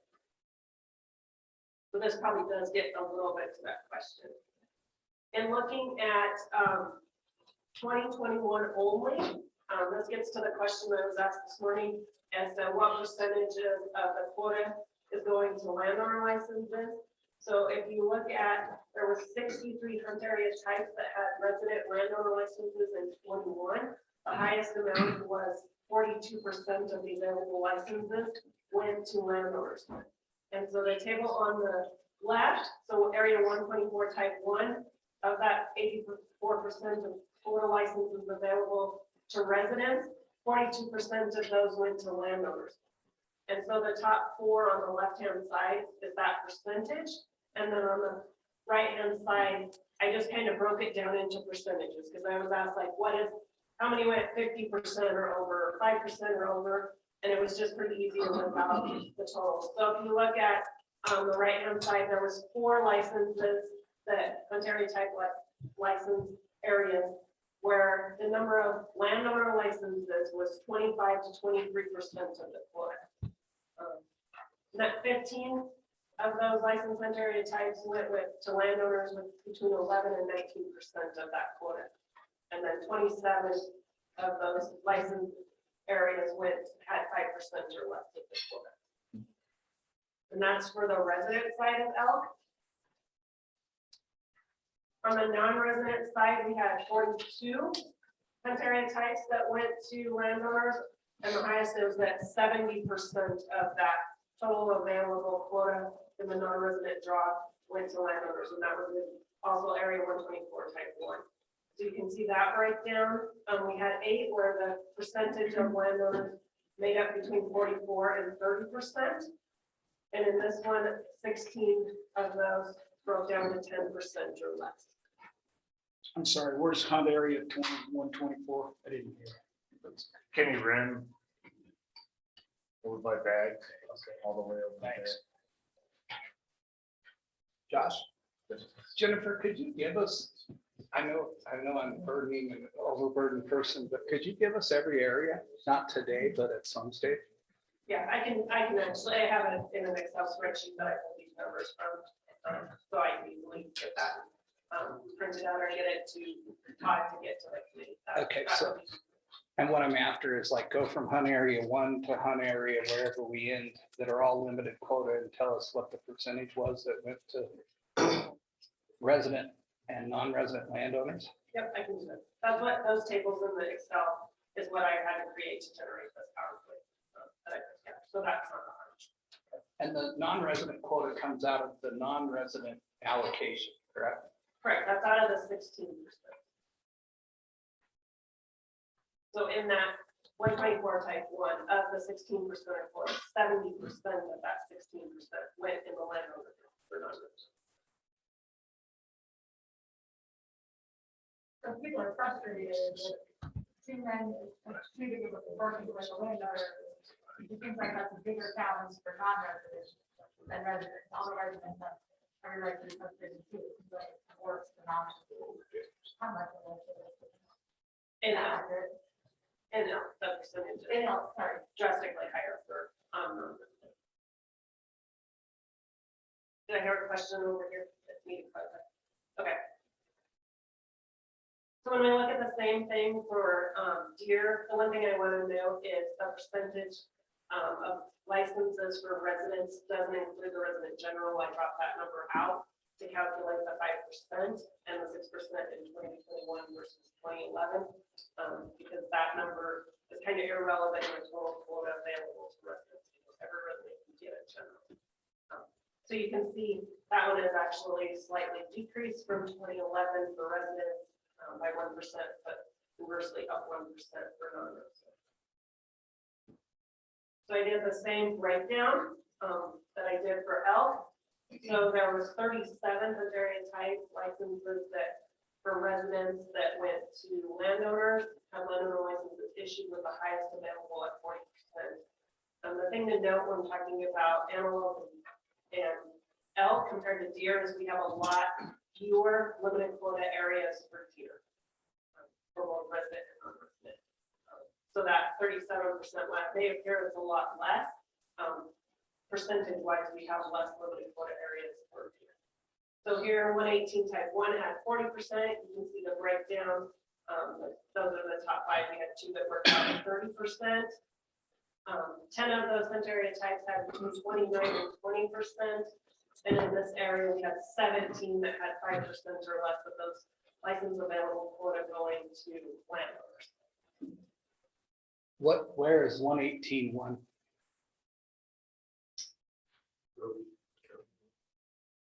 Oh, that's a late season. No, that's over the fourth. No, it's not. I think it's down. Okay, yeah. Yeah, teaching.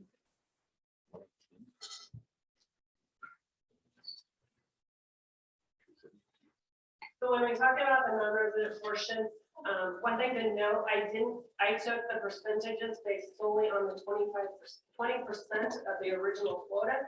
I didn't look at what rolled from undersubscribed residents to non-residents in both the antelope and deer. So this is strictly a percentage based on what was available to that 20%, because that's really what customers and applicants can look at based on drawing on. So I wanted to take that into account of what percent of the total quota is going to landowners. So if you look at deer for non-residents, we have 40 of those hunt area types going to having landowner licenses, with the highest one being 80% of the available 20% went to landowners. And that was in area 105 type 1 license. We had 2 that worked out at 33%, which was the highest top 4. In here you can see 20 of those had 5% or less. So 105 is Cody. North of Cody.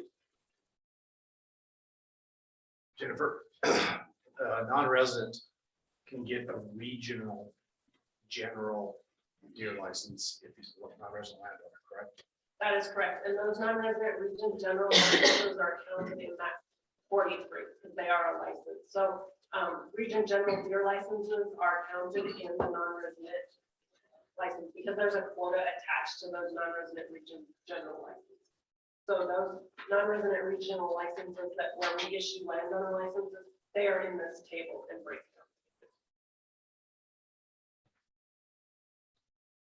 But the 80% is 80% of the 20% that is non-resident. Correct. So when we look at antelope licenses, there's a lot more areas where licenses go to landowners.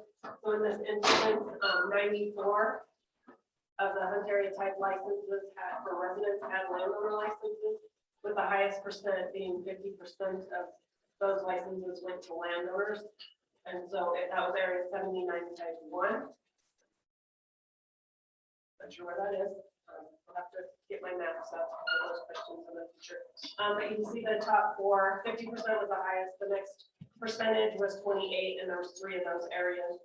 And then drop down, about 21 of them had 9% to 6% of the quota went to landowners, and then 58 of those 94 were 5% or less of that quota went to landowners. So while the 94 is pretty high, 79 of those went to 10% or less than 10% of the quota. When we look at non-resident antelope, 65% of those hunt area types went to had landowner licenses, with the highest amount being 35% of the available non-resident quota, and that was area 80 type 1 had 35, and then we broke down those 2 areas that had 27 and 25.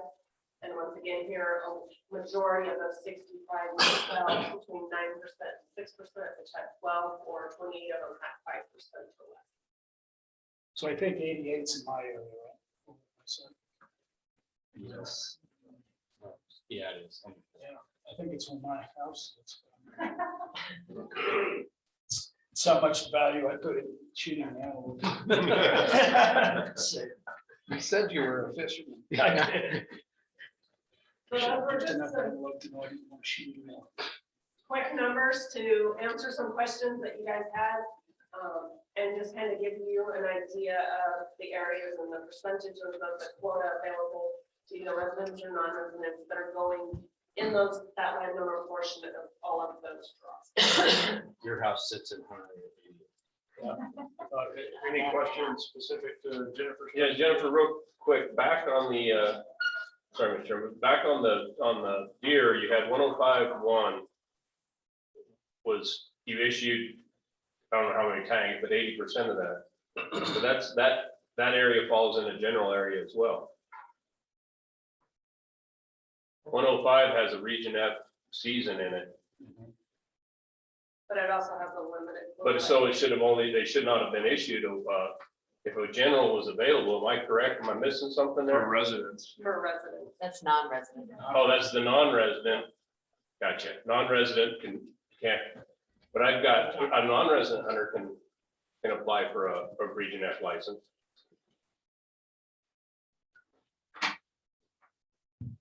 Yeah. They can't pull those out of the pool. But maybe I'm just confused on this, but I have, Region F has a general season, or 105 has a general season component. Can non-residents put into that pool? Yeah, my hunters can get it, they can't hunt that. The type 1 is a November 1, November 15 season. The Region F general season is an October 1, October 24. According to your website. They're both limited quota though for non-resident. So that's why a non-resident can pick either Region F or one. Okay, that's both all right. limited quota. They can't buy either one over the counter. Whereas a resident can buy it over the counter. Okay, I'm still chewing on it because it's a general license. But it's not the same kind of general license as what a resident buys, because it's limited. They don't have Gotcha. free access to it. Okay, They're considered a limited quota license because there's a quota attached. There is a And quota it's the attached to number that. of licenses available in that region for- both seasons. Yeah, okay. I saw it. So Jennifer, because there's been some discussion, right, about capping. So if there were a cap on resident landowner licensing, it could only be 10% of the pool. What does that adjust for you guys in terms of how you administer those? It would just be additional steps in the draw that have to calculate. The 80% for residents, then we would calculate whatever that person was. 10% of the 80% was the landowners. We would then calculate that quota step, then we would run another, or the resident landowner draw. Whatever's left over would be added to the remaining 70% of the quota, generated in quota total, and then the resident draw. So it would just be an additional step. But not problematic. It sounds like we had already done that at one point before. It sounds like it's been a while when there were more landowners that wanted tags than there was tags to give. So we had to do that at one point in Game and Fish's life. You heard earlier, I think. And so it has been done. Not exact, but that there were more landowner tags than general, than tags available. Right. So that just occurs regularly through the draw. So when I take the antelope, say antelope, when I split the resident quota to 80% and I run the landowner draw, if there's more landowner applications in the system than I have available quota, we just have unsuccessful resident landowners. It's not an additional step. It's just when we run that step in the draw, if I only have 10 licenses and I have 20 applications, it just tells me which 10 are successful and which 10 are unsuccessful. So you could, potentially that could happen. I'm saying this from not doing it, and I know you're doing it, so I apologize if I'm trying to oversimplify it. If there was, to Elisa's question, let's just say it was at 10 or 20%, you just say, okay, this is the quota that we're gonna give to landowners, and we'll put these ones in a draw, and not many of them draw, the rest of them are unsuccessful. Correct. It would just be a new calculation of quota going into that step. It would be 10%, which is how it's. Thank you. Any other questions for Jennifer? If not, I think we're gonna move to public comment. Now, I had 3 of these that have been turned in. I don't know that they're all back yet. I think a couple of them are. And then I think we have just one online, Jason, is that right? We actually had 2, one comment, one had to leave. Chat. And it's they're black. Sorry. Jason, do you want to practice your voice acting to read the message from the chat? I can. Perfect. But we'll start them with the folks in attendance. Dana, you want to go first here?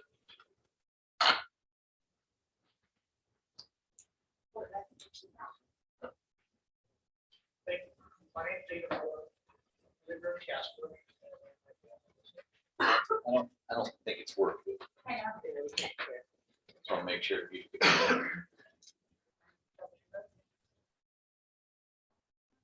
That's, figure that out. We might be out batteries.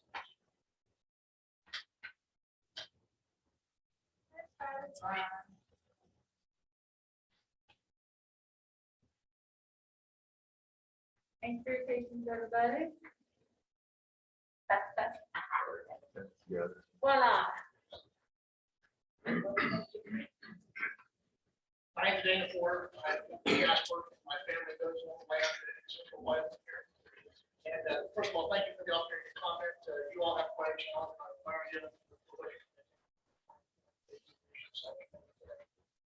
I do appreciate you hearing my story just a little bit. And the Game and Fish chart that Vance did put up, our acreage would be in the second line.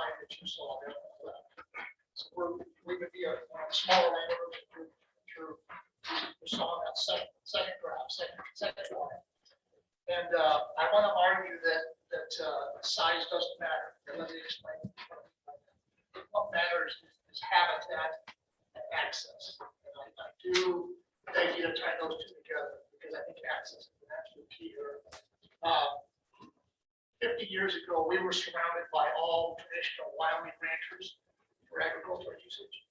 We've seen dramatic changes in the last 50 years. Some of the larger ranches have sold both to out of state as well as in-state that have closed off the land. We have always provided access through depending on our land and through our land. We're in kind of a unique situation where our small acreage is access to over 12,000 acres of both state lands and federal lands. So the conversation this morning did concern me when we talked about some of the limiting the acres, because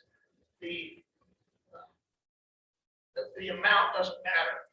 We have cameras on our property that we can easily prove that in 2,000 usage days, it's not a problem at all. The date stamped cameras, it's not an issue for us to show that we have, even though we're a small acreage, we have a lot of help. And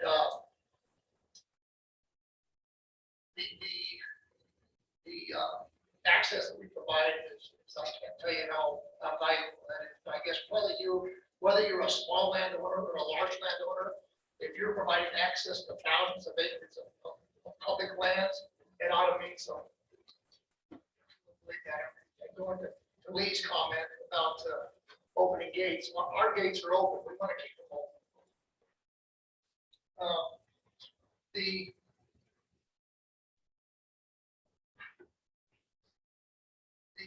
elk population in our country has dramatically increased in the last 50 years. They're way over objective of the game and fish. We've worked closely with the game and fish and other vendors to manage those herds. But as we've seen, particularly out of state people buy the lands, they don't cooperate. And that's the reason why our objective is why we're doing this black operation. So if we get to meet landowner tags, should be tight access. And if we talk about giving more tags to bigger landowners, there's got to be some access there. And I don't know how you could consider taking our landowner tags away from the small owner, give more to the bigger landowners, that eventually we are talking about these transferable tags, they can monetize. That just doesn't seem like the way to be. Get that at all.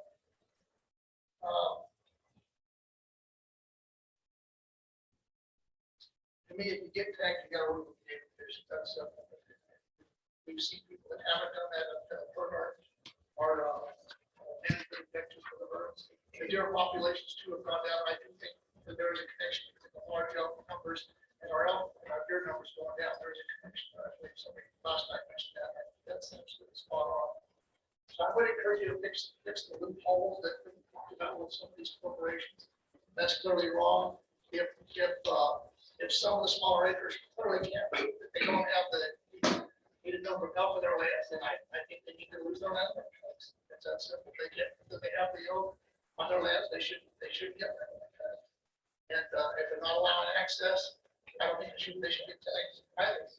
So please tie together both the size and the habitat on the lands and the access that people give. You've got to tie those together, because if you're giving landlord tags, I think we need to help improve access by giving those. You've got to get access to that. For people that currently don't want to give access, if there's ways that we can incentivize them to give access, and that's a whole different topic, but I would be for that. But the key is we've got to increase access, because we've seen it decrease in the 50 years, and all it does is put more hunters on the lands they can get to. It makes it a little bit easier for everybody. So, our doors are open, our gates are open. We want to keep them. So, thank you for the time. Any questions for Mr. Porter before he leaves? Yeah, thank you very much. I was trying to echo that also after our conversation at the last meeting. How do you regulate access on your land? As someone who's setting the standard publicly, we don't regulate it. Okay. Our gates, like I said, we are one of two access points for over 12,000 acres, and people go up down the road. We don't regulate it. It just happens. Mr. Porter, for me to understand this, you own 320 acres, is that correct? It's about 340. 340. Do you use your landowner licenses currently? I personally never have. My family gets them, they go to our children and our grandchildren. I personally never.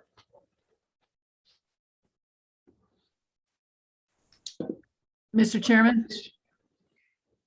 Go ahead, This- Jamie.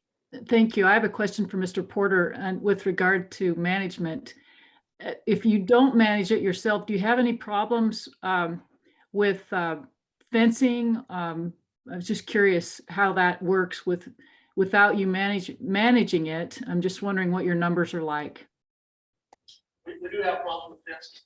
It's an element, but we repair fence every year, and that's just part of it. But it's not a problem, we fix it every year.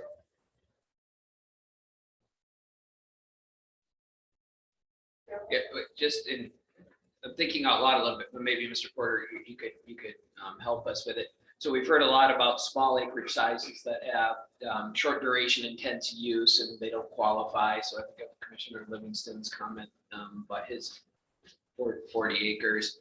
But haven't really thought about small acreage sizes that are critical access points to opening up large amounts of public property. And I'm familiar with some of those in the Snowies and the Sierras and it's around there.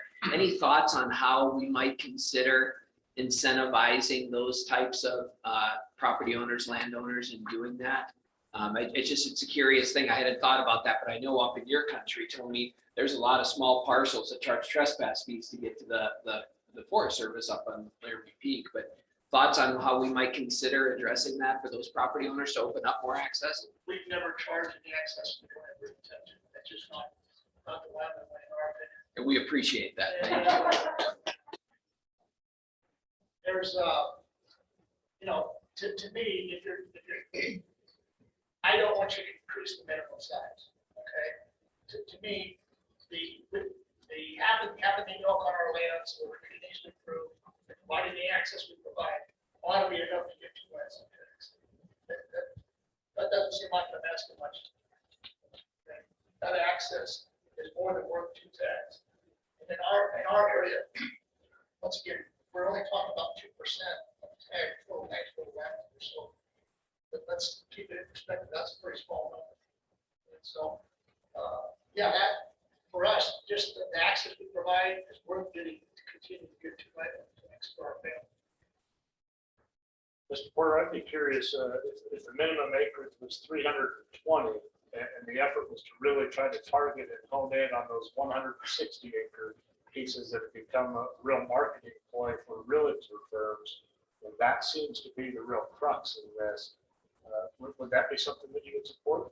Well, there clearly is a problem because we see there's people that are definitely buying lands to get to tax. You guys are on the right track to change that should stop. But I'm not focused on the number. I'm focused more on the habitat that we have and the access we provide. The number, whether you have 100 acres or 10,000, if you're providing access to the public for thousands of more acres, it doesn't matter whether you've got 100 or 10,000 acres to provide. It's irrelevant. I would focus on the minimum, okay? If you're focused on the minimum, just take tax from the smaller guys and give it to the bigger ranchers, I don't think that's right personally. If you give it to the bigger ranchers, if they can then monetize those, I don't think that's the one. So I wouldn't focus on the size. Mr. Chairman, maybe a question for the director. Do you have the capability to provide landowner tags for anybody less than 160 acres that open up access? And is that in regulation or is that statutorily enabled? The commission has the authority to do that right now. Sure, they want to. I mean, is it that for your commission? They have the authority under the existing statute to allocate them in the way that they see fit. So it might be one of those things, and I don't know if this is something to consider, but you have, I think, Brian, to your point earlier, if you have a tiered system that was broader, you could go like 640 to 1,500 and you get 2. 640 and less, maybe when you enroll in Access Yes, you get 2. So then it's kind of that both incentive, so it's a tiered. But then if it's less than that, you enroll in Access Yes and you get those 2, or whatever. I think that should be applied to the 640 and above as well, though. Yeah, and it might be one of those Access. things that everybody gets 2, but once you get to this size acreage, you enroll in Access Yes, you get another one. This size acreage and you enroll in Access Yes, you get 2 more. So when you get to that, 10,000 or whatever, you enroll in Access Yes, you get 3 more, so you get 5. Kind of thing, you know what I mean? So it's acreage, but there's that incentive to enroll in Access Yes. How is that? But yeah, Mr. Porter, appreciate the comments. Please do. Before I know if I need to check. Okay, this point, let's see. Is Terry Collins here? And they've been from before as well. Is there anybody else from the public here that wants to speak on this issue specifically? I guess. They'd like to come forward? Here's the mic. It's a little off, but we keep on talking about giving access, but one that seems like the main problem with some of these animals, not the elk. Did I unplug a bunch of stuff? That's okay. Not yet. So I work for the last 7 years, so about 15 years of that. And just real quick with this, the most effective way to reduce predators, specifically coyotes and wolves, is with an airplane for the short term. Long term, it's always been denning. What's happened is, since the federal government has reduced the amount of money that's available for these county predator boards, and the matching funds that are coming from the state has gone down, that some of the counties have opted for a private program instead of using wildlife services. And it's been a huge fluctuation from 2007, the number of counties that were involved with wildlife services. So to get to the gist of it, where the issue lies is with the public ground.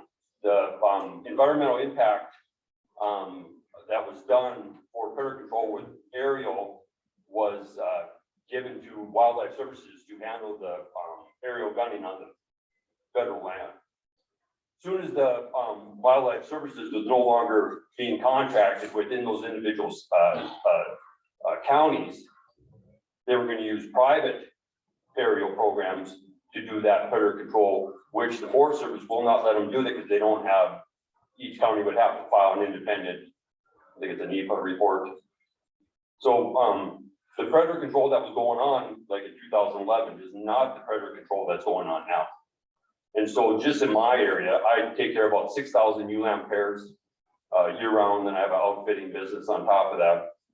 But most of my stuff is predator control.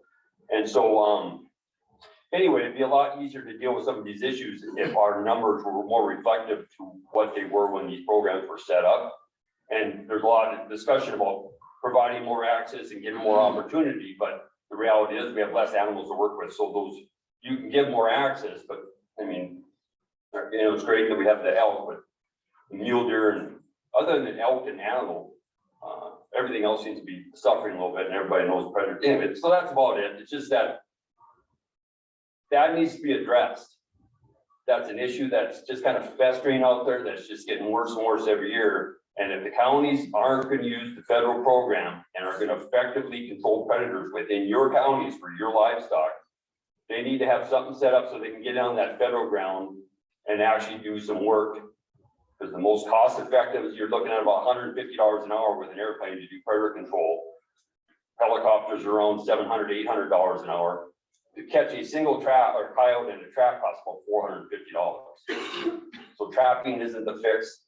Snares to an extent are helpful, but anyway, that's all I had to say about that. But we're spending a lot of time talking about providing access and opportunity, but I mean, the reality is all this should be a lot easier if there were just more animals. And Wyoming has a predator problem, always has been, and our focus on that has really diminished and has gotten to be more divisive because each individual area has a different requirement for the local guy. And then plus you got to get approved. You have to have X amount of hours to be a local guy to get a license to even do it, and it's a fairly dangerous activity on top of that. So 6 of the guys I started with are dead now. I worked for 7.5 years. We were just losing, Anyway, that's it. That's all I got. Thanks. Mr. Chairman, can you all swear not to tell my wife it costs $450 to catch a coyote in a trap? I'm pretty sure my trap line days are gonna be thrown out the window, and she knows that. Yeah, it's cheaper to do it with snares. Could you cut your name? Oh, I'm sorry. So it's Jamie P. Olson. I live in Douglas, Commerce County. So we got the highest population of sheep in the state. We run about 38,000 new lamb pairs. I do about 95,000 acres on sheep. So, I mean, that's all I do as far as where my brain works most of the time is being outside chasing those damn coyotes around, but yeah. I was just gonna ask you, as a commissioner, we talked with Jeff Boner here not too long ago. And he had some pretty staggering numbers of lambs and sheep that are killed each year by coyotes. And I can't remember exactly, do you remember or recall, like, you know, what the last numbers were for a year, the estimated damages in Commerce County, just in Commerce County? Here's the problem. Most guys do not report it. That's, yeah, he did mention that. High number don't report it. And so what it is specific in Commerce County, I couldn't say off the top of my head, but you could figure like a bad loss year for, I've seen ranchers that aren't doing effective predator control to do docking as low as 50%. And in an area that the neighbors aren't helping out with predator control, I've seen as much in 10 days on Jeff's place actually, up on North Fox, where they lost 132 head of lambs in 10 days, 2 coyotes, 4 pups. And so, I mean, we know when we put them in there, there was just dead lambs everywhere around the water. So, I mean, the sheep are the sheep, but the biggest thing is, when I'm flying around in an airplane, you can tell pretty quick because you'll look at your doe fawn recruitment. And when you're flying over these areas, you'll see 10 does and you'll see 2 fawns. You'll see 15 does and you'll see 3 fawns. I mean, so that it's really easy to kind of get an idea of where the coyotes are and where they're not. But it's tough to get the numbers. I used to know like the old numbers, you know, during the poison days, you would see where it was a high impact on sheep or on bobcats. You'd have 6,000 reported lamb losses just to bobcats in a year. But now coyotes are blamed for everything. The eagles aren't killing nothing, the wolves aren't killing nothing, the lions. And the lions too are a big deal. We got areas that we never get quotas. We got no quota areas and they won't let a trapper kill a lion, which seems ridiculous. A lot of lion hunters, if they don't have a paying client, they'll exercise the dogs that run the lion up a tree, but they ain't gonna kill it. So. Anything else? Mr. Chairman. So what's your solution? I mean, I think what I heard from you is you have county by county making decisions, and I'm not well versed in county predator control boards. Mr. Doobie probably is, but what's your solution? How do we fix it? So we can more efficiently kill predators as you're describing. Well, the aerial gunning is a you know, bang for your buck. It's the most efficient. The problem with using private contractors to fly within counties, at the state level, something needs to be done to allow those private contractors to fly all of that county. The county commissioner should all make that decision if they want to use a federal agency or a private agency, but either or, they need to be able to have access to the entire county. Now, an individual deeded ground, if a rancher doesn't want you in there, that's whatever. But on the public stuff, you should all fly that. And it really needs to be done during the denning season. You aren't really doing any good killing mousers in October. And you're really just taking out sportsman's hands because you got guys out there who are trapping and hunting. And then also during the season. So there needs to be a very focused effort during April, May, and June. And then in the fall, let those areas go. But on the bigger predators, the eagles, there needs to be more done with the eagles. I mean, we have hazing permits and stuff like that. We have guys that come in that spend a bunch of time screwing around trying to catch a eagle, and then they haul it 1,000 miles and let it go, and then it comes back a couple days later. But we spend all kinds of money on that. But on the predator stuff on the mountain lions, that would be a huge help to the mule deer population, and they should offer some more opportunities for sportsmen to kill those animals. It doesn't all have to be just dogs in this country. Because people can't afford to run 6 dogs year round and only go hunting a little bit in the fall. I mean, it's really expensive running dogs. Are people not flying to kill predators in every county? So I think they are. we can talk on that if you want, at some point, the commissioners. We have Congress Campbell and Park County Commissioners here, we can talk on how that works. It's not working very well. And that's part of it, right? Those, it's the division between what the feds can fly and what the state or private state guys can fly. And then there's some hurdles. You have to have X amount of hours that you need $500 in a helicopter in order to get a license within a county. And I don't remember how many hours it is with an airplane, but it's extensive. And plus you got to have an airplane. And then you run into some shady area about having a passenger with and being a contract pilot with the county, because then that gets into FFA regulations and whether or not you can have paid customers. You know, how do you pay those private guys?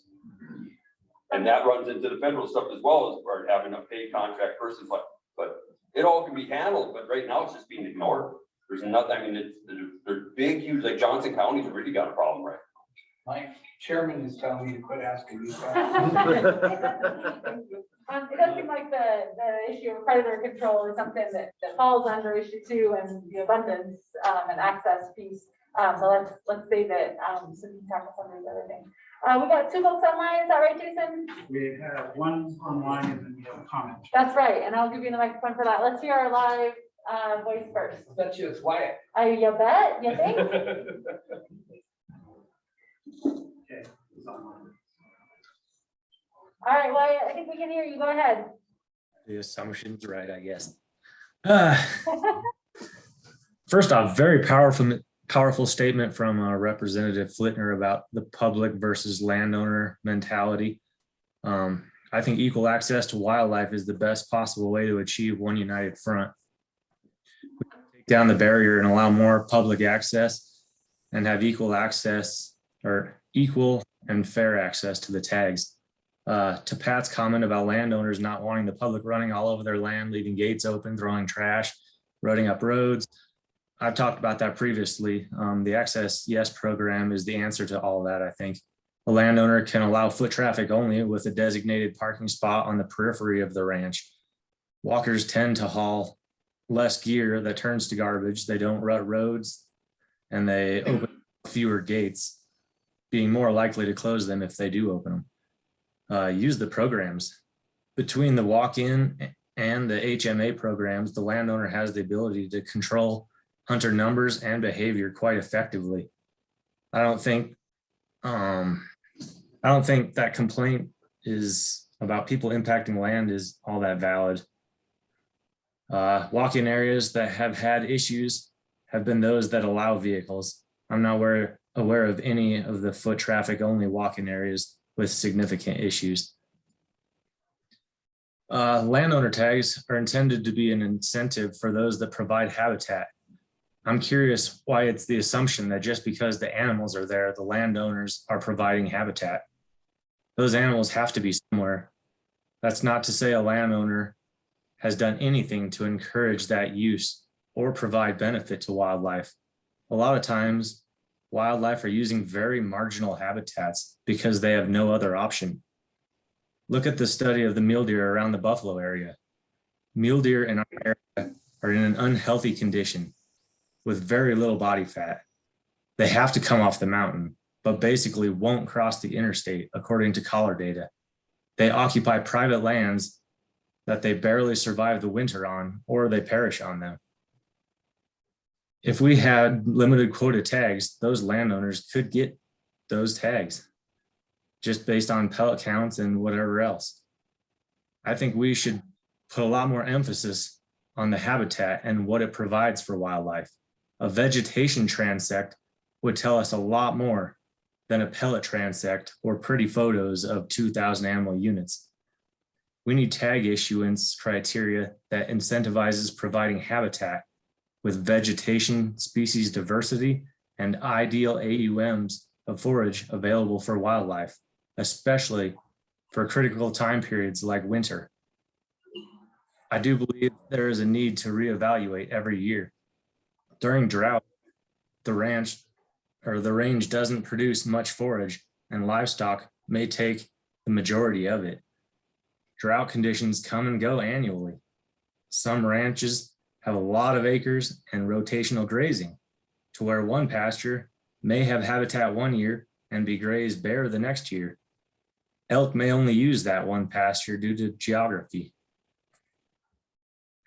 I think most landowners are good people that will provide the habitat because they love what Wyoming is, and wildlife is a major part of that. Why incentivize what they're going to do anyways at an expense to the public's opportunity to hunt? In past meetings, I've previously advocated strongly for antlerless licenses and believe that's the least convoluted and most fair for everyone when it comes to a public resource. I think it should be one of your main considerations. We need to keep in mind what's best for all interested parties. Landowners equate to the top point holders of the preference point discussion. A few have to make a compromise for a fair opportunity system for all. Thank you. Those are my comments. I'm finished. Any questions? Doesn't look like it. Thank you, Wyatt. Thank you, guys. So just to be very clear, Jason got a message on chat, someone had to step out but left a message. Is that an okay procedural thing to, if he reads that? And everyone's clear that this is not Jason's opinion? All right, Jason, you got the microphone, go ahead. Okay, this is from Levi Jensen. My apologies for not being able to participate during the whole meeting today. My comments are rather brief. First, I would urge caution in developing a recommendation for changes. Tying landowner licenses to access is a slippery slope, with one ditch being more expensive access options. I think it would be a travesty for Wyoming to repeat mistakes made in Montana with the Wilkes Brothers license issue. I would encourage you to look at options that allow the landowner license system to better support game and fish management objectives rather than against them, or to further make coveted licenses hard to get. And so Carrie, I'm just gonna preface this by I appreciate Levi and not telling everybody that I forgot to call him back. But I did, and I apologize to him. I will, he's from Gillette and I know him really well, and he called up me a message. I didn't get a call back, so I will call and have some good conversation with Levi. So he'll probably listen to this later, so instead of calling. All right, any other public comment or things we don't want to lose sight of on issue 3, landowner specific, before we jump into issue 2? All right, do we need a quick break before we jump into issue 2? We have, I think starting off issue 2, we have a presentation from Wyoga, is that right, Si? Yep. Do we want to take a quick break so we come back fresh for that? They can get ready for it. Yeah, let's do that. So coming back at 1:45, give you about 10-12 minutes, take a break. Come back at 1:40.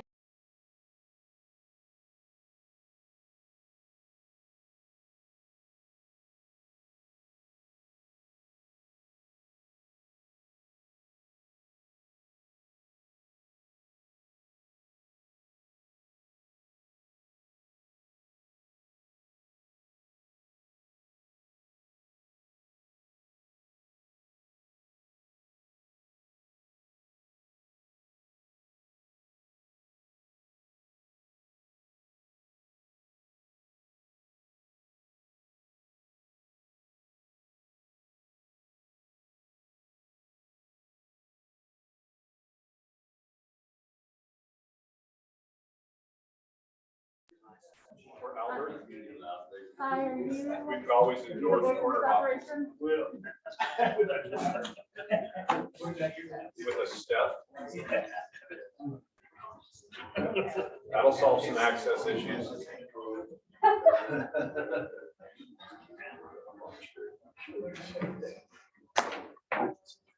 Style, or you want to hold it? They can wear it. Dan Smith wore it. Dan wore it. Dan's boss was here. Not my own boss.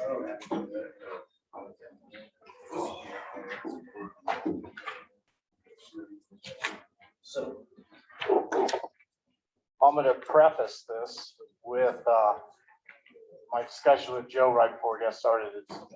I'm an outfitter. I'm not an economist. I said it right that time. So I didn't write this, but we hired one of the most respected agencies in the nation to do this econ study. So back in 2015, we went through this process once before on 90-10 discussions. At that point in time, we decided we needed to have some hard facts about what the outfitting industry and the hunting economy was, what its value was to Wyoming. So Director Nesbitt can speak to the company that we hired, Southwick Associates, and they're pretty much from what I understand, one of the leading agencies or leading companies in the nation that do numbers for fish and game organizations all around the country. So when we picked out Southwick Associates, that was part of the actual decision as to why we did it. So this study was requested by Pat Crank at one of our early meetings about updating these numbers. And we got busy, and in a very, very quick fashion, Southwick was able to give us some updated numbers based upon the 2015 study with the help of Wyoga, paid for the additional work along with the Division of Tourism. And so the title of it is Big Game Hunting is Big Business in Wyoming. And the very first page, which Angie is my clicker, right? I gave it to you. Oh, you gave it to me. That was dangerous. This, That was a mistake. So it's this thing right here. yeah. Point it this way. Point it towards me. So this is our first slide, and it talks about big game hunting is big business in Wyoming. And we all knew this to some degree, how much economic activity is driven around the state from big game hunters, both in-state and non-residents. And I'm not going to read this to you. I'm going to let you follow through as we go through it, but it comes up with some pretty staggering numbers. And in the this area, I think that's all. It's not that far away. It's in this. I think it's the computer this way. For the clicker. The receiver's over here. There. Oh, if you're trying to laser something. So this number right here, I don't know if you can see it, but this bar, I'm going to talk about this bar, and this is kind of a summary at the beginning of it, but it says non-residents spend 85% of all big game guide and outfitter fees in Wyoming, which is true. And the other 15% comes from resident hunters hiring us for our services. And when you compare the economic activity of resident hunters, non-resident big game hunters who use guides and outfitters, they spend about 178% more annually than those who don't. Non-resident hunters who use a guide or outfitter spend 6.2 times more than the unguided visitor. So we're just going to jump right into what that means. That means that non-resident elk license that was issued to Mr. Non-resident hunter, if it lands with somebody that's going to hire us and use us for our services, he's going to leave 6 times more money behind in the state of Wyoming than that same person who draws that elk license and goes on the DIY hunt. So that's an important number. We feel it's a huge number. And then we're going to talk about something in the last paragraph of that. If you go to the very last sentence, it says from 2015 to 2020, Wyoming had just a small increase. And this is, keep in mind, this study was done in 2015 originally. They had a small increase of 0.6% of unique resident hunters versus a 9.2% increase in the number of unique non-resident hunters. Now, that's a huge number. And what is that? And we heard testimony earlier, or handouts from Jennifer, that showed that Wyoming has 72,000 in 2020. Wyoming had 72,000 unique resident big game hunters. But when you dive into the numbers more deep, you find that 41% of that 72,000 big game hunters in Wyoming only buy 1 license. And then the second tier is how many buy 2 licenses, and you're at 32%. So with all this big game hunting opportunity that we have in the state of Wyoming available for resident hunters, 73% of them are only buying 1 or 2 licenses. And so what happens is the non-resident has access to these tags. And so their numbers have climbed as to how many of them are coming to the state of Wyoming. And that's why that increase of 9.2% with that, and that's very, very small increase of unique resident hunters. Now, this is from 2015 to 2020. What's interesting about the number of unique big game resident hunters is this number stays the same year after year after year, really close. And I don't know why that is. It just, everybody talks about, big game hunters increasing as far as residents go, and the numbers just don't show that. So this is something that's been tracked for a long, long time. And the pie chart on the next slide shows that. And this is what we're talking about. This is how it's divvied up right now with between unique resident hunters, 72,000, non-guided non-residents, 36,000, and guided non-residents is around 11,000. The typical resident hunter who responded to the survey hunted nearly 13 days for big game. The typical non-resident hunter spent 9 days total in Wyoming and hunted 5.1 of those days. So that makes sense. And that's exactly what I would say is what we see too. They come in, they hunt, you get their stuff done and they go, where a resident has the luxury of hunting weekends or more time, and they spend more time in the field than the average non-resident hunter. And on that chart, in the second line, it talks about the total economic contribution from big game hunting. This is residents, guided non-residents, and non-guided non-residents of $339 million.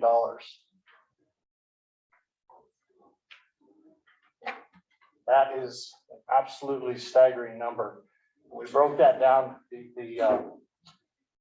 Southwick broke that down, and what they found out is those same dollars went on to support, and we've highlighted it in this slide, 3,500 jobs in the state of Wyoming, which is more than many Fortune 500 companies. And so basically, their comparison that they're trying to draw is that big game hunting in Wyoming is Wyoming's Fortune 500 company. And it probably is one of our largest drivers after the extractions industry. So it's huge dollars. And then there's several numbers here that talk about that. They break it out. 60% of all big game hunters are residents, and they generate 59% of big game related money spent in the state. 40% of the hunters being non-residents, and they account for 41% of all big game hunting retail sales. But their economic activity is considerably higher because when they generate 53% of the jobs and 54% of the tax receipts.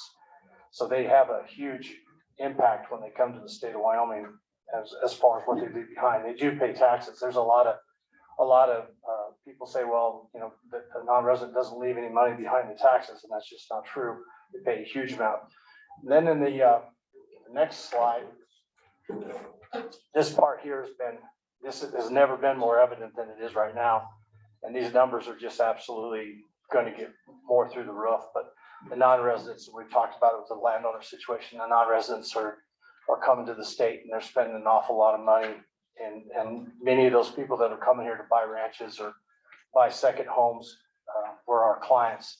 We introduced them to this lifestyle out here to the great state of Wyoming, and they're buying real estate and moving here. And I think many of them are productive citizens, and I hope most of them vote Republican. I had to do that, Pat. So then the next slide is kind of an interesting one. We handed out something to show you that's in that handout, which is different. So look at the handout that Lori or Angie handed out to you, and it talks about a side-by-side comparison of the economic contributions of big game hunting in Wyoming at $339 million. And then everybody knows about the Jackson Hole Mountain Ski Resort and what a huge economic driver that is in the state of Wyoming.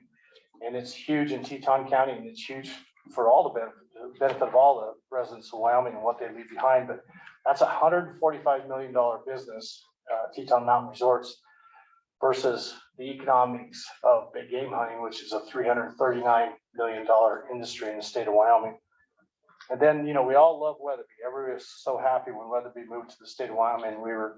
We touted that as huge economic development, and it is. I'm not gonna say it's not, but it's just it's absolutely, a pittance, $9 million. It has 50 employees, and it's great for Sheridan, but I think it's fun to compare those three to each other.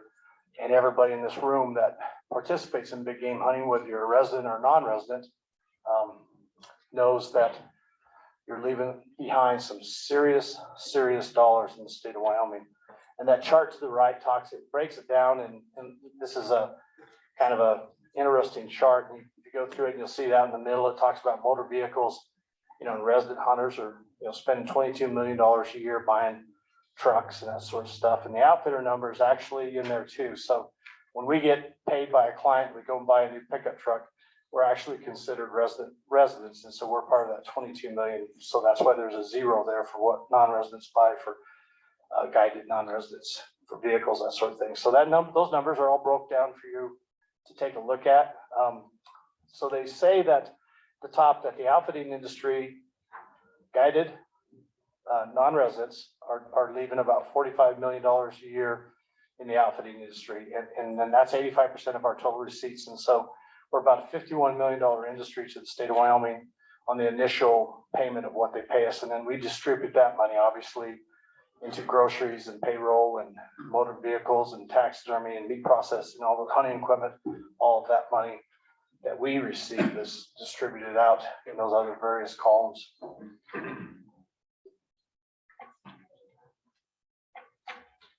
So the next one is guided versus unguided. And I think this is a really fair question. So when you get to the second paragraph, it talks about $52 million a year that are paid to outfitters and guides by residents and non-residents, 85% of that coming from non-residents. And what that means to our state, it's a huge amount of money. All of it is. The resident sportsman leaves a lot of money behind in the state of Wyoming, and so do the non-residents. But it's all part of the pie, because that's part of what we're discussing here is how we divvy up this resource pie. And one of the things that I really want to touch on with this is we have this resource, and it's a renewable resource. One of my really good dear friends, Terry Mackey from Cheyenne, he was a great guy.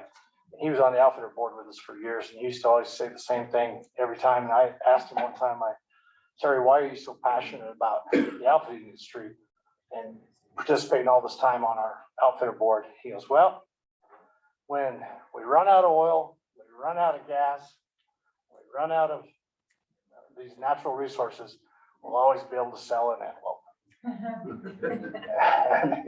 And of course, Terry. And I never forgot that.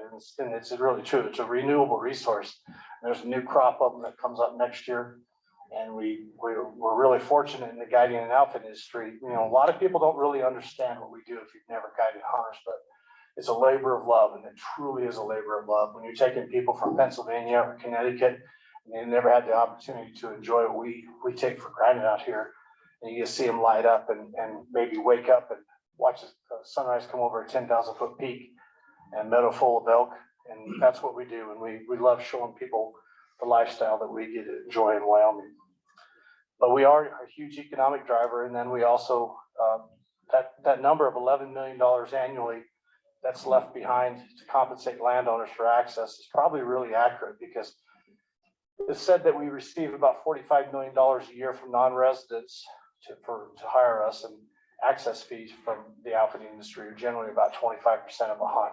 So if you sell an $8,000 elk hunt on private property, the landowner generally is going to receive about 25% of that, or $2,000. So that's pretty accurate. And then the remainder of that money that residents are using to hire the outfitters, a significant amount of that's going to take place on public land in the form of sheep hunting and wilderness back-end trips, that type of stuff. So I think those numbers really correlate, and they're extremely accurate.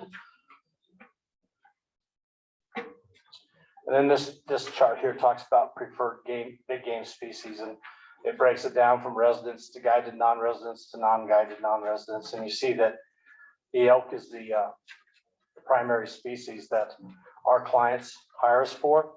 And what's interesting is how high antelope has come, and then mule deer and whitetail deer behind that. And that's probably a mechanic of as much as anything is our populations for that species. The mule deer are seriously in trouble. But then you go across that chart, and of course we've had these discussions: bighorn sheep, black bear, mountain lion, bison, and moose. And at first blush of this chart, it doesn't take somebody to real long to figure out that Wyoming's outfitting industry is an elk outfitting industry. And that's what we are built upon. Whether you're a deer and antelope outfitter in eastern Wyoming, you still take elk. And that is the elk deer antelope are the key species that are requested our services for by non-residents. We do guide bighorn sheep, we do guide black bear. All those are important to our business, but they're all, I would say, ancillary or in addition to working our businesses around elk, deer, and antelope. So elk is the most targeted species by residents and guided non-resident hunters, for sure. And you see that the non-guided non-residents drop way off compared to what they do for, deer and antelope, which makes sense. It's harder to get into the backcountry to hunt elk if you're on your own and to get them out of the field. And it's illegal to do so in the wilderness, thank the Lord. Antelope and mule deer are the most targeted species by unguided non-resident hunters. And that's been that way, but that's actually changed. I remember this industry has actually grown quite a bit when the outfitter board was first set up and these numbers started to become really fleshed out. Non-residents were hiring outfitters at the rate of about 33%. And now that's climbed to about 44% of the non-residents are hiring outfitters for elk. Antelope and deer were about 8%. So now about 12% of the non-residents come into the state of Wyoming to hunt deer and antelope, hire an outfitter. So our market share as far as people requesting our services has actually increased on all three of those main species right there. And then, and I think it's really important, this part, and this is the closing back page. And if you look through those organizations that funded this original Southwick study, you're going to see it's a pretty diverse group of individuals and individual organizations. And the Wyoming Office of Tourism was one of our major partners. The Wyoming County Commissioners Association was a major partner.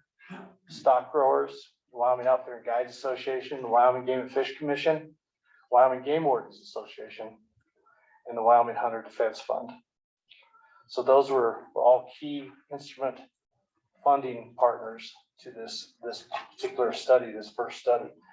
I put in another, when we have a little addendum that Southwick worked up for us. It's kind of interesting. It's basically, it was Todd Larson pointed this out, that what a glaring omission it was in 2015 that the Wyoming Game and Fish's income from licenses and what kind of economic driver that is for big game licenses in the state of Wyoming was omitted in that original study, and they worked up this, what that actually means to the state of Wyoming. What's that? Somebody say something?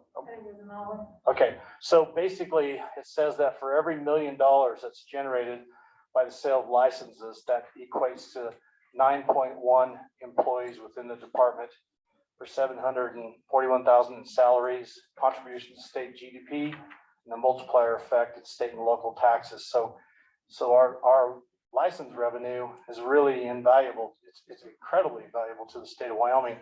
Game and Fish is running on about $88.6 million budget. 64% of that comes from hunting and fishing licenses, with big game hunting licenses totaling about 30.4 million of that, which is well over half of the license revenues for the Game and Fish, which come from big game hunting. This is an interesting deal. Non-residents pay a large share. And I remember distinctly in about 2015 that this number was 72% of the state's annual big game license revenue was 72% back in 2015, and that's climbed to about 79%. So of all the licenses that we sell, that $30.4 million worth of licenses the Wyoming Game and Fish sells, 79% of that income is coming from non-residents. So if you break that down, the $30 million in license sales that big game licenses generate drive about 277 employees within the department for salaries of around 22 million in contribution, the multiplier effect, sales tax ever. When you break that 277 number down and put a 79% on it, so the non-resident sportsman is paying out of big game license fees, he's providing jobs within the department for 218 individuals. So it's not small money. It's not chump change. It's a pretty big deal, and we all know it's important. What's interesting, and this doesn't count preference points. This is just big game license fees. And in 2021, this latest amount, Now, this is not a hard and fast number because I did not do the math out on the number of people who bought $10 youth points. But if you run the math out on what the non-residents have done for antelope, deer, elk, sheep, and moose points, non-residents also, in addition to that $30 million that the game and fish received for big game license fees, the non-residents bought just 22,000 short of $20 million in preference points. So I hadn't done this in a while, but I would, Joe probably beat me up for this, but he could probably do the math on it, or Scott can. We're not that far away from preference point income overcoming and overtaking license fees from non-residents. Something to think about as we move into this next discussion about preference points for non-residents. So So can I ask a clarification on that? So the big game licenses and the preference points purchased by non-residents total would be roughly 50 million correct. of the 88.6 million total budget of the department. Correct. And the reason Southwick didn't break that down is because in 2015, we only looked predominantly at the big game license sales. Preference points were not considered in that number, so they could compare apples to apples, because we know that residents can't buy preference points for deer, antelope, and elk. That does not include any fishing licenses. No. Big numbers. 50 million of the $88 million overall budget. Yeah, and I don't really know what the game fish does with that preference point money, if it's going into, if they're spending it annually, if they're saving it, or what they're doing. That's a question for their fiscal department. It bears notice as we discuss these things that we have to be cognizant of the fact that how much bang you're getting for your buck from these preference points, especially for elk, deer, and antelope. It's just absolutely huge. And I don't know how many years it's going to be, but it's not going to be that long where it's going to overtake big game license fees for sure.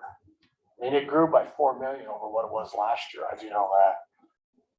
I remember doing the math on those numbers last year. And then, so when we talk about mountain goat, bull bison, and cow bison, and I know that discussion is going to come up, I just played with that a little bit. And there was 3,986 residents put in for mountain goat tags. And then there was 1,325 residents put in for bull bison and 321 put in for cow. Between all those, that's 5,632 residents.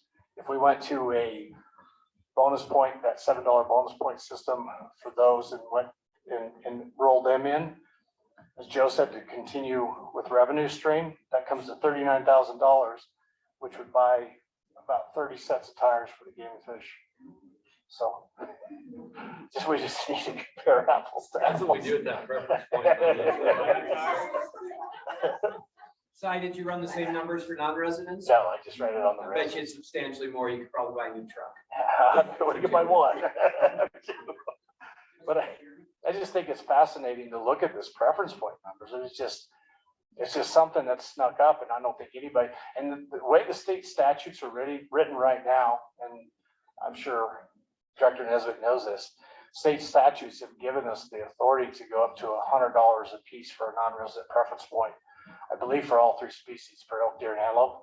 And the department chose to stop them at $52 for a non-resident point, 41 for a deer, and 31 for an antelope, and haven't pushed it up that envelope even higher, which I've argued with them for years that they should do that to slow down the purchase of them. But I mean, can't even imagine what the money would be if we did take them up to what their maximum that we've been allowed by the legislature to do. Yeah. So give me your numbers again. Total license sales are what? 30.8 million for big game license sales. Same preference points are 22 million. 19,982,178, and that was elk, deer, antelope, sheep, and moose for non-residents.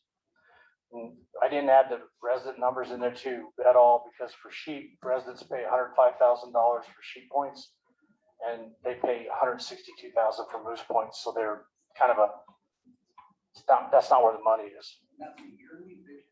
Yeah, that was just off 2021. So it doesn't sound right. I know. I mean, the legislature, my friend Al took away $10 million in general fund from the department. And in exchange gave us the authority to raise license fees or preference application. Slight increase in non-resident license fees, very small. And the ability to Set preference point costs. Up to $100. We jumped moose and sheep pretty dramatically. Yeah, like 150. We went up $2 on the elk point, correct? $1 on the deer point and $1 on the antelope point. And we still have the ability, without going back to the legislature, to go up to $100 for each of those. Without going to the legislature, that cap is already there. It's just a matter of the commission setting that price any higher. It seems pretty high, but Yeah. I guess we can check your numbers for that. Yeah, I know, it's a staggering number. And like I said, it'd be fun to see when we run that out, have an economist, however you say that. Economist, yeah, whatever they are, have one of them run those numbers out to see when we actually start bring in more on preference points than, because it grew by almost $4 million from last year to this year in 1 year from non-residents buying into it. If you look at the chart on the Game and Fish's website, I think they all bumped up to about 43,000 non-residents in that neighborhood for deer, elk, and antelope. Each three of those species bought their first point this year. So there's a lot of buying when people come out of the system. They jump back in after they draw a tag. First year they're eligible. But I'm gonna tell you right now, as an outfitter, I spend a significant amount of time on the phone educating non-residents on how to draw a license in Wyoming, and that preference point talk comes out on 80% of my phone calls from non-residents. I want to hunt elk in Wyoming. Well, have you ever hunted Wyoming before? No. Do you know anything about our license system? Nope. All right, sit down, grab a cup of coffee. I'm going to teach you what you have to do to draw an elk license in 4 years. And I educate them, and I start them on the process of how to buy points. And and almost every outfitter I know manages points for their own clients. We have files and files and files, and our hunters, we're buying them points on an annual basis so that we have this constant flow of hunters coming in through our companies. So we've all had to do that. And most of us, my buddy in the black hat, he went down that road begrudgingly, but everybody pretty much had at some point in time say, screw it, I'm going to manage points for my hunters, so I have hunters. And so we're like the world's best salesman for the department to buy preference points, because that's what we do, is educate people on how to get a license. So how many points do you buy, or how many hunters do you buy points for on an annual basis, just your operation? Around 1,000. 1,000? Yeah. Yeah, I've got right at 500 files for elk points, and then the others are for deer and antelope. So. Mr. Chairman. Couple of questions, and I won't ask you too many numbers. Please don't. There are a few in here. So just a comment and a couple of questions for you that I think are interesting with where we're going as a committee. I certainly appreciate the economic impact of tourism and even hunting specifically as an economic driver. If you study the state GDP, ag, forestry, fishing, hunting is a very small portion of our overall GDP. In many ways, if I can get somebody to come to Wyoming, go to work up in Campbell County in one of the coal mines or construction, or come even to Cheyenne and take a job here, that person is going to contribute substantially more from a per capita tax contribution anywhere. So in a lot of ways, for me, increasing opportunity for residents and making Wyoming a place where these folks want to live, raise families, and pursue big game actually is probably going to have a bigger economic impact than any subsector of these types of areas. So I have an interest there. So my question is has Wyoka done any analysis to suggest what the net economic impact would be from shifting more opportunity to residents away from non-residents? So take 90-10. We hate to almost even throw that out, but take 90-10.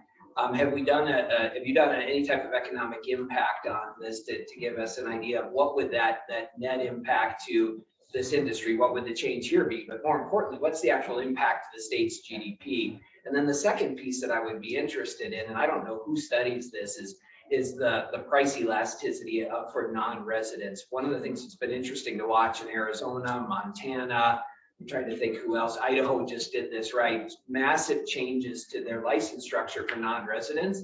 I remember when Montana did this and removed the outfitter set aside, you're probably familiar with that. We thought nobody's gonna apply. Well, just the opposite. In fact, the combo license in Montana for non-residents was oversubscribed at a substantially higher rate. So I don't know if you studied at what point do we meet that elasticity ceiling where non-residents are simply going to say, because we hear that fear. In fact, I think in one of these it says, if they were to take all their money and not come to Wyoming, I'm just wondering what threshold do we get where they actually don't do that? Because the other states haven't found it yet, that I can tell. You know, and all those are good questions, Joe, and I can speak to them anecdotally, and that's just from somebody that's been in the outfitting business for over 40 years. In today's world, the interest in Wyoming's resource has never been higher. I mean, I've never seen bookings come in at the pace that they're coming in now. We saw it last year by the increase in non-resident elk applications went to 27,000 from, I think it was 22 or 23 the year before. So this is absolute incredible jump in people wanting to come here to hunt our resource. And the ways to work on that. So what we're doing here is trying to find balance. We're trying to find balance between how much resource we set aside for the resident who lives here year round versus how much resource do we send out of state and to encourage people to come in and use this resource. So right now we have that 80-20 split, but I showed you in this econ study, the very first page, and I think it's a glaring number. So we know that if that elk license goes to a hunter from Connecticut and he chooses to hire me for my elk services to hunt that elk, or he chooses to go DIY, he's going to spend and leave 6 times the amount of money in the state of Wyoming than that same elk license would to a guy that goes DIY. So if you're a cattle producer, somebody comes up to your ranch and you're Pete Doobie's a cattle producer, Dwayne has some cows, and a buyer comes to your ranch and says, I'm going to give you 6 times the amount of money for those calves, for those 100 calves, same product, it's an elk license. I think I know the answer of who Pete would sell those calves to. So when that's a way of defining that and breaking that down in a capitalistic form, but there's also the goodwill form, there's the sharing our resource with our neighbors, et cetera, et cetera. So there's things you can do amongst the licensing structure to protect the industry and yet keep or enhance the amount of revenue that's left behind in the state. And one of those is one of the issues that we have to talk about in the near future, which is an outfitter only draw. And when the special license was initially passed in 1988, and me and this young man were there, and it was a 50-50 deal. 50% of the licenses were to go to the special draw, 50% were to go to the regular draw, and the 50% special licenses were an outfitter draw only license. The legislature split that up to a 60-40 split, and they took the outfitter draw only aspect of it. And the outfitters, and you're right, in Wyoming, the outfitting industry has never had a set aside of license. They've never had a pool of licenses like Idaho, all these other states have some sort of system. Even Montana went back to a system this year for their outfitters, so that in Montana, you're capped at 2 points for deer and elk. They just passed this last session. They passed it in 2 days through the House and the Senate, and the governor signed it in 48 hours. So you go to book a hunt with Montana outfitter and you have 2 points, you're capped at that. You can't have any more. But if you're booked with the Montana outfitter, you get a 3rd point for that draw. So they see the value of putting those licenses in the hands of people who are going to leave significantly more money behind in the state of Wyoming rather than.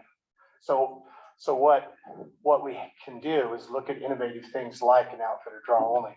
But never say the word set aside in Wyoming because it's not palatable. We've never had one. We never will have one.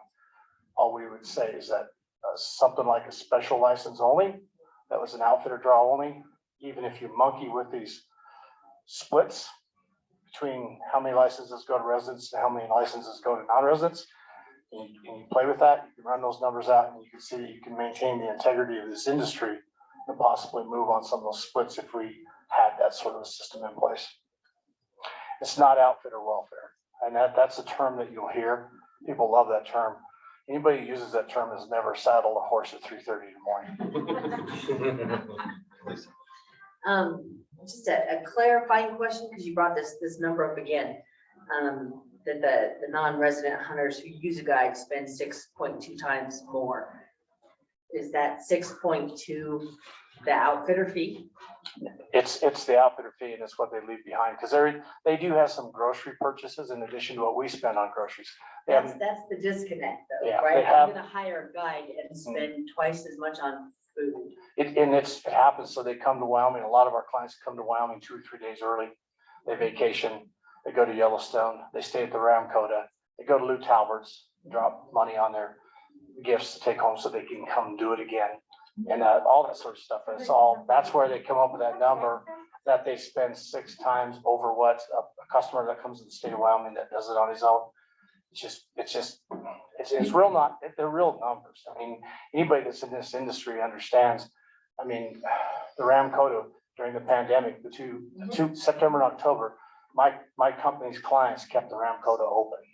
They did. When the oil field crashed, you can talk to the Ramcota.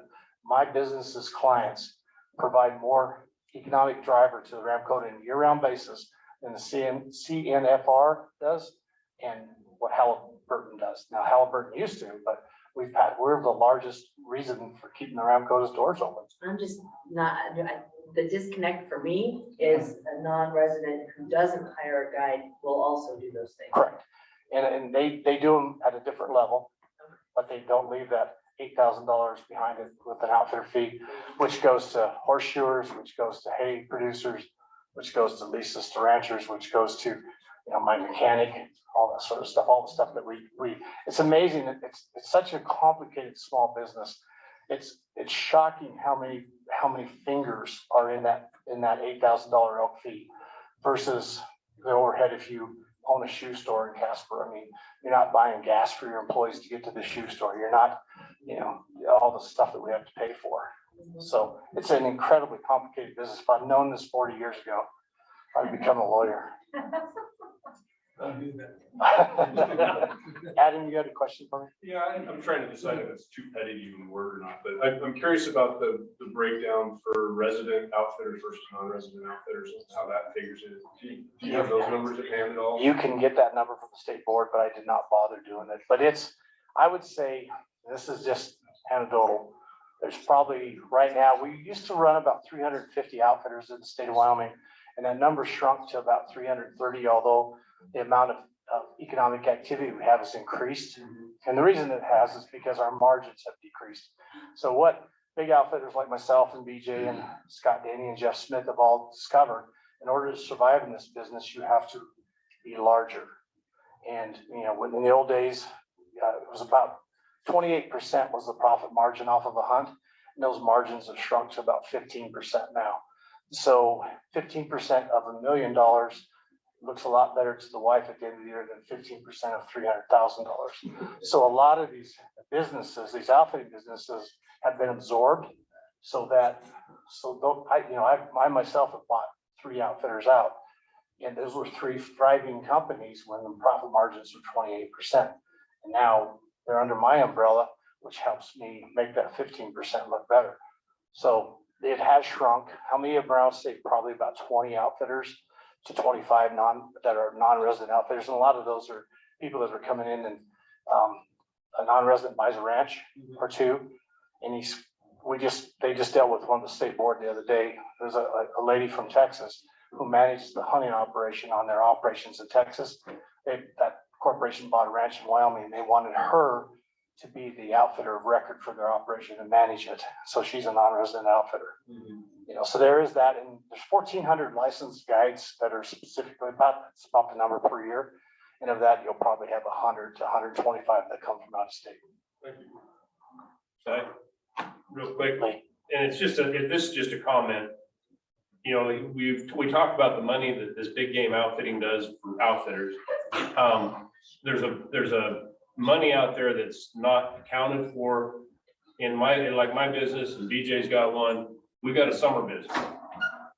I personally, I don't know about BJ, but my summer business, I wouldn't be able to operate that summer business if I didn't have my hunting business. It's kind of extra, but there's a significant chunk of money that is brought into this state from summer businesses that some would not exist if we didn't have a hunting business. I couldn't afford to have the horses I have, 60 some odd head of horses, just to have my summer business. And I'll add a little bit to that. BJ can back me up for this, but every single trail riding concession in the Jackson Hole area is a hunting outfitter that runs it. Every single one. There's not a single trail riding concession in Jackson Hole that is not owned and operated by a hunting outfitter. So they play hand in hand. And Jackson Hole trail riding business, as BJ knows, it's a multi-million-dollar industry. None of those would exist if they didn't have hunting seasons behind them to utilize that livestock for 5 months versus 3 months. The numbers aren't there. Yeah, I think there's a. Mr. Chairman. Yeah. So, the outfitting board controls only. Is that accurate? That's correct. That's correct. What do you think about the outfitter board regulating summer trips, fishing trips? Well, at the risk of, I've already made half my industry out mad by the 90-10 on the Big Five. I might as well go all the way. I think it's time. And I think it should be under one board for the fishing industry. That's me. And the reason I say it's for you, the reason I say it's one board is because other states have proven that model works. Like Montana is a very quality functioning board. It's half made up of fishing outfitters and half made up of land-based hunting outfitters. The trail ride business and that stuff there's really no reason to regulate it because they have to have permits to operate on federal land, et cetera, et cetera. And you just don't hear about customer complaints coming from that industry. And with our equine liability laws, as you know, are so incredibly hard to pierce that industry seems to just kind of do just fine the way it is. I mean, there's no call out there to regulate it, but it's also not using the same resource. What we've got going on in the fishing industry right now is we've got this incredible head banging going on between the users. And we have a tendency, it's always mystified me why we sell this many antelope licenses, but we sell unlimited fishing licenses. And I don't know why we do that. And I'm mystified by that. It's a resource that takes a pounding. They've proven 10% of the fish that are caught die. So it's not 100%, you don't turn them loose and they all live. That's not true. And so there's a huge impact. And the resident sportsmen, and they're awfully quiet about it, or I think they were. I think they're starting to wake up. And so the day that I would like to get ahead of that, and I think we need to look at that, and it's hugely important. Go, Albert, go. I agree, but I don't necessarily agree of how you do it, right? I think there's multiple options of whether you have two boards, one board. Whether you, the biggest issue, if you want to help the resource, is you got to limit the number of boats on certain stretches of rivers that have certain kinds of access. That's true. And this is where I'm going to jump on state lands, and state lands when I'm does and just because of the rules, does a horrible job of managing fishing outfitters on state lands. We pick on state lands, but we're required to have permits to operate on state lands as hunting outfitters. Any federal land that we operate on, we have to have a permit, whether it's Park Service, National Forest, BLM, and we pay fees to those land agencies for commercial operations and have our base camps, et cetera, et cetera. And the level of cooperation we get from the various agencies for help with illegal outfitting or illegal camping or whatever goes on is virtually nil from the state lands.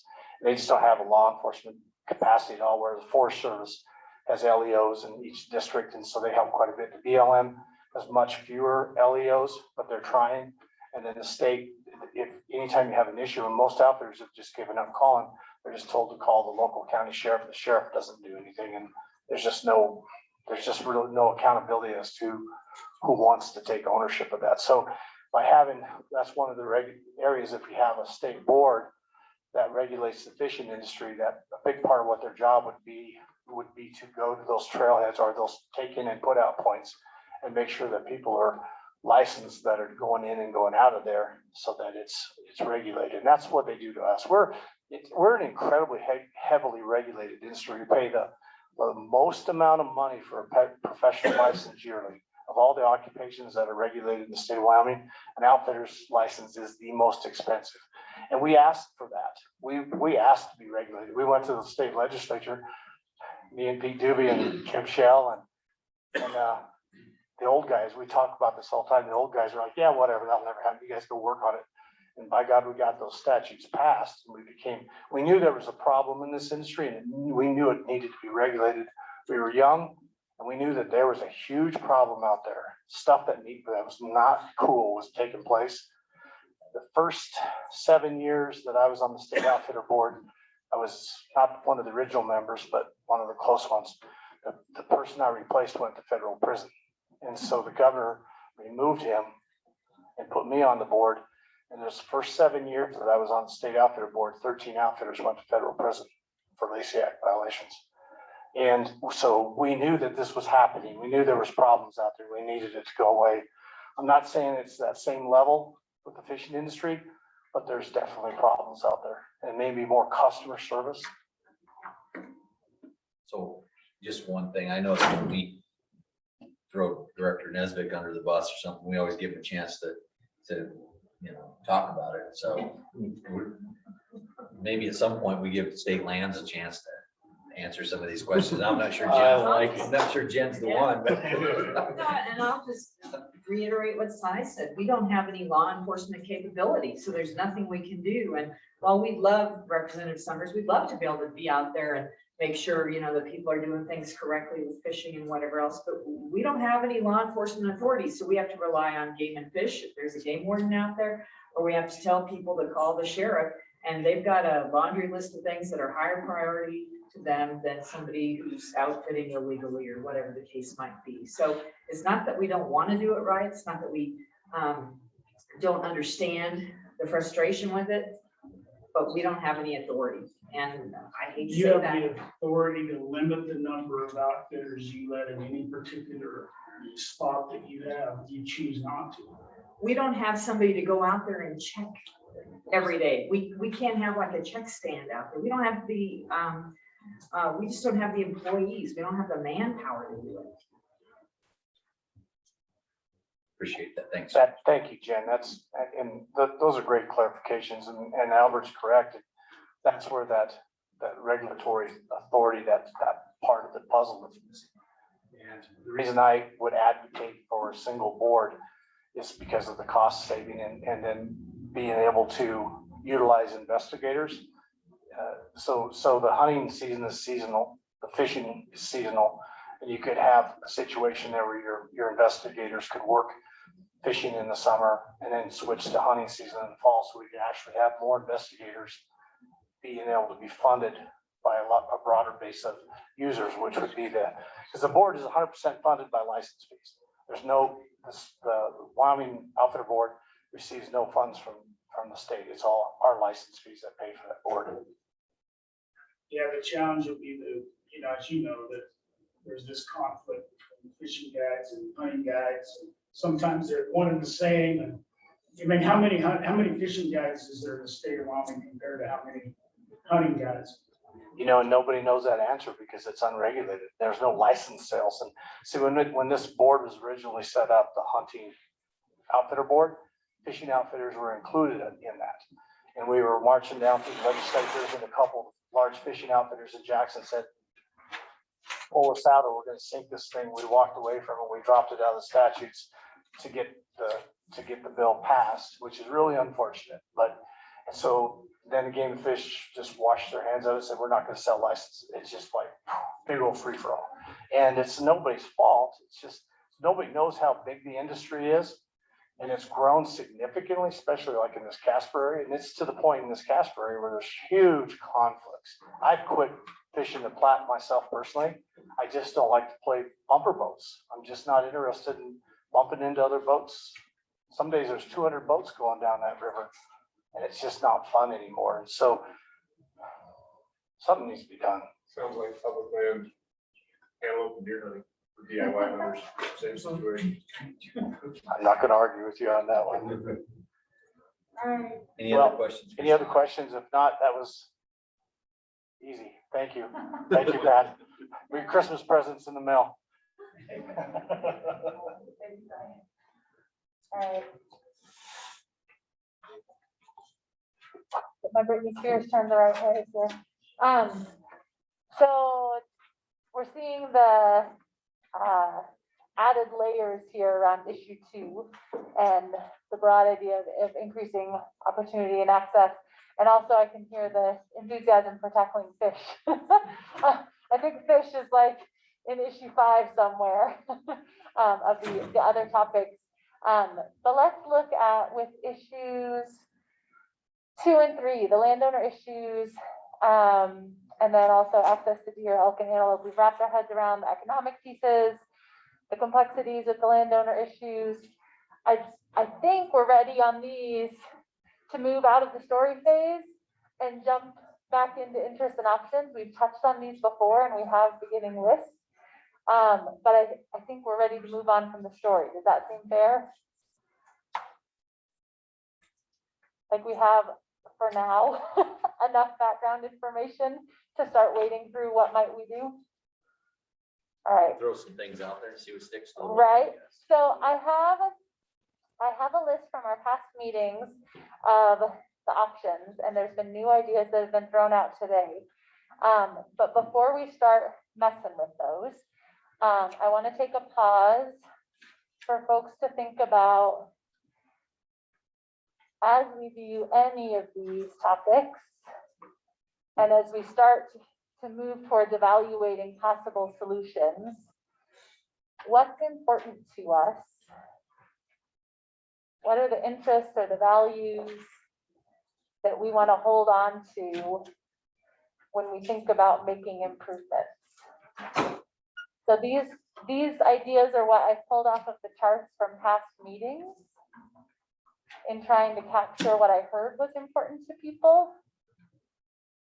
But I don't think it's exhaustive, and I think that some of these could use some clarifying, some expanding, like what do those really mean? Which ones are most important to us?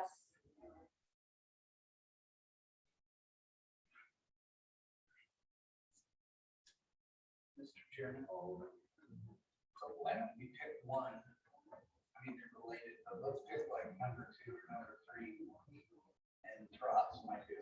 I've got those.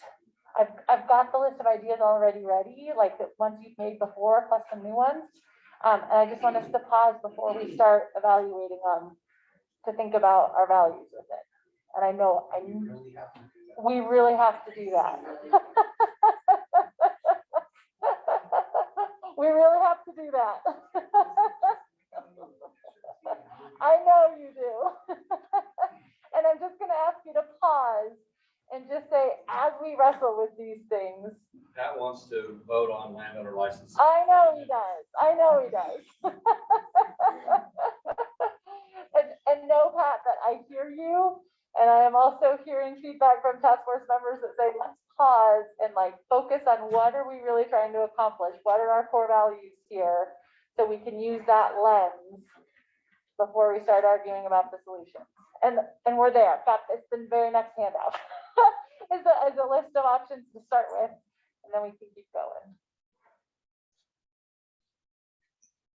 So I guess, Carrie, what you're asking then is if we just looked at issue number 2 on the handout that was just passed around, you're asking for anything potentially to be removed or added to this? No, just as you think about issue 2 in general, say, of how do we increase access? What are our values that are important to you that as you say, well, we could do this, or we could do this, or we could do this, that would help you kind of prioritize which of those solutions is best. Jill, did you want to, I thought I saw a hand or Lisa. Ladies first, then I'll follow. Go ahead. It might be, same. Because I know, Joe, this is, I mean, something you brought up that I've been chewing on in an email, that idea of opportunity for residents hunters. Does that mean we're increasing access? Because that's an opportunity. Does that mean we're increasing numbers, right? You split the pot, you have more numbers, so that's opportunity. Is it, I don't know what that opportunity means and how we're quantifying that. Is it that residents have more opportunities, more chances than non-residents? Is it, so how Yeah, are what we does that mean to quantifying people? that Yeah, what as does that we're mean? running solutions through it? And part of this is like, if it's about opportunity and we can get clear about what we mean by that, there might be 5 different solutions that work, and then it's just which one lets us meet other interests too, or which one has the least other negative impacts, right?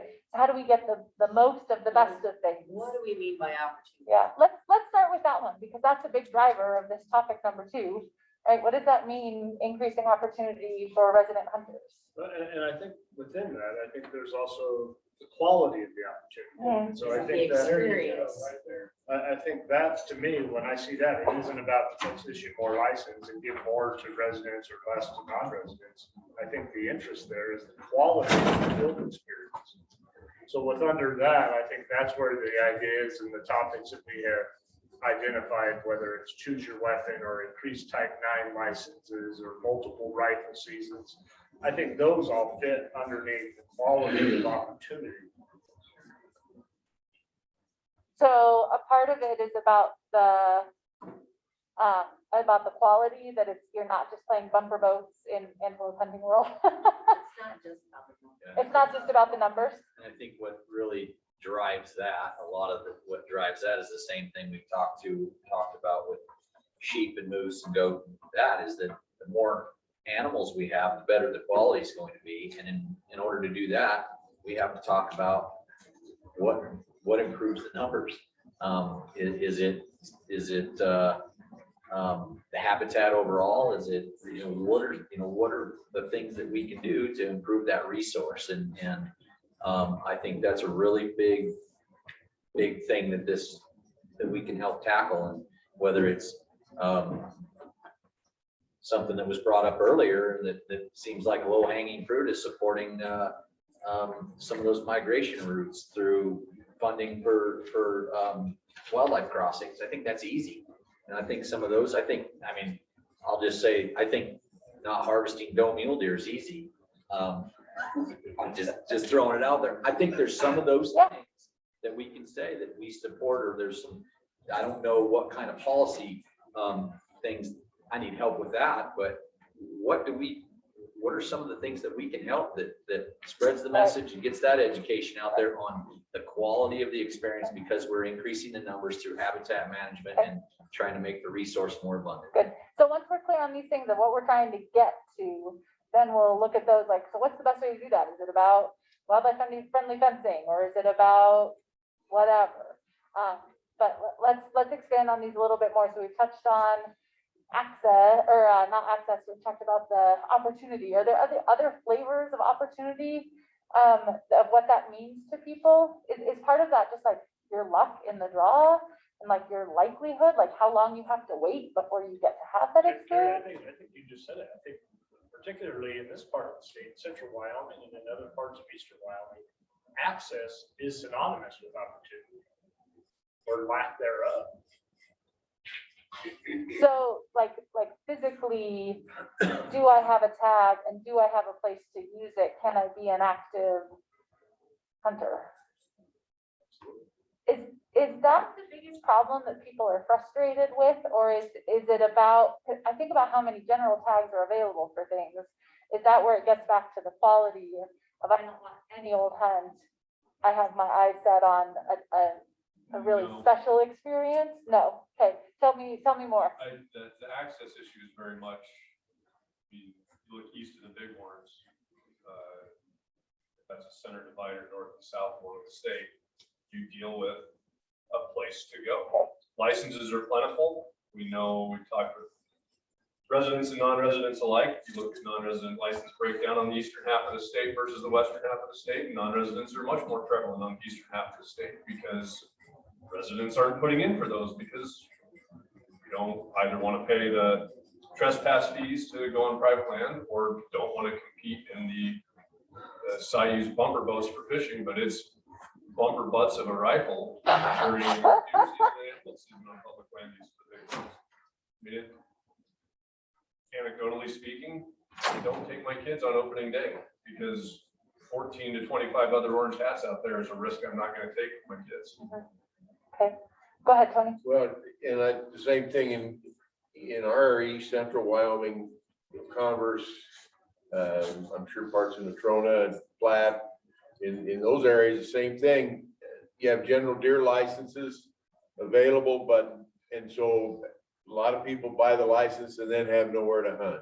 And then the non-residents have, they apply and finally get a license, but have not done their homework, have nowhere to hunt. And so they all congregate either on the state or federal land, and there's not a deer or an antelope in sight after the first day. So if we do our job with this, with our efforts, we will improve people's quality of their hunting experience, will improve the abundance and the health of the wildlife, and will improve people's access and opportunities, not just that they have tags available, but land to hunt on. Okay. Other kind of core values we want to hold on to when we envision, if we do this right, what's it going to look like? What's important to us? Go ahead, Pete. Well, access is twofold. In our part of the world, access to private land is one thing, but they're also talking about access to landlocked public land. And that's two different things.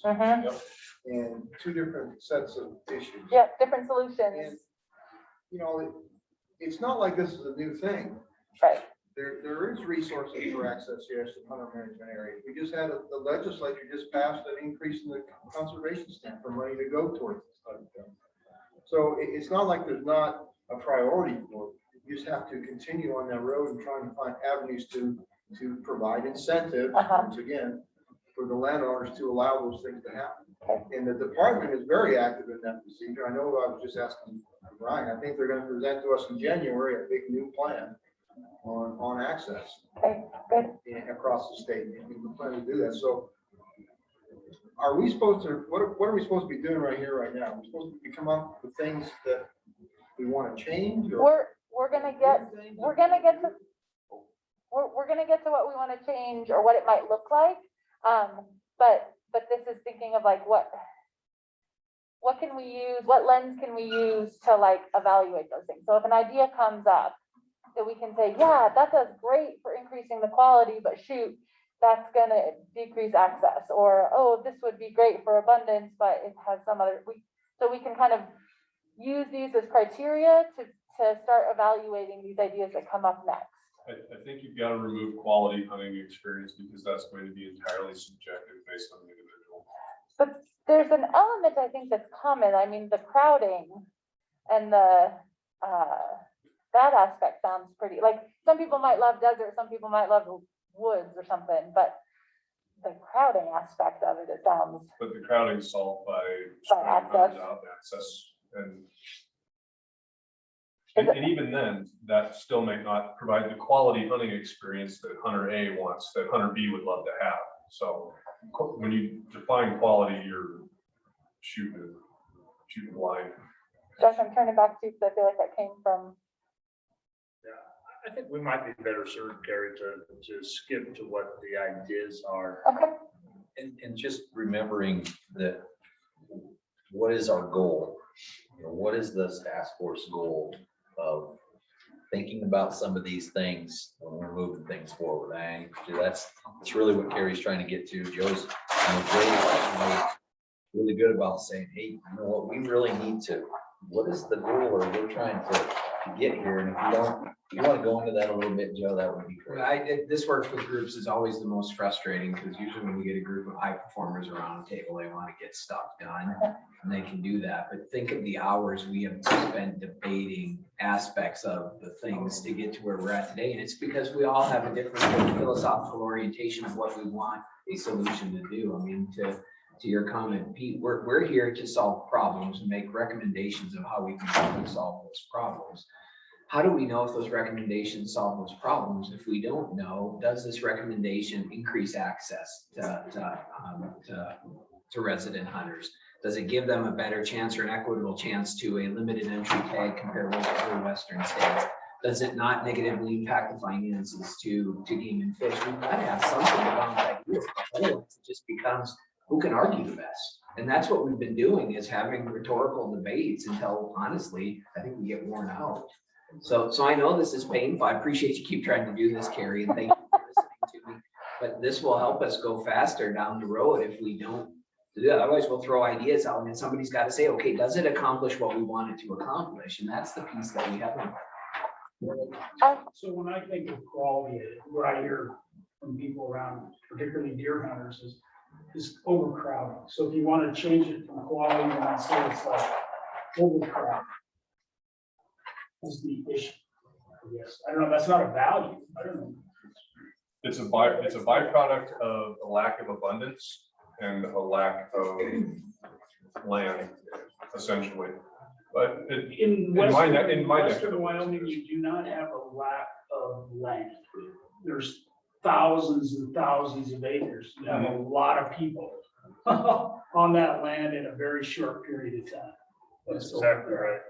So, but that idea of not overcrowding, that we can find ways to spread out in one way or another, and whether that's by opening up areas that have been closed or some sort of time variation or something. Okay, I've seen this work elegantly with groups when they get clear on these things.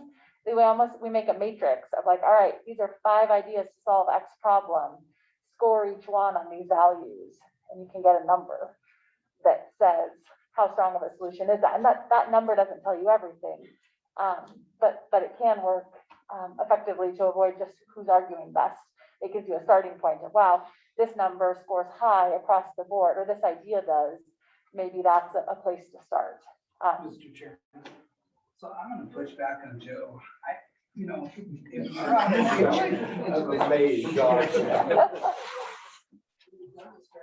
you throw out an idea, we have people that are for it, people that are against it, and I think ultimately we educate each other, and we do that without trying to match some value. And I think we all have values in our head headed into it. I mean, abundance of healthy wildlife. We all know that means habitat. That means God needs to make it rain. That means we need to limit, try to deal with disease. That's abundance of wildlife, and that's a whole issue.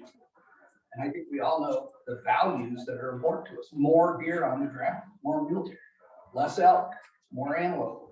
So I think we're doing exactly this. We just don't do it in I guess maybe a value-based. Yeah, go ahead, Lee. Process. So, I don't want to be Debbie Downer here, and we're talking about habitat, and everyone wants to increase habitat. We want to get more elk, deer, and antelope on the ground. Well, not maybe elk. But the reality is Game and Fish has been trying to do that. They're continuing to try to do that. We can come up with some good ideas. We can come up with some stuff that might help. But I feel that we need to, and I'm not taking away from what Rusty's saying, habitat and more animals is better. Everyone's saying that. I think some of the recommendations that are coming forward out of this task force, we ought to consider them molded or focused around what we have right now. Because what we have right now might be what we have for quite some time.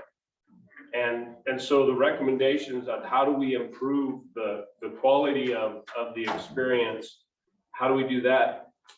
At this point in time, I think it should be based upon the resource we have available today. I'd love to see more mule deer. Every one of us does. We see those as super long-term projects. I don't say that we should not focus on that. I think we should put forward some ideas, but again, some of the recommendations we're coming out of this task force with, for all, focus on what we got to deal with. It would be a great, granted, if we had all the elk plenty elk, mule deer, antelope, everything, we wouldn't be sitting here. Everyone would be happy. We're sitting here to figure out how to go forward with what we have, the resource we have to deal with today. Appreciate that.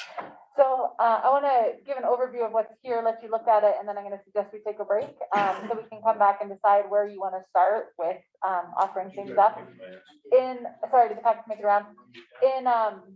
In looking at these by issue 2 and issue 3, when I tried to sort out the ideas you all have come up with so far, it seems that those were kind of artificial categories because they're so interrelated and overlapping.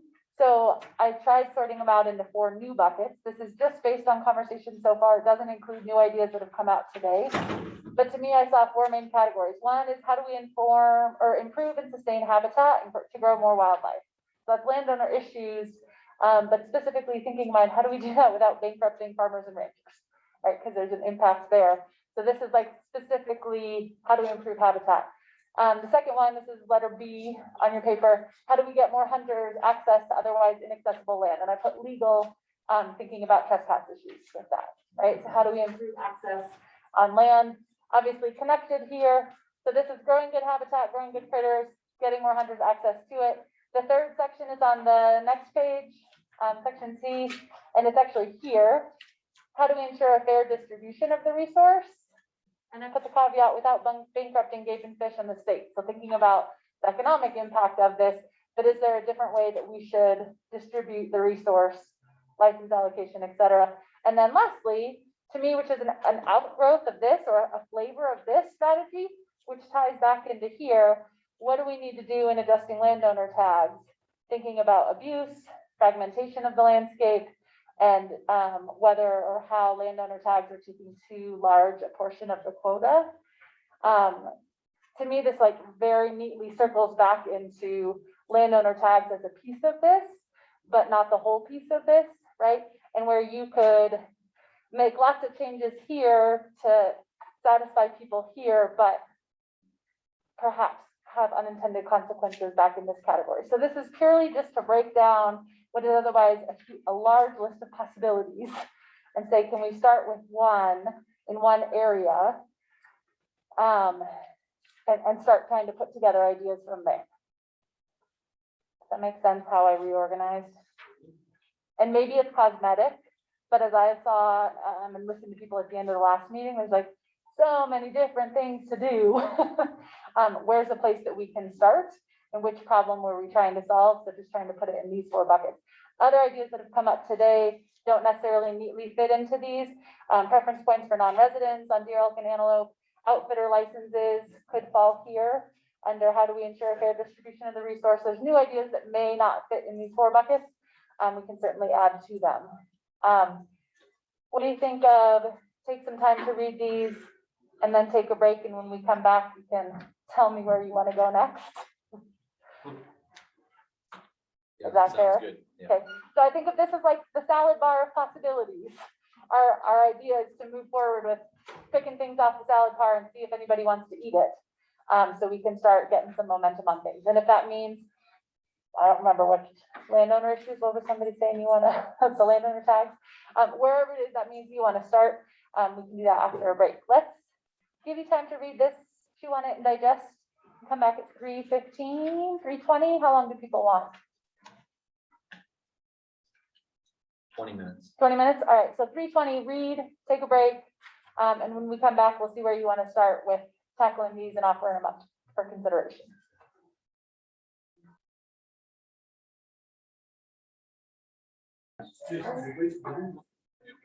Sure that we leave some time to deal with that one matter. Yes. So 15 I've got it, minutes. yep. All right, so heads up, I know 2 folks are gonna have to slip out because of commitments later this afternoon in other places, so just, So I could do it right now if you want. the Before they leave. legislative changes thing. Yeah, there was an amendment in our already sent to, that I want to address and make sure that this committee knows about it for one. And if we need to make sure we take a stand on that, then that would be the. You're the chair. Do you want to Okay, so do that now? because we're gonna have a couple people leave. If you don't mind, I'm just gonna take a We few just- minutes. We just lost 2 though. Yeah. and I- Cy and Joe, we need you. Yeah, I need Can you you. come back real fast? So there was an amendment put into the the big 590-10 bill that we have at TRW, that was a committee bill, and it was a Jennings amendment. And it says that 90% or the 90-10 rule would apply to governor and commissioner tags and once in a lifetime. So right now that is in our bill. And so I don't know that, I didn't know that until yesterday. And I'm not sure why I didn't know that, but and so that wasn't our intent, I don't think. I mean, really what that means is that 90% of the governors and commissioners tags would have to be sold in state. And that it would be once in a lifetime on those. I don't know what I didn't get to listen to that. Isn't that right? Isn't that? I don't, if it ended up that way, I never saw the final. If it ended up that way, that is not what I thought that they voted for when they voted. Now they did, and they did vote, and I think their intent was the amendment that was brought by Representative Jennings was to make once in a lifetime apply to everything and not carve out an exception for governors or commissioner licenses. And actually, I wanted to look at it. I haven't done that. I think they only said governors, not commissioners. It was just governors licenses. But that was not the intent of this group, and I did articulate that. I guess that's one thing that I want to make sure that we get some clarity on, and maybe we'll wait until January when Jamie's back. We'll get that. And Jamie's on. Jamie, are you there? Can you talk to us about that, please? Mr. Chairman, first of all, I apologize. I should have reached out to you right after that meeting, and I failed to do that. So I should have reached out to both you and Josh, and my apologies. And I am just drawing a blank right now. I was looking to see if there were even any meeting minutes posted yet on that meeting, and there are not. They are still not posted. So I'm going to have to think on it. I can't really remember the reasoning. Director Neswick has a better memory than me, so I'll just have to get back to you on that. And I have some, just had it sent to me. Also, some of this at pages 8, 9, 15, striking out and conforming language to implement the intent of the sponsor, Representative Jennings, second by Representative Knapp, to have license limitation on governor tags that must now conform with 90-10 and once in a lifetime. And so I and even if that's all it is, actually it says second amendment by Jennings and Knapp to include game and fish commissioners licenses with the same restrictions as governor's tags. Okay. And so I just want this committee to know, and thank you for that. No apology necessary at all. We'll get this worked out. So Rusty doesn't call people back anyway. So. Yeah, that's right. Anyway, but I just wanted the committee to know that, and maybe, I think that's one of the things that we were warned about, is that, you put something out there to legislature, you just never know what it's going to end up as. And so we need to stay aware of it, but I certainly don't remember us ever talking about that. That wasn't the intent. And at least as a chair, I would think that would be something that this committee would want to at least let that committee know that that was not our intent. That was not talked about by this, and to put something into that language. This of course didn't bring that up. Didn't talk about Right, it, so. I don't know what Jamie thinks, but I think once Jamie can get you the final draft bill, right, Jamie, you can get a hold of LSO and they will give you the final bill draft that you pass. Yes. And then, you can get that out to this group so they understand it. And then I think in a future meeting, you can either go, one, we didn't talk about this, so legislature understand we didn't, or you can say, no, we don't like that recommendation, or you can go, yes, we do like that. But I think if you weigh in, it's better than if you don't. I would agree. Yeah, I agree. Because we tried to dissuade this amendment. Okay. And I may not have been, I kind of got blindsided with it, and I may not have been the most articulate, but we tried to tell them this was a bad idea for a lot of reasons.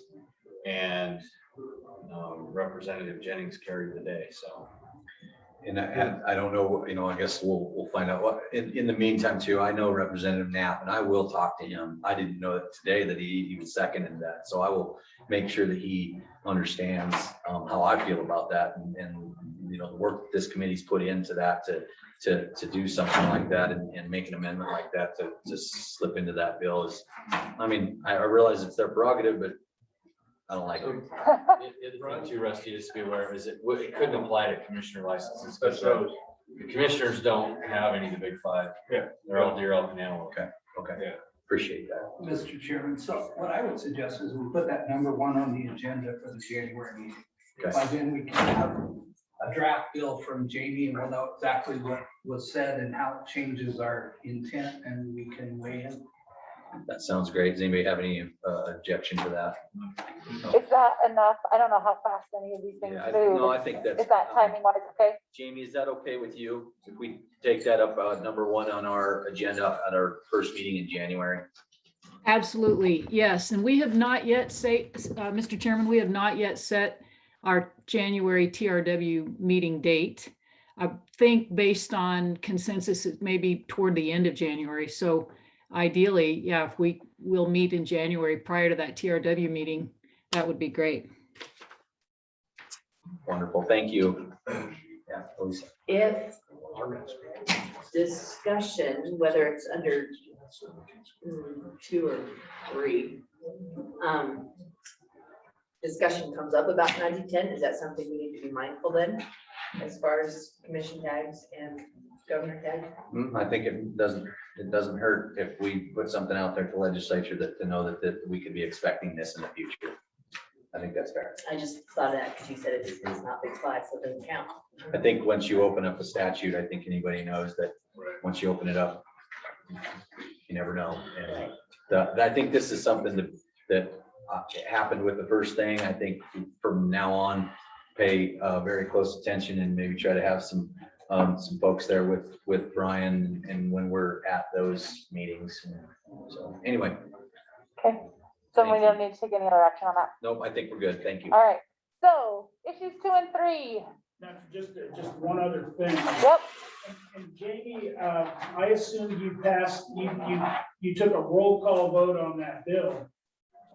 That's my assumption, and if you did, then, it's kind of hard to pull that back and reform it in that committee in January. So just so you know, that's likely any fix would have to come in session. Okay. Right, Jamie? Yes. Would that be your? Mr. Chairman, yes, and Albert, that would be correct, but it could be noted too at our January meeting that this task force takes exception to the amendment, and that would provide some weight going into the session. I'll certainly talk to the speaker about that. Okay. All right, issues 2 and 3. Where do you want to start? I have an idea. No, really? Raise your hand if you're surprised that Pat's the first to go. Go ahead, Pat. About access, and I agree with Adam's definition of access. I don't think we're quite ready. The ghost of Senator Hicks is sitting in that chair, but he's not here to talk about license allocation, but physical access to private lands. Or inaccessible federal or state lands. Yeah, or landlocked public lands. So my proposal as an idea is to throw out for discussion is we have 2 alternatives. One is to direct the commission to strengthen the Access Yes program via additional, and we could talk about the ways to do that. I think money is going to be part of the solution. So the commission invest substantially more money into Access Yes, and we tie those greater payments and greater number of ranches, and could have a financial impact on the department, but we need to gain more access to private lands and landlocked public lands. And I think the model is already there via Access Yes. So that involves more expenditure of money, potentially more resources by the department. Or as an alternative, we could consider directly compensating landowners for the forage that our wildlife consumes. We could think about that and somehow craft a formula that compensates landowners depending on the amount of wildlife they support or access. and tie it to access again. And then Mr. Doobie suggested last meeting, I think it's a good idea for us to explore that maybe it's not just payments, maybe it's kind of in-kind habitat improvement. I mean, we help a rancher deal with cheatgrass or leafy spurge or whatever's plaguing his rangeland to make it better for wildlife and his livestock. But I think that is the way to compensate our landowners for the important service they provide to our wildlife and increase access, which is a huge problem in Wyoming. Help me understand on this one. I'm not opposed to the idea. I just want to clarify. Is this an expansion of the forage loss? So tell me more about how it's different, because that's, you have to, if you get damage claims, you have to provide access. I don't want to talk about damage claims. So separate, just like payments for. So we take, I'll just throw out an idea. We take the number of wildlife that occupies ranch, multiply that times some forage fee, and that equals a payment to the landowner for supporting the wildlife. In its most simple terms. I don't like my second alternative as well as I do expanding the access, yes, because that program exists and we could provide additional resources and direct the commission to spend additional funds on that. It's Pittman Robertson eligible, so for every dollar they spend on that, they get reimbursed by the Fed 75 cents. So that. I have a question to Director Nesbitt. So limit, you know, you always have a limited amount of money with access, yes, and you'd still, if you expand the program. So how do you prioritize? And I think that would be a question for the whole group. Is how would you want to prioritize areas that you focused in on, right? Is it the very most difficult hunting areas? Is it some other, how do you guys do it currently? So there's probably two factors that, and we're actually right in the middle of this process after the bill that you passed here with the increase in conservation stamp last session. We've taken basically all 8 regions and said, come up with 5 priorities in the region, put them all on a spreadsheet, and we've looked at places where we have a real need to, where we're not meeting management objectives, and places where we have a willing landowner where it's like low hanging fruit, we can make it happen quick. And those are like the 2 evaluation criteria we're using right now. And then from that, we're going to develop for the whole state. Here's the top 4 things that we're going to try to do with the first batch of money that comes. And then we'll just keep working our way down the list as more money comes in. So difficult to access, you mean hard to access. How would you describe it? So difficult to access. Yeah, so units that are hard to get to right now. So where there's limited access, that's not in your 2 right now, from what I heard. Yeah, that's actually a screening. I mean, that has to be there no matter what, because that's in the bill. Okay. The bill says it has to be to access difficult, let's say difficult to access public lands. Public lands, private lands. Yeah. Yeah, go ahead. I appreciate Pat bringing this up because I've brought it up many times.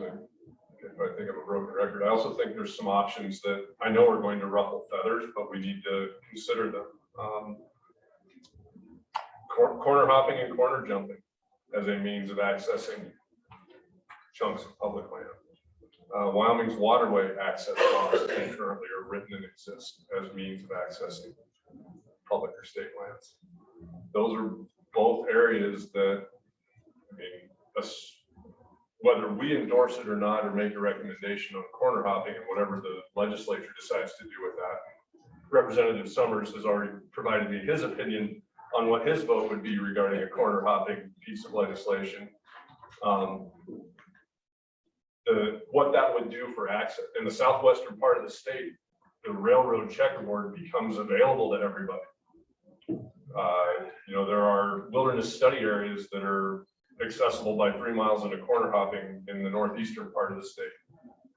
Otherwise, they're ineffectually, they might as well be in India at this point in time because no one's getting into them without that opportunity or lots of climbing gear. Let me just check in really fast. I'm thinking about your all's norms of tackling one thing at a time. And I don't know how narrowly or broadly to define that.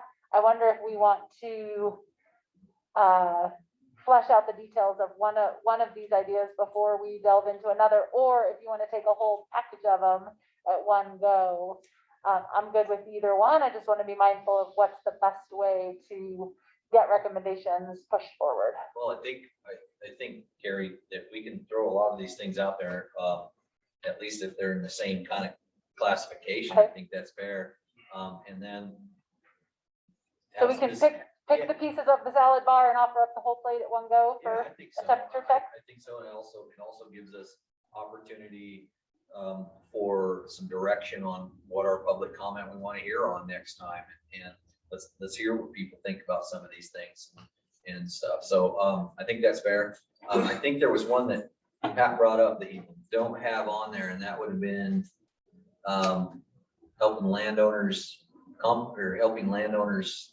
like with cheatgrass and different stuff like that. I can't remember how you. So for the compensation, it could be financial or it could be services. That's in that. Okay. I was wondering, just go ahead, Tony. Well, I think that there's already some opportunities.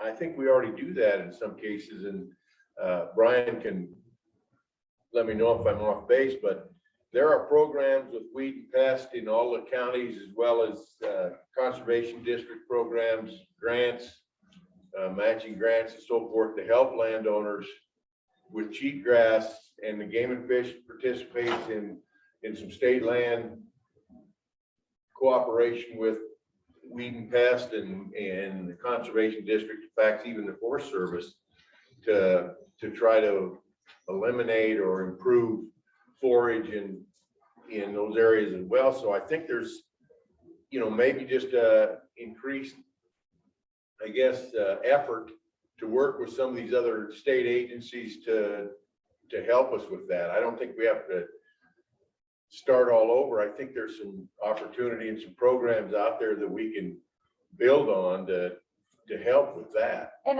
a practical sense, Tony, I wonder, is that, it seems like part of this compensation is a carrot for access. It sounds like if those programs are already available for free, then these in-kind services. Well, they're not free. They're not free. They still would be. Well, I know they're not free, but like if they can access them without allowing access. Well, but I'm not sure that it's a coordinated effort to do that, to utilize.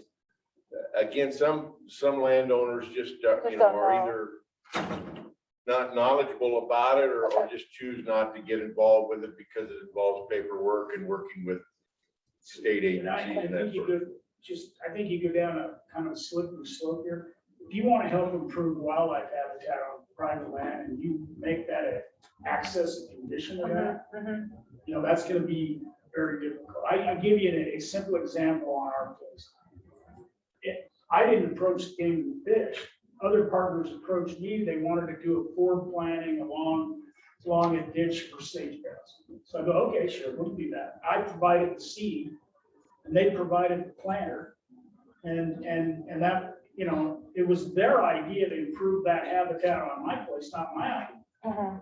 And certainly, the access wasn't even a part of it. It was trying to improve wildlife habitat, which I think is a much different deal than compensating for access. Okay. So that those things might be. I think it's directly related. It's a riot.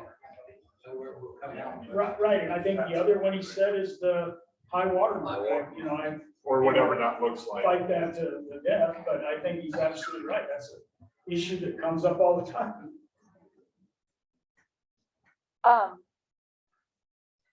I'm just wondering. Is it possible, though, I think we understand what that means on the surface, but I don't know, honestly, I don't know what the statute says about those two things. For the next meeting, can we have You're that? talking about corner jumping. Yeah, that and high water mark. I don't know what corner jumping means at all, so somebody could explain that to me. Stepping from corner to corner. So you've got 4 sections that come Yeah. together. You're hopping from Arizona to California, yeah, okay, It's not legal in Wyoming. and it's not legal. Maybe Pat can help us there, but is there not a criminal statute for corner jumping? Sort of. I get the geography of jumping the corner, I just didn't know that that's illegal here. That's just gonna take over.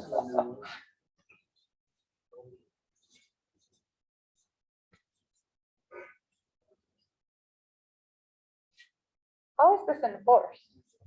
I imagine these are not like right next to somebody's house. You're about to get a whole new story. I get it. He does this in the courtroom too. Rick King will be here next. I hope he uses smelly markers when he does. So corner jumping is coming from public land, jumping across this border to access public Right. land on the other side. Right, and this is illegal. So back when I was Attorney General, I was asked a question. Could you prosecute someone criminally under the game and fish trespass statute? And I said, no. You said no, but you could potentially under the other statute. So, and here's the idea. There's case law out there that says a landowner owns from the center of the earth to the heavens. And so if you jump across this corner, you're necessarily going to trespass on. Because your body is, Unless you're really skinny. Pieces of. unless you're really skinny. I would definitely trespass. Me too.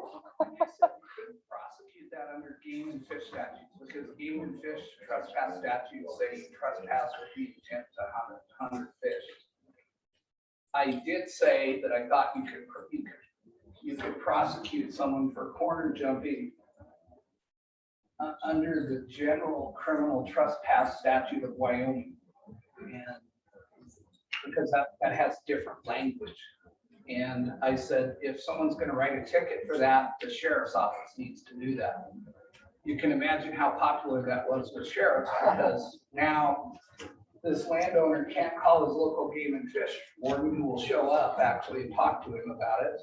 He has to call the sheriff, and the sheriff says, I'm not doing that. I got lots of other stuff to do. So that's kind of the state of the law on corner jumping, and I think it's still that way. Yeah, there's more to this story though that is important before Dwayne asks this question.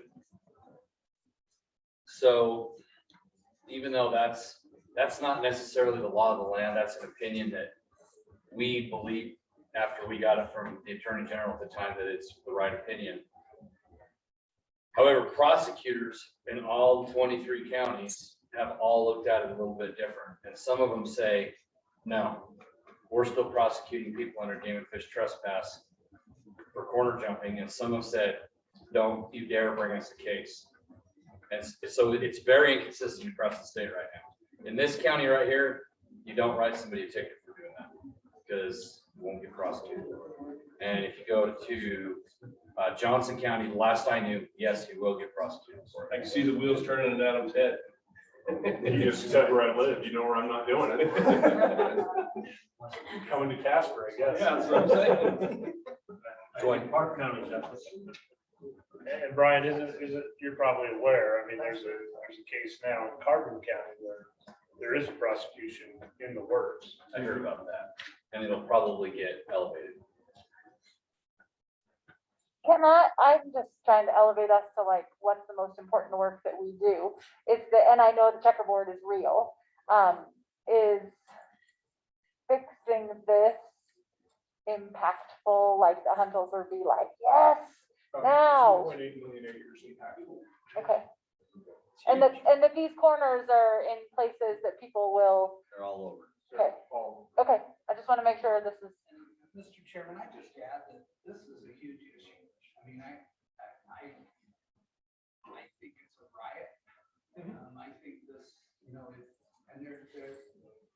Everest Western, who's a legislator out of Sheridan, proposed one time to me to pass a statute authorizing corner jumping, and I said, I wouldn't do that because that's a war. That is so threatening to private landowners that I don't think it'll ever get passed, but it's a discussion we need to have. It would be healthy and it'd be educational for the public to have that discussion. So I think this is an important issue to talk about. So in terms of where we go next here, I've captured these as far as things that we're pulling down on our plate. Do you want to have that conversation about corner jumping now, or do we want to keep? I'm going where you want to go next, but Can I ask an audience member a question real quick? Because I know she probably got some insight on this. Jesse? Wyoming VHA is raising money for a corner hopping thing. Do you know what that's about? I don't know. I just have seen it. I mean, I know very little. I think it's probably more important that you talk to like heads of the board, like Pete Saab or Buzz Hedrick. But I know that they are raising funds for defense. It's not their GoFundMe, it's through the folks that the defense is doing. Okay. But I would ask Buzz and Pete to speak to VHA. And that's the one, Adam, I alluded to. Yeah, I knew it was getting deep and tentacles were going in all sorts of directions. Mr. Chairman, I think I agree with Pat that we need to have this discussion, but it's going to lend itself into this pot of money through the sale of conservation stamp and the increase in access.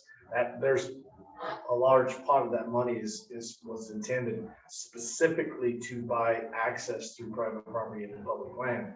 So a lot of these, they're not going to be able to afford them all, but that's part of what this is supposed to solve, is these specific type of issues like this. So it's good to talk about it, but at the same time, we've already passed through the legislature a vehicle that's just now in place, and the funding hasn't been fully realized to move towards that with purchasing access. Would part of that be that you would like buy these little chunks of? There's all kinds of roads. There's all kinds of roads. Buy access to get through and get to this section, to the next one. In some parts of the state, yeah.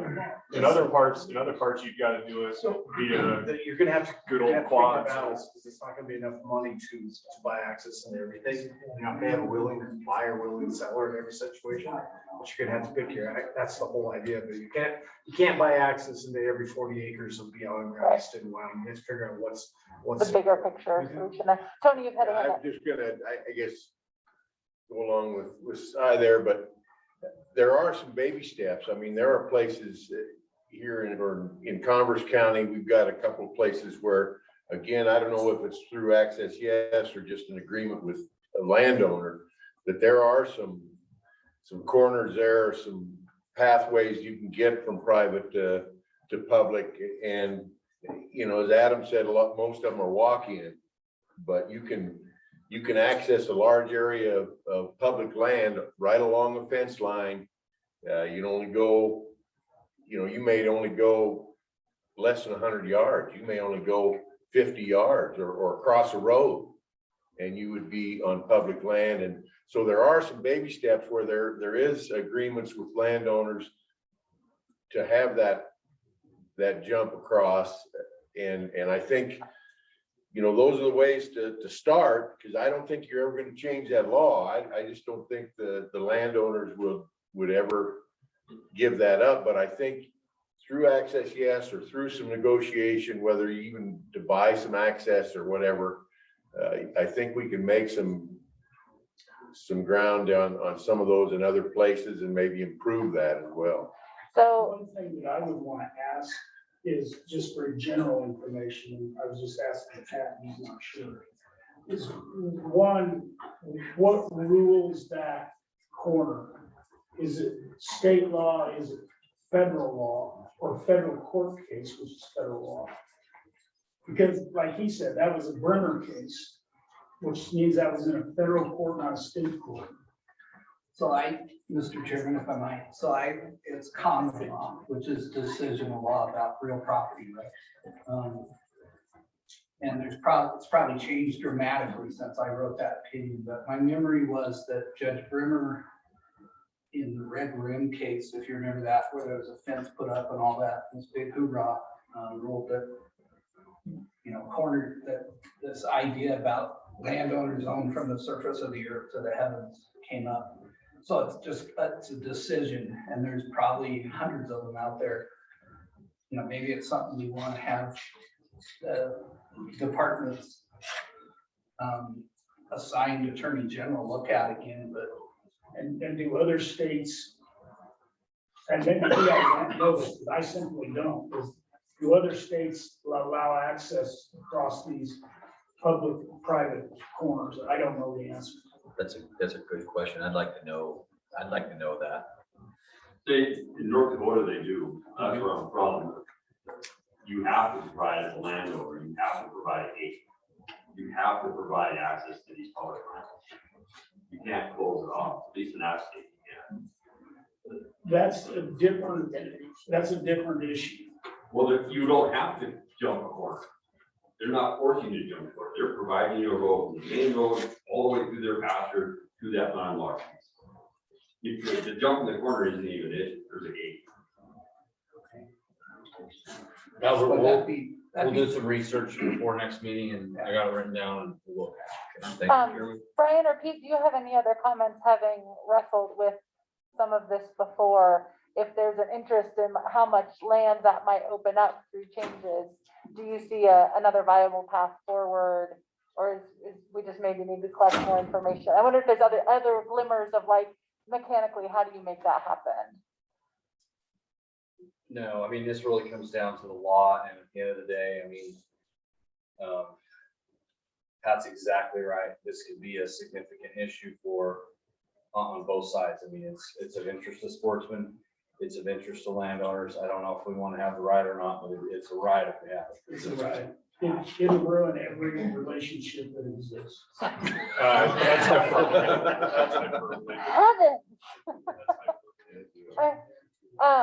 So again, I don't want to discourage having the conversation, but I want to think about how can we spend our time in a way that's going to have the most impact.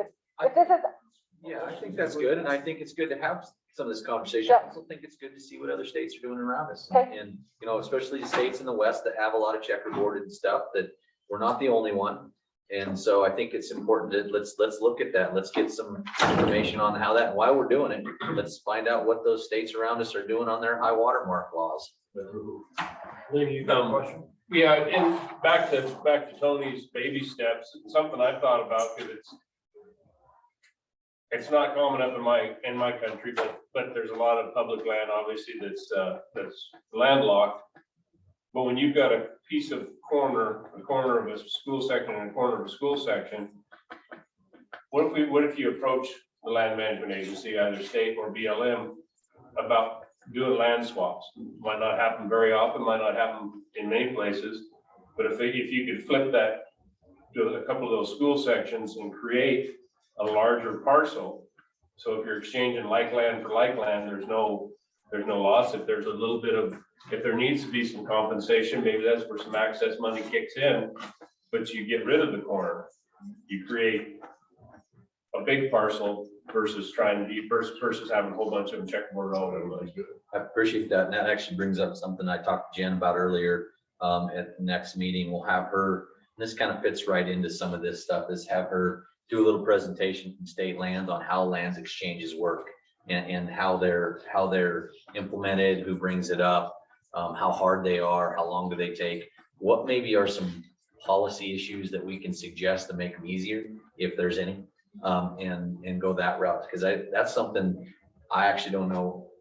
I know there's a lot I don't know about, but this is one of them that you know, I don't know how those work. And it is something that, like I said, Speaker Barlow did offer that he has a lot of experience in this, and he was involved, and his family was involved in a huge walking area that's available now in Campbell County, way back when. And so I think he said he thinks there's some ways to make it easier for government to make these things happen, and I think that's important.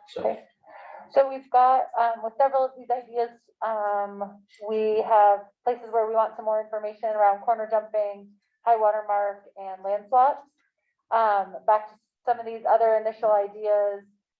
strengthening access. We know there's more money coming in because of the conservation stamps. And that this, you've got these pieces of criteria to know which lands to prioritize. Do we need any more conversation about this or information? Go ahead, Adam. I have a question to landowners. What's the big scary reason for avoiding this? What is, Like, why don't what's people the do hard access? no? Like, yeah, you can step over that fence. For corner jumping specifically? For corner jumping specifically, because, and it's just a conversation that Albert and I had that spurred that conversation. I mean, he said he was a hard no on it. What's the werewolf in the room that makes that a hard no? From going from BLM to BLM? I just think it's not BLM to BLM because you are crossing a point. So it is private property right. Is there a private property right there or not? So there's the. I can tell you, we had our driveway, our stock driveway, we had a. It took us years. And we had to go around to all of the landowners, new landowners, new people, and we had to get an easement to cross that, it was like 100-foot thing across all these corners. Because an old easement hadn't been filed, 89 years ago. So. And I think on that note, it's not actually, when we talk about pulling the string here, it does something here. We're talking about access from public to public, but it's actually bigger than that. It's going from one private through other private. It's not just, you know what I'm saying? When you delve into these things, you're talking about going through, not from public to public. You're talking about going, you're not, but the statute is talking about going from private to private through to two different other privates. And that's probably a sticking issue too. Well, and it's really hard to know where that point is, right? I mean, we got GPS now and all that stuff, but they aren't always tied to the corners. And then are you really crossing that point? Well, law enforcement, they use Onyx just like every hunter does basically. So they're using the same to determine criminal trespass as hunters are for access. Mr. Chairman. So Adam, I'll answer it. If I win the lottery tomorrow night and I buy a ranch and I have control of that ranch, and let's say I have 10,000 private acres and I have a corner that borders national forest, I mean, I don't want you jumping the corner.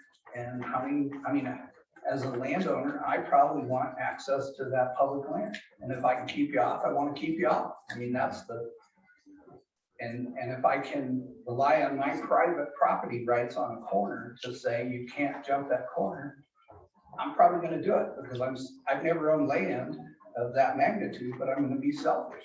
I want to kill the big bull on there or protect my mule deer. It's a, as caustic as that answer is, I appreciate it. Selfishness from the outside perspective, selfishness is the motivation. It is. Because Would be my motivation. You're locking the general public out of the general public's land. And so I do appreciate that answer, even though it's feels terrible. So. I'm wondering if there's a part of this. I'm sorry, Brian, you had a hand. Go ahead. I'll just give you an extreme example from a ranch I'm really familiar with. And this is the fact in a lot of other places too. There's a ranch in Elk Mountain that tried for years and years and years to do a land trade that would actually benefit the public by trading and blocking up. It's in the checkerboard, blocking up deeded, blocking up public. You could never get anywhere with it. And this particular landowner outfits on the mountain, and corner crossing would allow people to get right into the middle of where he outfits. That's his whole issue. Again, maybe a very selfish self-motivation. I don't want anyone else in there for competition. Yeah, that's it. And so that's where the ride will happen is with, I don't want people walking in. I've offered up to give up and block up all this land, but the federal government won't do it. I'm wondering if there's an element to this that when I think about just why don't more people participate in access, yes, that the hassle of more traffic through your land, if you can avoid that, you're going to avoid it. Like there's the Wyoming way and the public good, but when that's competing against, do I just want more people traipsing through my land? Then if I can keep them out, that's easier in certain ways. Is there an element to that? Adam, I think it's a lot of the same conversation you and I have had about the area in our part of the world. It's just tradition. It's just that it's the natural way a landowner, he looks at his boundaries as his fence line. He doesn't always necessarily look what if it's public or private or whatever. That's his domain, so to speak. And they selfishly want to keep you out of there. And not only that, in our part of the world, they don't want you going through me to get to my neighbor. And if you do some of that, then it's gonna allow that. And that sets back neighbor relations, especially in our part of the world. It's just not the thing to do. And whether that's right, wrong, or indifferent, those are the types of attitudes that I think you're having to fight to gain access to that landlocked public land. Because very little of it in our part of the world is just one grazer. It's multiple grazers. And they have to live with each other the rest of the year. And I tell you, when hunting season comes around, everybody's a little crabby. You know, neighbors, when normally you go through your neighbor to go check for a cow or do whatever, what comes hunting season, you stay on your own side of the fence. Throw a little oil and gas in there too, and then you got the same. Yeah, you know, You got the and same problem. I think that Representative Western's original idea was to try to get into some of that country in northeastern Wyoming, the big blocks of public that's tucked up in there. It wasn't corner jumping or something. He was trying to get a way across a landowner to access that public land. And the problem he's gonna have with that is if that land has multiple grazers, that's where it's gonna be a problem. Yeah, I know what you're saying. I get what you're saying. I Doesn't make it comment right. that whether it's right, wrong, or indifferent, I mean, it's It is. pretty, It from just my is. perspective, it's pretty clearly wrong because those federal or state lands aren't owned, even though they might have been at least taken care of for generations, which is excellent. That helps continue those family ranches. But Those are the attitudes that you have to overcome. yeah, oh yeah, that's why I'm trying to keep pushing this conversation that direction. Because if we don't have a chance to overcome those attitudes. All right, so we've got some ideas on the board for physical access to private land, landlocked lands. Any more discussion on these or other ideas that you want to offer up around that idea? Mr. Chairman, I think Montana has a dramatically different high watermark rule. You know, the question is who owns the land underneath the navigable river? In Wyoming, a private landowner owns the land under a navigable river. In Montana, I think they changed their constitution and said the state owns all the land under a navigable river, so you can anchor. And I don't think it's a problem on the flat here. If you're floating and you try to anchor at certain places, the landowner comes out and kicks you off because he's outfitting fishing usually on that land.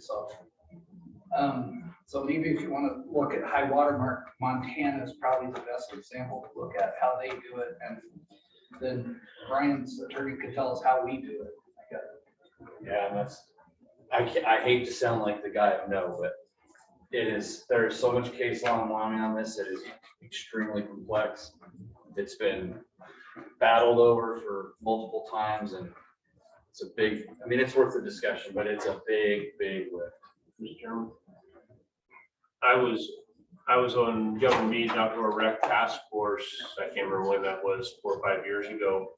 And high water mark came up and we had some guys from Montana come down and say and these are landowners, say it's the worst thing in the world because they've got folks, because what it means is you can access and do whatever you want on that land up to the high water mark.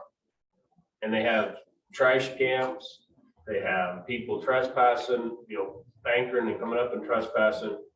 They said, stay away from it. And we explored it, we talked, we discussed it, and it got kicked out pretty quick by log post.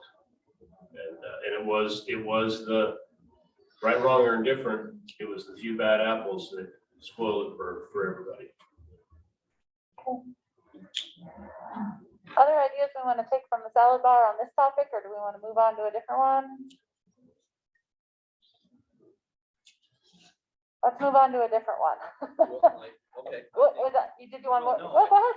I don't know if I don't think it's the same, so I think but Jim gave us a presentation in a statute to look at. And with some things that Wyoming stock growers are, you know, putting on the table as opportunities to change the landowner tags. And I think that there's some really good ideas here. If you can go through these, and some of them make sense and some of them maybe need tweaked a little bit. And I think we heard from one person that, you know, not all 160 acres are created equal. I think we all know that.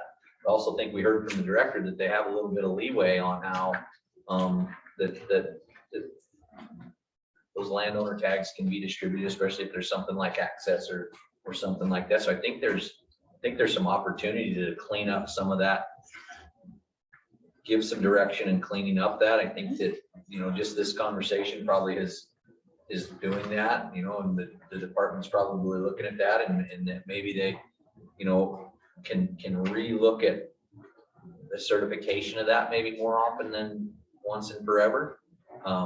But, you know, I think there's some opportunity to look at this and say, yeah, I think that makes sense.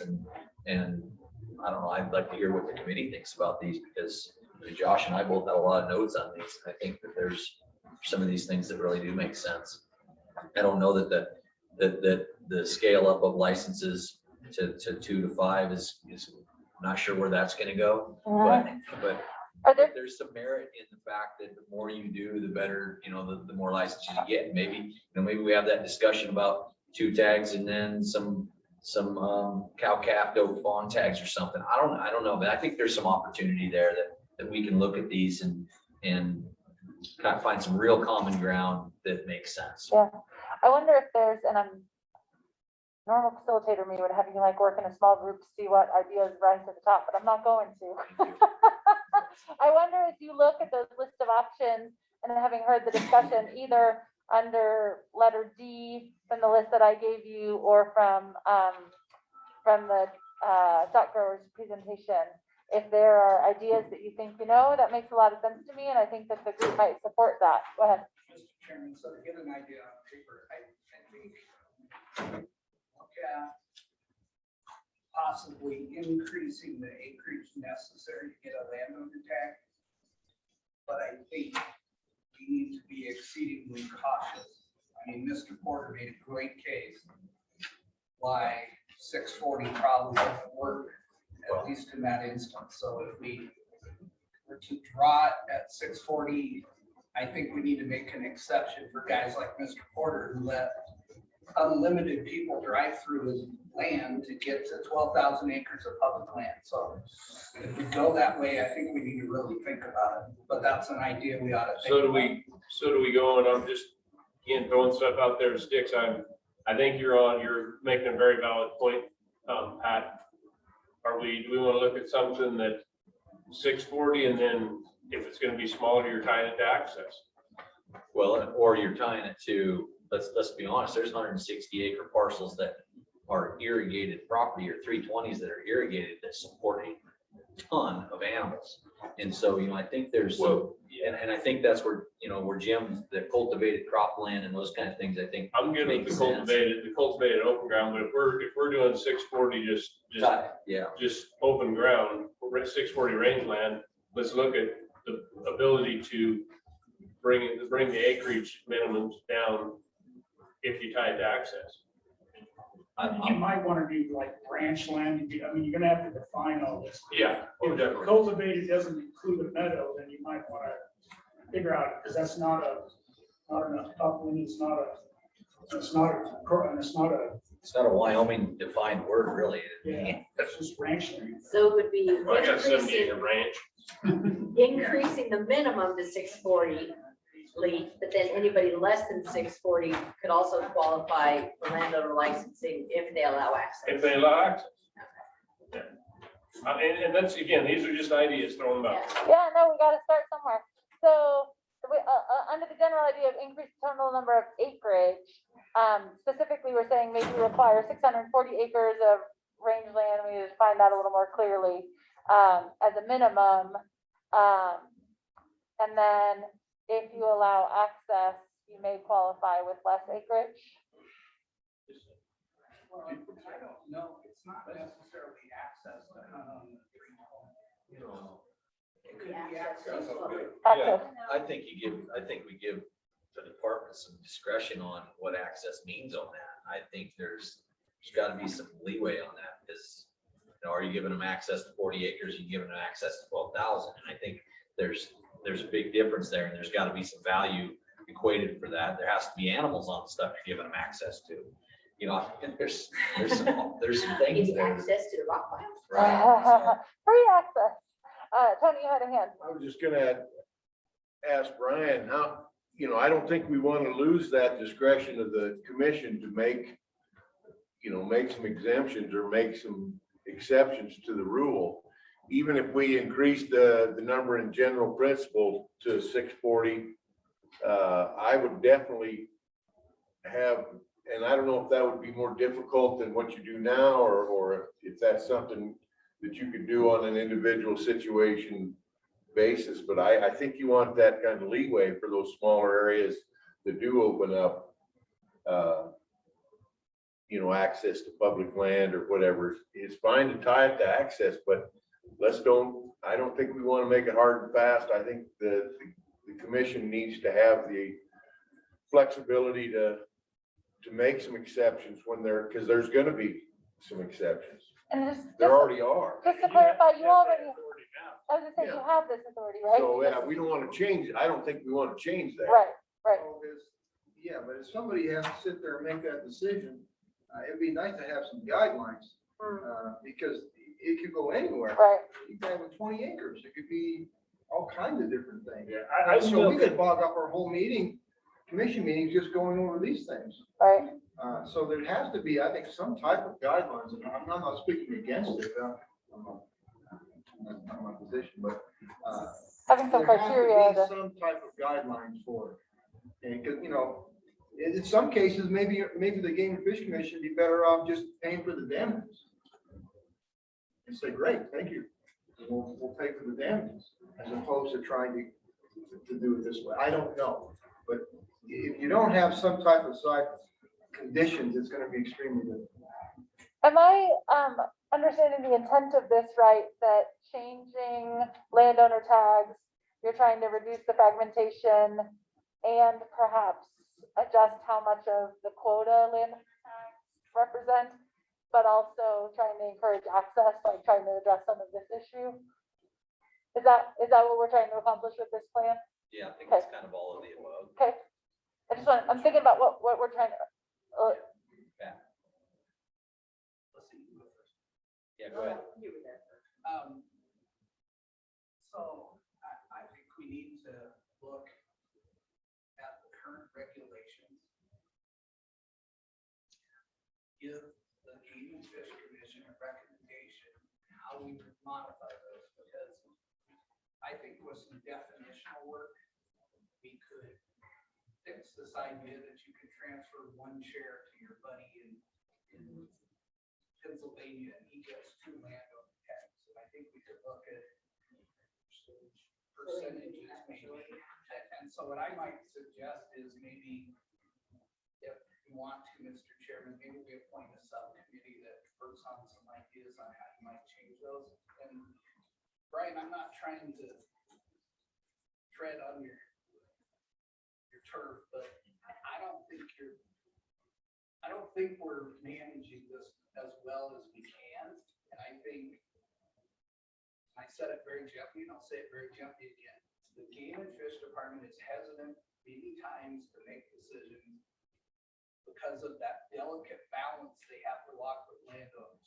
And so I think this task force might give them some bigger cojones to do what's right with regard to Alrighty, then, here's that. that is not a 4-letter word, Rusty. He is keeping it civil. That's not a 4-letter word. That's at least 6 letters. I'm strict on the cojones.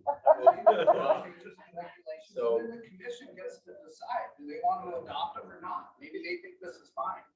I personally think we probably erred, in my time on the commission by not looking at this a little bit harder. And I'm okay with having a subcommittee work on this outside of this a little bit to go through some of this language. I do Carrie and I had a conversation about subcommittees and how hard that is to keep the public engaged in it, you know, and if we were gonna do subcommittees in here, how in the world are people gonna pay attention to what's going on? And so but I'm okay with what you're saying. I mean, we have the statute right here. We have some of the regulation and stuff right here that if 3 or 4 people want to raise their hand and say, yeah, we'll look at this language and see what we can do and bring it back next time. I think I'm perfectly fine with that when we have a good conversation. And process wise, I think you make a good point that there's some jobs that are good to do with 18 people all looking at them, and there's others that's much more fiddly. This is one of So those.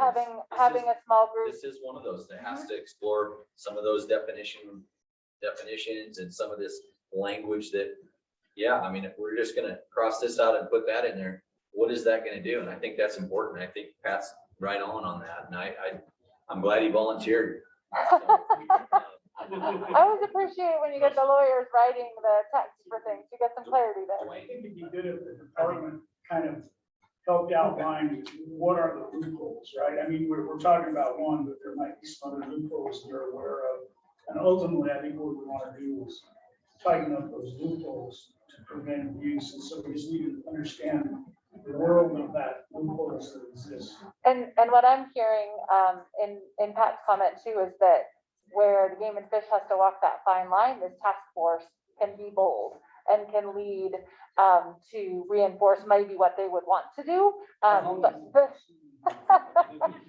we can bring all of that power to maybe do something that might be unpopular or difficult for the greater good on this. Let me give you an example. So that, you know, the idea of, you cannot get a landowner license if you bought a piece of land with the intent to get a landowner license.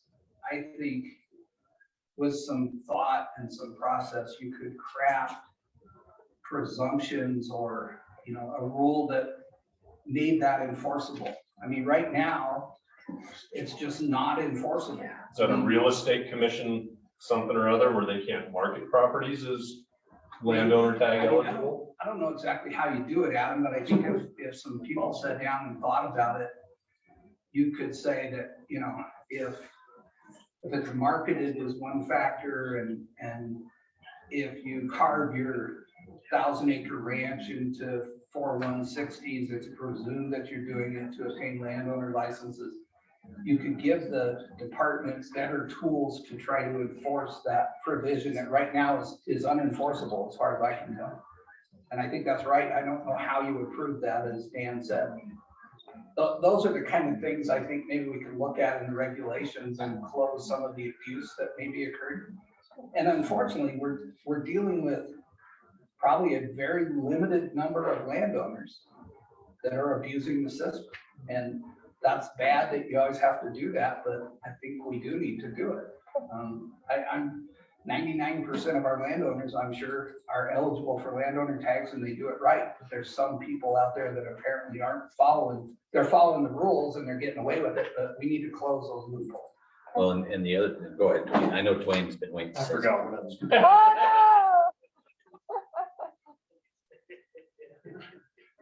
I did make that suggestion in my proposal, that we have basically a subcommittee, but I'm not sure we have. I think we need to involve some of the bigger landowners that are having some of the problems with numbers and things. So I don't know if that's acceptable to our task force to have somebody in that category that sits in on that. Well, I think reaching out to them and getting them to weigh in. I mean, we've done that with all kinds of people here. Sure. You know, getting their comment, I think is appreciated. And I think once you come up with something, once the subcommittee comes up with some kind of language, we're going to put that out there to everybody anyway. And I think it's important to get that. I was just going to say on Pat's, you know, we would find out the change in this and why there's been 160s for a long time. We even changed it to 170. I mean, you'd find out if people started selling things at 170s instead of 160s. You know, I know that sounds crazy, but that's the truth. I mean, I keep going back and 161. I mean, to Pete's point of which aspect are we trying to solve? Is it about too much of the quota? Is it about it being abused? On one hand, if you just raise the number, maybe you discourage some of that fragmentation, which is important. And also maybe you tackle some of that abuse where if people just bought it as a second home hunting tag, that you may curtail some of that abuse, but you could also just tighten up the language. Elisa? Can I throw a different one? Yeah, please. So, because it's come up 2 or 3 times in terms of that inequity, right? You've got 160 acres, you've got 10,000 acres, and they all get some tax. So whatever that tiered system looks like. So I'm wondering, I think it was Pat or somebody else that asked, how do you, if you're going to be adding more tags, there's some people that are frustrated, landowners are getting more than their fair share anyway. If you're going to add tags, is there a way to balance that? And maybe it is balanced just by raising this. Well, because I think, Brian, you said a third of them are under 640 right now. Well, why is it always 2? You know. Yeah, it can could be a we give 1 to them 4 tier. You know, I don't know the answer. I'm just throwing it out there. And do they always have to be type 1? Right. Yeah. I think you look at tiers and access and all of that, there's a lot of things you look at. Mr. Chairman, I think Alyssa's comment earlier regarding property smaller than that, one way you could tackle that is enrollment in excess, yes. That would make the commission's position much easier because you already met a qualification. It's not just arbitrarily trying to come up with an idea. If you would enroll through access, yes, our people would coordinate that, check it all out, make sure it works for everybody. That could be a way to handle somebody below 640 that's still providing access for the public. And Pete, how many of those potentially would be less than 160? So that now you're including others that currently aren't even eligible. Well, because they I don't hit that think benchmark. I think you could handle that in some way is your game warden or your access coordinator. If it's not worth doing, you know, you leave that up to them to decide whether or not trying to get access into 160 acres is worth doing or not. More likely it won't be. But, like the porters, I mean, you're crossing 320 to get to 10, 12,000. That's a whole different deal. That's worth a lot more than the little small pieces. And like I said before, maybe if that's a big issue, we pay for damages. Thank you for providing that habitat. We're gonna. Good to go.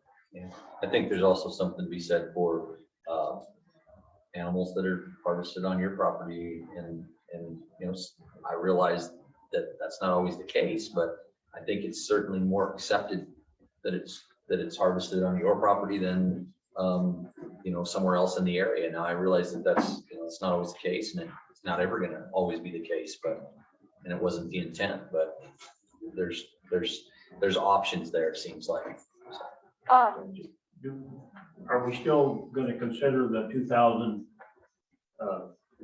days or animal days? I think that's science that you guys, that we use. I think that's probably fair to use. But Brian, I'm curious if you had something in place that said you had to, for example, be 25% ownership, would that stop or prevent some of the abuse with corporations and LLCs? Oh, significantly. Yeah, and then you got to define abuse. I mean, if you think it's abuse for somebody with 1 share to get a landowner license, then yeah, what you propose would be a solution to that.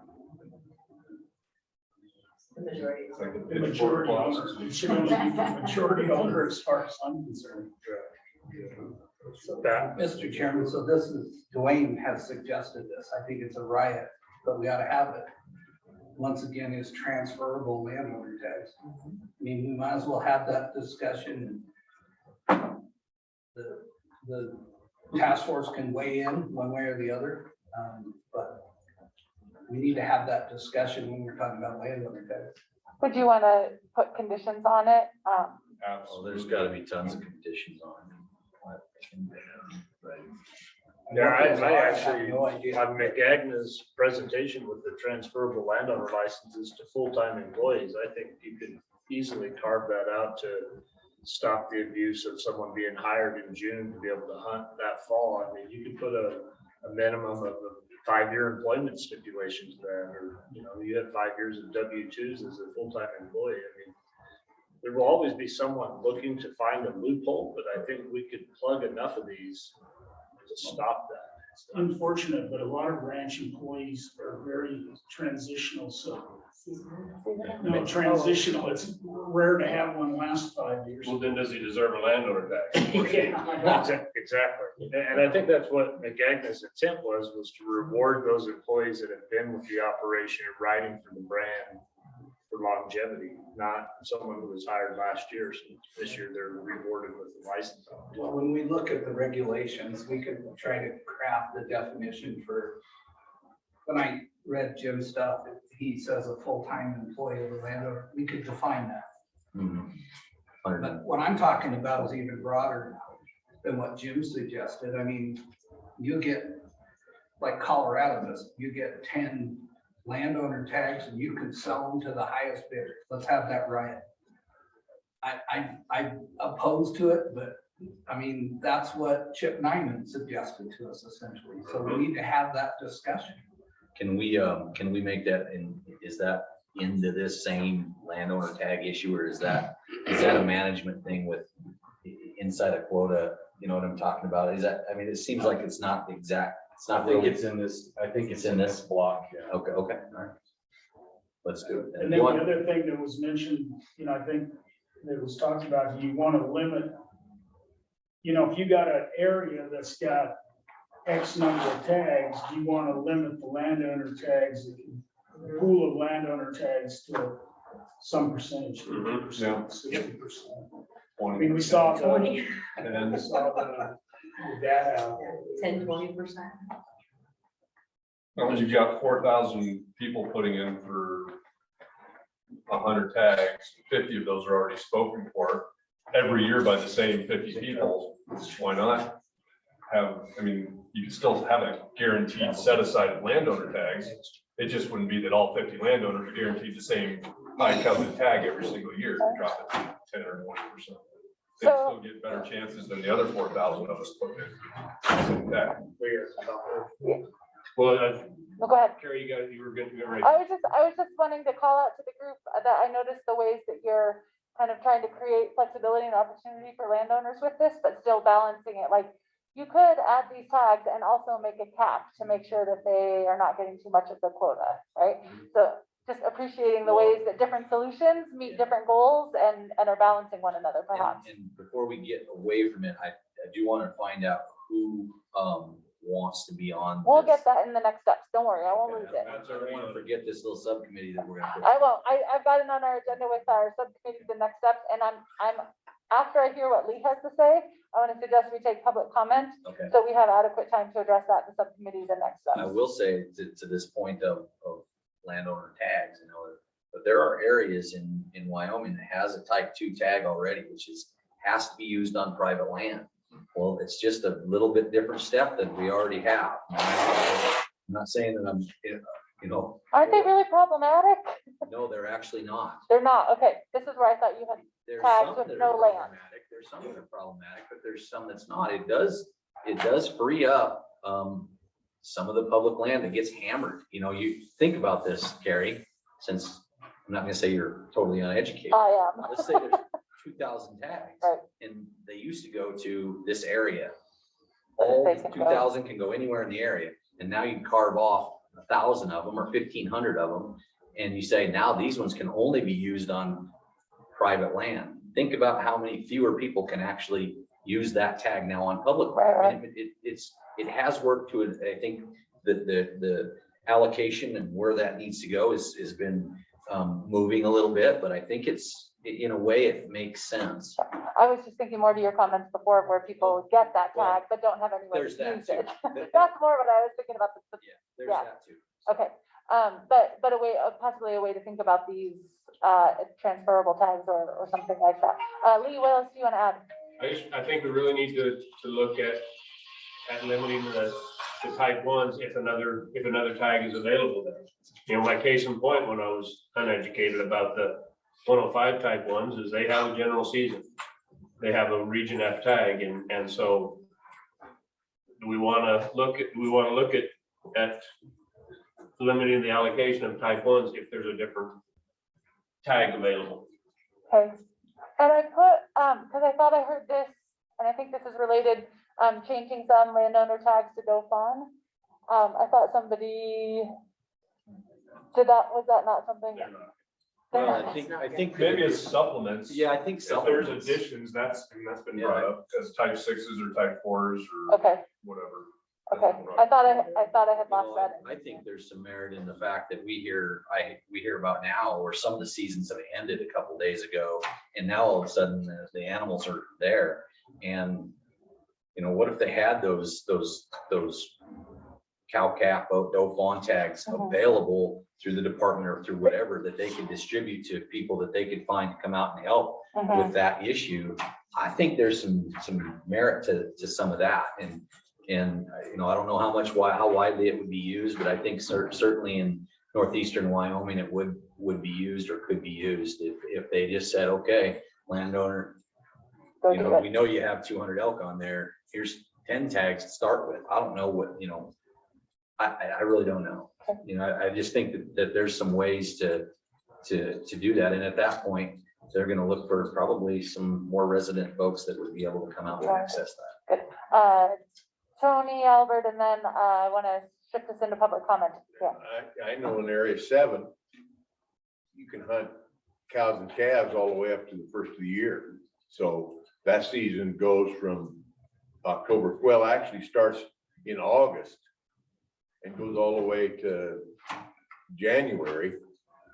So there's plenty of opportunity to get cows and calves, but again, it's the same old problem, access. Even when a lot of these places have 4,000 elk on their place right now, after the regular season ended on the 20th of November, they're not allowing any hunters to come in and shoot a cow and calf. I mean, the opportunity, the licenses, you can, like I said, if you have a cow calf license, you can hunt for 3 months.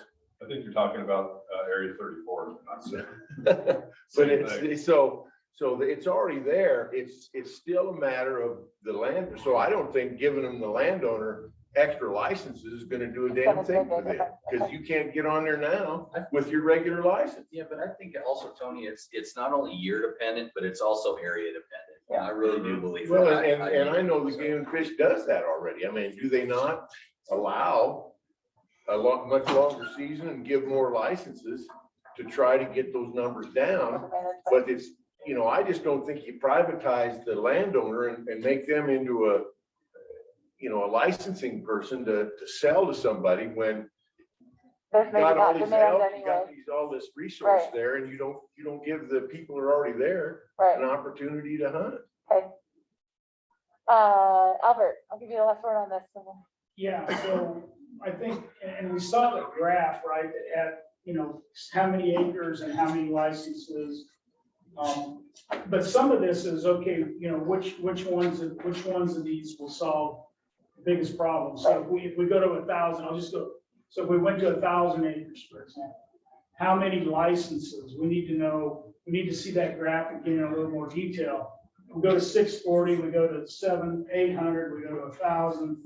How many licenses does that free up out of the total amount that's used? And, you know, I think we saw those three graphs were a very high percentage. I think if you went to 1,350, you got a third, or I can't remember. That's what I want to know is what are those levels? The first three was basically a third, and that was for the elk draft. So First two was a third.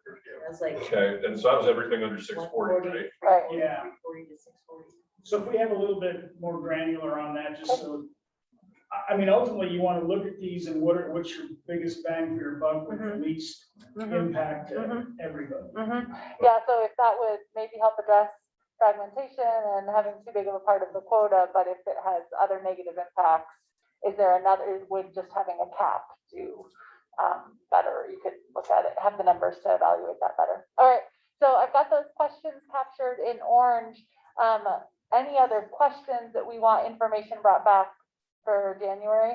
So just on that note, I think that that already have all that information, but it might be a little bit thicker now, but bringing back the same graph, and I think that Jennifer already said she would break that down for us by area.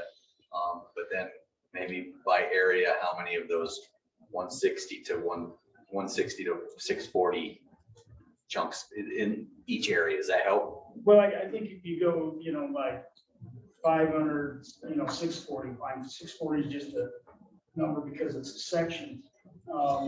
But I think, what you go 7, 8, 9,000, and then what falls in there just to see how that. By area. By area, because like 1,000 is a round number, right? All right, we good to move on to public comment then on these? I want to clarify. Yeah. So the way I understood the questions we were just asking was, I thought we were providing thoughts for this subcommittee to consider when they come back with some kind of a proposal, not, I've got a list of questions for the department that we need to bring back, but it wasn't necessarily everything warranted there. Am I right? I think that, if the subcommittee is gonna meet between now and January, if a subcommittee is gonna meet between now and January, we can talk about what their needs are. But I think these were like curiosity, this is a curiosity that the group as a whole wants to know. And that if a subcommittee is gonna meet between now, I imagine subcommittees meeting during task force time, but we're gonna talk about that. So we'll still iron out what that will look like. Is that fair? Okay. All right, do we have papers turned in for public? Oh, yep. Brian, the subcommittee, as I envision it, is just gonna work on how could we strengthen the current regulations to try to stem some of the abuse we've been hearing about. I think answering all those questions is the task force work the next meeting. Okay. There are ideas that we need to consider about how we might change landowner licenses, but I think, regulation work is just how can we stem the abuse? I agree. I think keeping that Keep small, that and if that subcommittee, whoever we decide's gonna be on that, 3 or 4 people, Okay. if they want to work separately for the next month and a half or 2 months almost before our next meeting, on that, come up with some of that language change, some of the suggestions. Okay. I think that's fair, but giving them that whole thing, No. I'd love to do it, Pat, but All right, let's hear from the public and then we can iron out thoughts about subcommittees, small discrete tasks like that or larger. Do we have any papers in the box? Anybody in here that wants to speak on this? Oh, and you can have lots of time. Jason, do we have anybody online? You have 3 online. 3 online? Nobody in the room? 2 you've heard from, one. So let's start with Wyatt, and then we'll go to Levi, because Levi was really patient earlier, and then we'll go to Rob. All right, am I on? Oh, hang on, Wyatt. Hold on, Wyatt. Okay, thank you.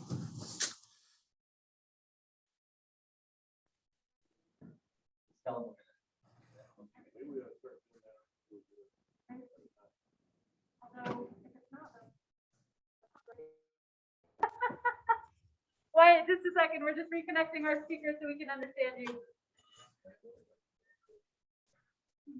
No, when I'm Is everybody through? They're ready now. Wyatt, go ahead. okay. Can you hear me? Okay. Yeah. Awesome. Yeah, that big conversation about corner crossing. Now I'm no attorney, and there's no stat specifically that speaks to corner crossing, but I mean, if this litigation turns up and we get some sort of case law from it that, gives us some direction, I think that's good enough for most people. But I do think for corner crossing, especially to federally managed public lands, we should be. Just a second. Our speaker went out. Okay. It's lost connection. If you double check that connection. No.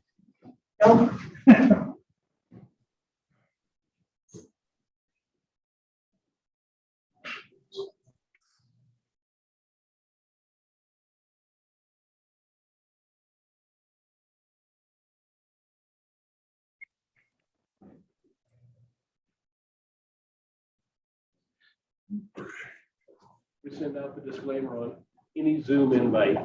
If you really want to be heard, show up. Because they are fraught with technical difficulties. I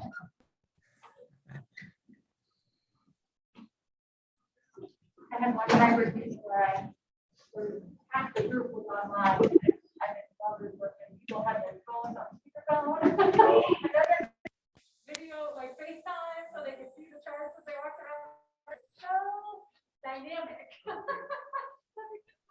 rest of the speakers just got like really big, so we just had phones on speaker. That was great. Okay. All right, well, let's see. We have blue lights on our speaker, which I think is a good sign. Go ahead and say something. We'll see if we can hear you. Can you hear me? We can, hey. Okay. Hey, be careful what you ask for. I'll be sitting behind you, breathing heavily in the next meeting if you're not careful. Can you hear me? Yeah, we can, you're good. Yeah, I don't know if you heard anything about what I said about corner crossing, but okay.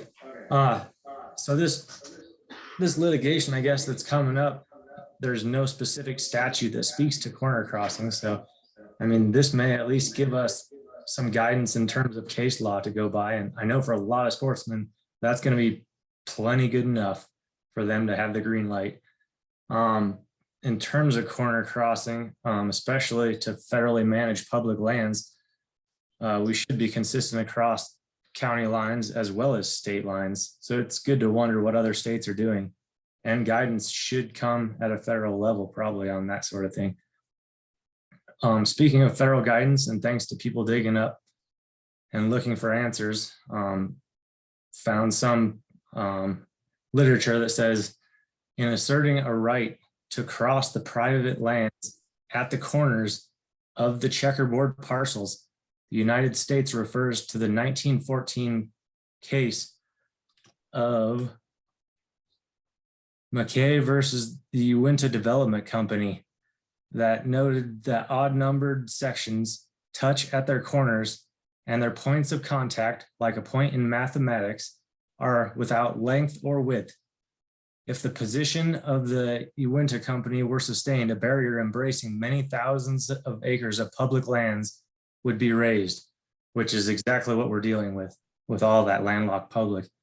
That would be unsurmountable except upon terms prescribed by it. Not even a solitary horseman could pick his way across without trespassing. In such a situation, the case law fixes the relative rights and responsibilities of the parties. It does not leave them to the determination of either party. As long as the present policy of the government continues, all persons as its licenses have an equal right to use the public domain, which cannot be denied by interlocking lands held in private ownership. So I'm hoping for this corner crossing case, it brings up relevant case law that settles the dispute over legality. Yeah, like I said, we may not have a statute, but hopefully there's enough case law that we're all comfortable doing that sort of thing. My other comment is talking to that 640 acre cap and access criteria for landowner tags. I'll bring up a hypothetical here. I own a 400 acre parcel and have a lot of elk use, and I'm willing to provide public access. Do I get a landowner elk tag? My neighbors surrounding my landlocked piece of private will not allow public access across their property. Where does that leave me? So now my ability to get a landowner tag is contingent upon my neighbor providing access. My neighbor who has 40,000 acres and gets landowner tags without allowing access. How is that fair? There are so many scenarios and loopholes. The only way to make this simple is to take away the temptation that's leading to the creative thinking people are doing to find a way to get a tag. Those are my comments for this afternoon session. Thank you, guys. Do we have any questions for Wyatt? Yeah, Wyatt, as a point of clarification on your last statement, is that an advocacy statement just to get rid of landowner tags in general? You know, get rid of the tempting ones, the ones that are leading to temptation, which I do believe are the buck and bull tags. Like I've said before, I don't think we'd have near the creative thinking people are trying to do if we're just giving out antlerless tags for people to manage their lands better. And it wouldn't be a bad idea to lump, you know, our damage program with the tag program and just make it all one program and say, you know, here are damage claim payments and here are tags, and this is our best way of helping you manage your land. And it's one program. It is what it is. And instead of handing out those tags that everyone should have a fair opportunity for. Thank you, Wyatt. Any other questions? Great, thank you, Wyatt. We'll go to Levi now.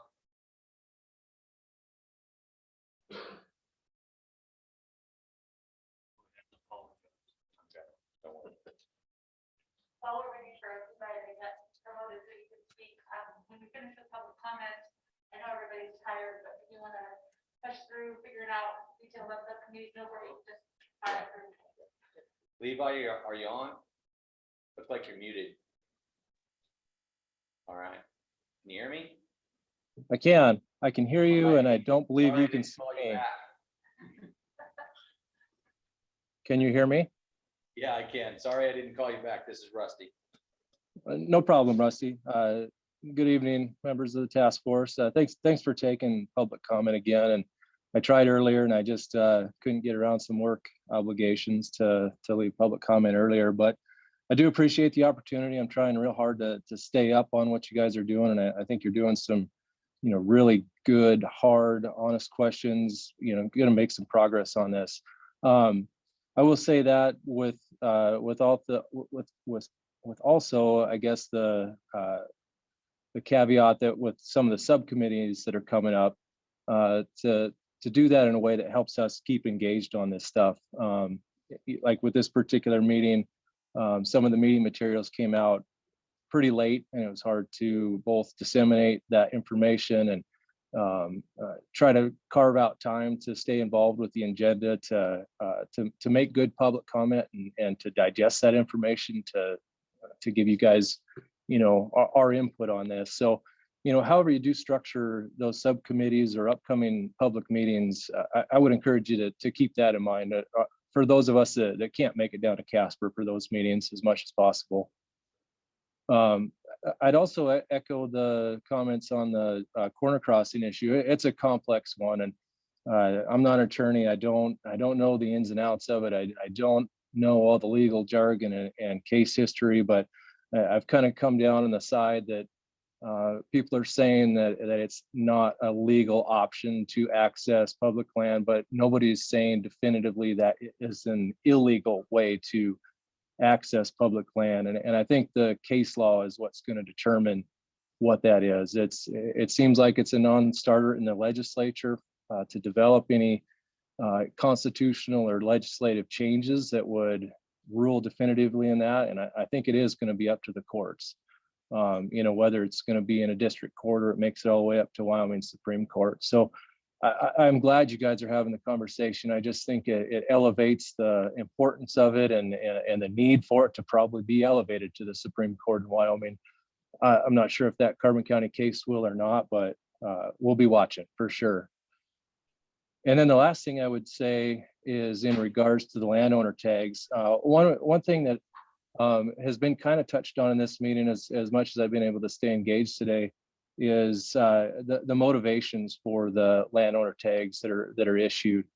I think it's important for the task force to you know, think about what types of motivations you guys want to delve into to say reward landowners with landowner tags for what they're after. You know, whether it be to have a better chance at getting the coveted tags, you know, the buck and bull tags that Wyatt mentioned, but really the trophy tag.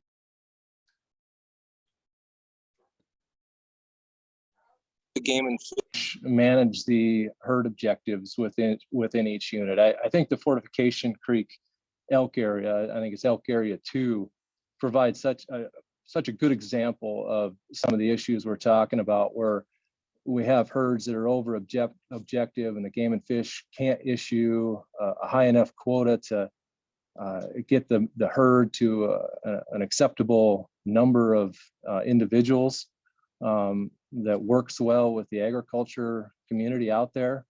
But they just can't get the hunters in there because there's no access. And then the landowner tags that are given out, I think, dominate the quota. You know, half or possibly even more of the tags go into the current landowner system.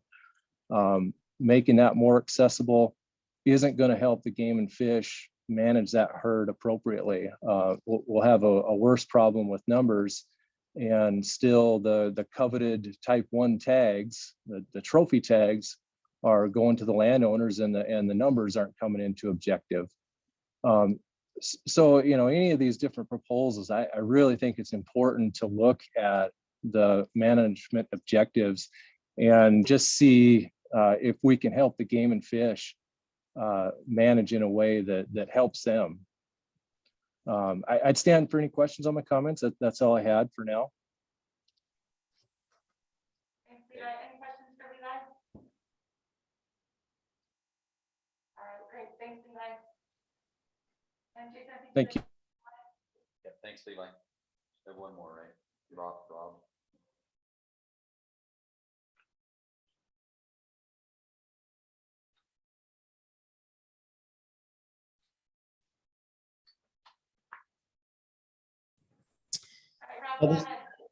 I thank you very much for your time this afternoon. I guess I want to speak earlier to Wyoga for their economic report, and I really want to thank Wyoga for that report because it demonstrates the significant impact that resident hunters contribute towards the state's economy during hunting season.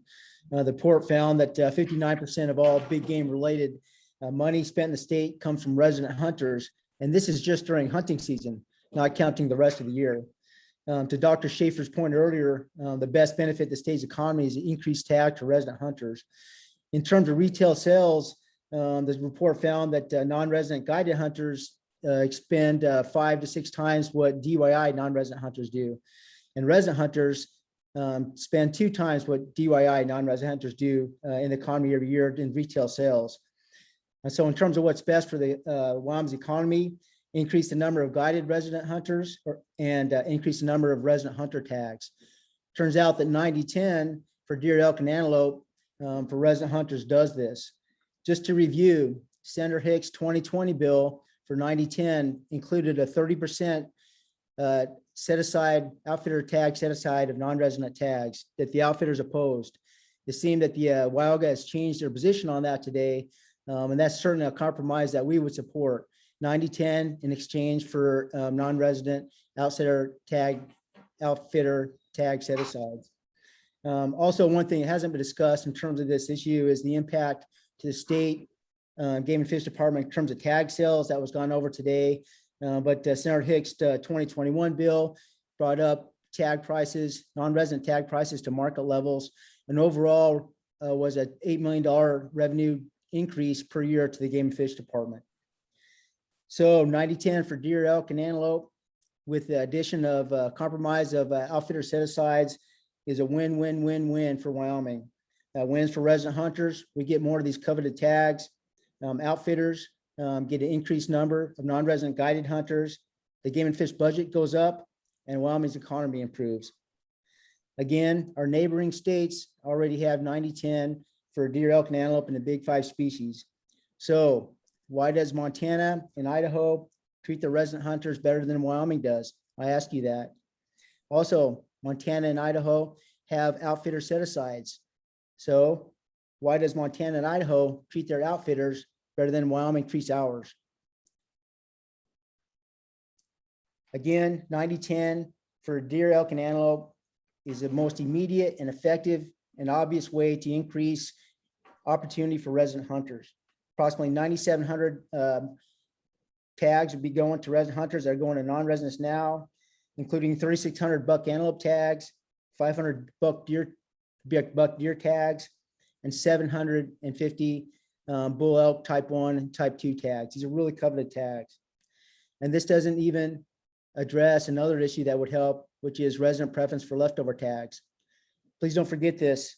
Again, we really like New Mexico's approach. Everything's for sale online at the same time. Resident hunters get a 24-hour head start. Simple and clean. Thank you. Do you have any questions for Rob? Okay, thanks, Rob. All right. Okay, everybody. Before we wrap up, in the name of efficiency and speed, I think down the idea of whether or how some committees might work. So this is an idea I want to bring to you all, a trick that I often use with groups and get your feedback. You don't have to do it. We took the idea of a subcommittee taking on outside of here a really discrete task of looking at the regulations for preventing abuse with landowner tags and tightening some of those things up. What I was imagining with this is in the room, rather than the whole group working on every issue every time, that we could break up into smaller groups, since we have a lot of options already made, and have groups kind of craft proposals in those small groups, and then bring them back to the large group and say, hey, here's kind of what we're thinking with some specifics. What does the large group think? So it's a way that everybody doesn't have to wordsmith every little piece. More work can be happening simultaneously, but that the large group still maintains control. That said, I floated this idea with the chairs and then I was like, how does this work with public involvement, right? How does it work with people being on Zoom? Those are drawbacks, right? That some of that messy sausage making to create the proposal is hard to make transparent. So I just wanted to bring it to the group. And if that's something you want to do, to think about how we might divvy ourselves up, to say, hey, we think we can come up with a proposal for this chunk.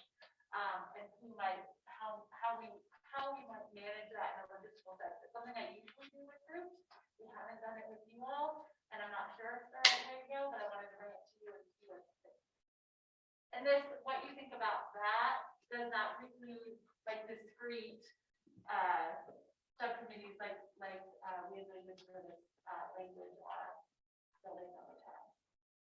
So I will just share what I shared with Carrie, which was, I think what we hear a lot of times from our public comment are things that we discuss as a group, and that, we would potentially be losing out on, I don't know, hours of that, I mean, what is the Zoom people gonna do while we're in our subcommittee stuff? I mean, it's gonna be just it's just gonna be, and what is the public gonna do while we do that? It just seems a little bit weird logistically, and I don't know if I'm just off base here, if it's possible, but I think what it sounded like is the subcommittee small groups would happen offline when we're not here. I was imagining it no. Here. And so I was, okay, all right. Okay, nope, that's fine. I heard Dr. Downey. That's what So I was not wanting to suggest outside work, because you all are already so busy and giving so much of your time. So I was trying to say, could you have some small group discussion in here to be more efficient? If you're not. But we're not afraid of giving Maybe crank with- offline. Particularly with Pat Crank's experience and professionalism in his former world. Looking at what Pat had mentioned, that the current statute and potential suggestions or ideas that can be brought forth to look at the landowner licenses and what already exists. To me, Pat, I don't know how comfortable you would feel tackling that in communication with Ryan, but I would think that could be something that can be done between now and January 25th. Absolutely. And no one probably wants to be on my subcommittee, but I mean, everyone's welcome, anyone that wants to do it. Dumbass wants to. After his behavior today, I really don't want to work. Me or Craig? Either one. So I think we have 3 people. Anyone else? Who was the third? Sorry. I think Larry would be really. Yeah, we'll put Larry. We'll put Larry on next one. I'll work with Hicks. Can we volunteer, Larry? Is that fair? He's been voluntold. I think Then I'd have to keep track of it. I heard of a conversation around this, that having, folks from the department would be useful. Is that a Dan job? Do you want to tell Dan, or who's the best department Well, representative? Brian's gonna be on there, isn't he? Yeah, I think Brian. Is there somebody else? who would be interested in- And this is around the Titan language to prevent abuse, right? Yeah. That's the issue. So it's not crafting all the other specifics, it's just purely to prevent abuse. That's something that Chelsea does. Okay, anybody else that we want to, I think that you don't want this to be too large or logistically tricky. Does that group need anything else to succeed and bring stuff back for the January meeting? Nope. I don't think so. January, what's our actual date? 25. That client for December 8th, that messed me up before they rescheduled, so now I'm even more messed up. All right, January 25th is you all. Oh, I just had a thought. So if we're not meeting until January 25th, what did Jamie say about that? Yeah. Because no, their I think- meeting, I think we may send some stuff out on that through email on the language that draft. There's the language in the committee bill, and I don't know the number on that. It's out of committee, so we'll get that to everybody. I don't know when they're meeting, but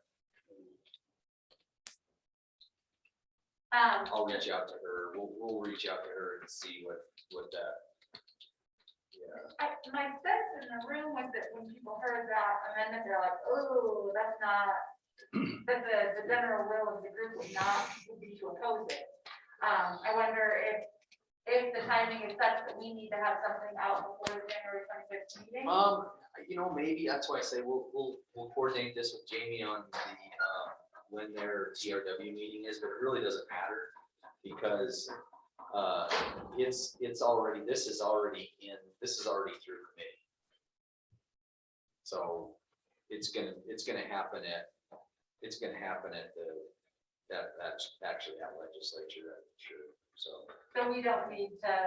no, I mean, it would be nice for us to get that language, sometime and be able to look it all over it, so we all understand what's actually in there, who voted for it, and yeah. I mean, I think, I shouldn't speak for Jamie, but the only thing about doing it before her meeting is then she could relate to her committee kind of this whole discussion before session hits, so they have time to contemplate that. I think that's fair, yeah. So if we can get that. Mr. Chairman, yeah. why couldn't we do that by email? We can. If you send out the draft bill when Jamie gets it to us, or whoever's gonna do that, and then I think if that's, the task force members would just say, I like this, I hate it, then Jamie could tell her committee. So who can help with shepherding, getting what the language is, and then maybe drafting. I'll make sure that it's in guys' hands. I have Rusty, Josh, and Albert. yeah. And I was thinking, and Jamie. And then, if we need to have something to share with the committee ahead of time, they'll say, Yeah. hey, here's how does this feel as a task force response? And people can approve that. I don't think this is super contentious to probably oppose the amendment. Okay. Anything else? I'll work with the chairs as far as getting the next agenda set. And we will not have some meetings aside from this one. Put that idea aside.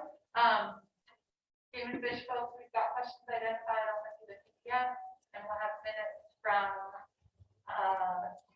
this meeting and November meeting. are we gonna set up presentations in January from the Yeah, land? so I have two things written down here. First of all, we'll talk about, we'll probably get an update on this legislative thing. We'll do that fairly quickly, and then we'll get a presentation from Jen, and I'll work with her on what time she wants to go and all of that kind of stuff on that. And then we'll probably need. And that's focused on land swaps, is that right? Yep, That- land exchanges, yep, and then, I think the information that we've asked for, maybe we can have Jennifer get that information to us on those breakdown of landowner. Got it. It's all over. think that's about all we had for that. So one thing too, that I've got Rick King working on now, and his team is a set of ideas and questions for this group to consider for that YSAC survey. Okay. I think we're at the point where we need to use that to survey and ask the public about some of these things we're talking about. And so he's putting together a starting point for the committee to consider. We've got a contract in place. It's a tool we should use. It's just another way to gather robust public comment. Let's do it. I like it. Ryan, were you gonna brief us on corner jumping? We'll get some, maybe we'll find That's what I thought it was. some I have other. that included as part of the Yeah, task I mean, force. as far as Have other your states. AG's rep Yeah. tell us what the state of the law is on corner jumping. Okay. Got it. And I've got that captured on the. Waiting for a case to finish Right. before they take the stance. As things last stands now, AG says this. That's a lot of the facts, right? And one more thing, if we're about to wrap up, by the time we get back together on January 25th, several monumental historic things are going to take place between now and then. Of course, next Tuesday, Pearl Harbor, of course, Christmas celebration of the birth of Jesus Christ. But next week, there is another monumental activity that'll be happening, and after 35 years, the head of our Wyoming National Guard, also our Director of Game and Fish Department, Brian Nesbitt, will be retiring, so we won't have a chance. I think we can get into that.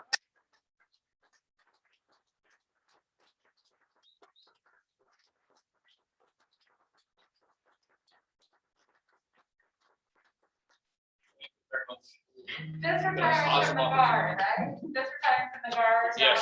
Okay. Just from the guard. Check this out.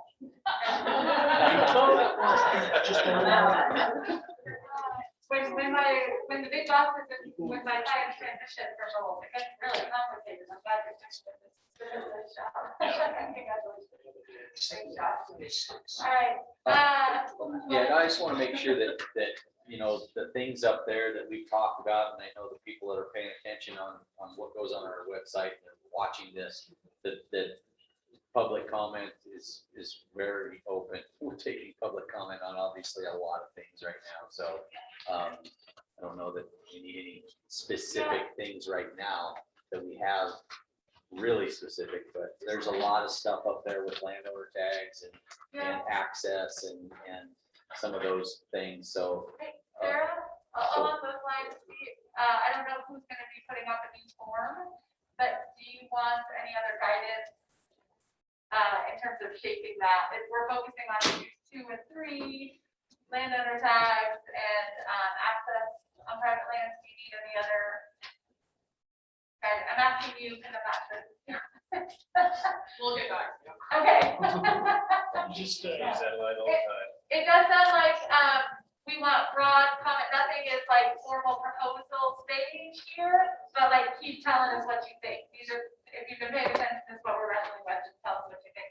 Albert? Yeah, I just want to, and I'll remind myself of this as well. I just want us all to remember as we get into contentious issues, to maintain our civility and respect for each other and each other's issues. I think that's the important. I appreciated the recognition of civility in our check-in this morning, and I would remind people to be hard on the problems, be on the people. The problems are challenging enough on their own without making it personal. So the more we can get really hard on those problems and wrestle with them, and keep being easy on each other, as well our future team and your safety. Any other closing thoughts for the people? Thanks everybody for their participation. Thanks again for staff. Yay.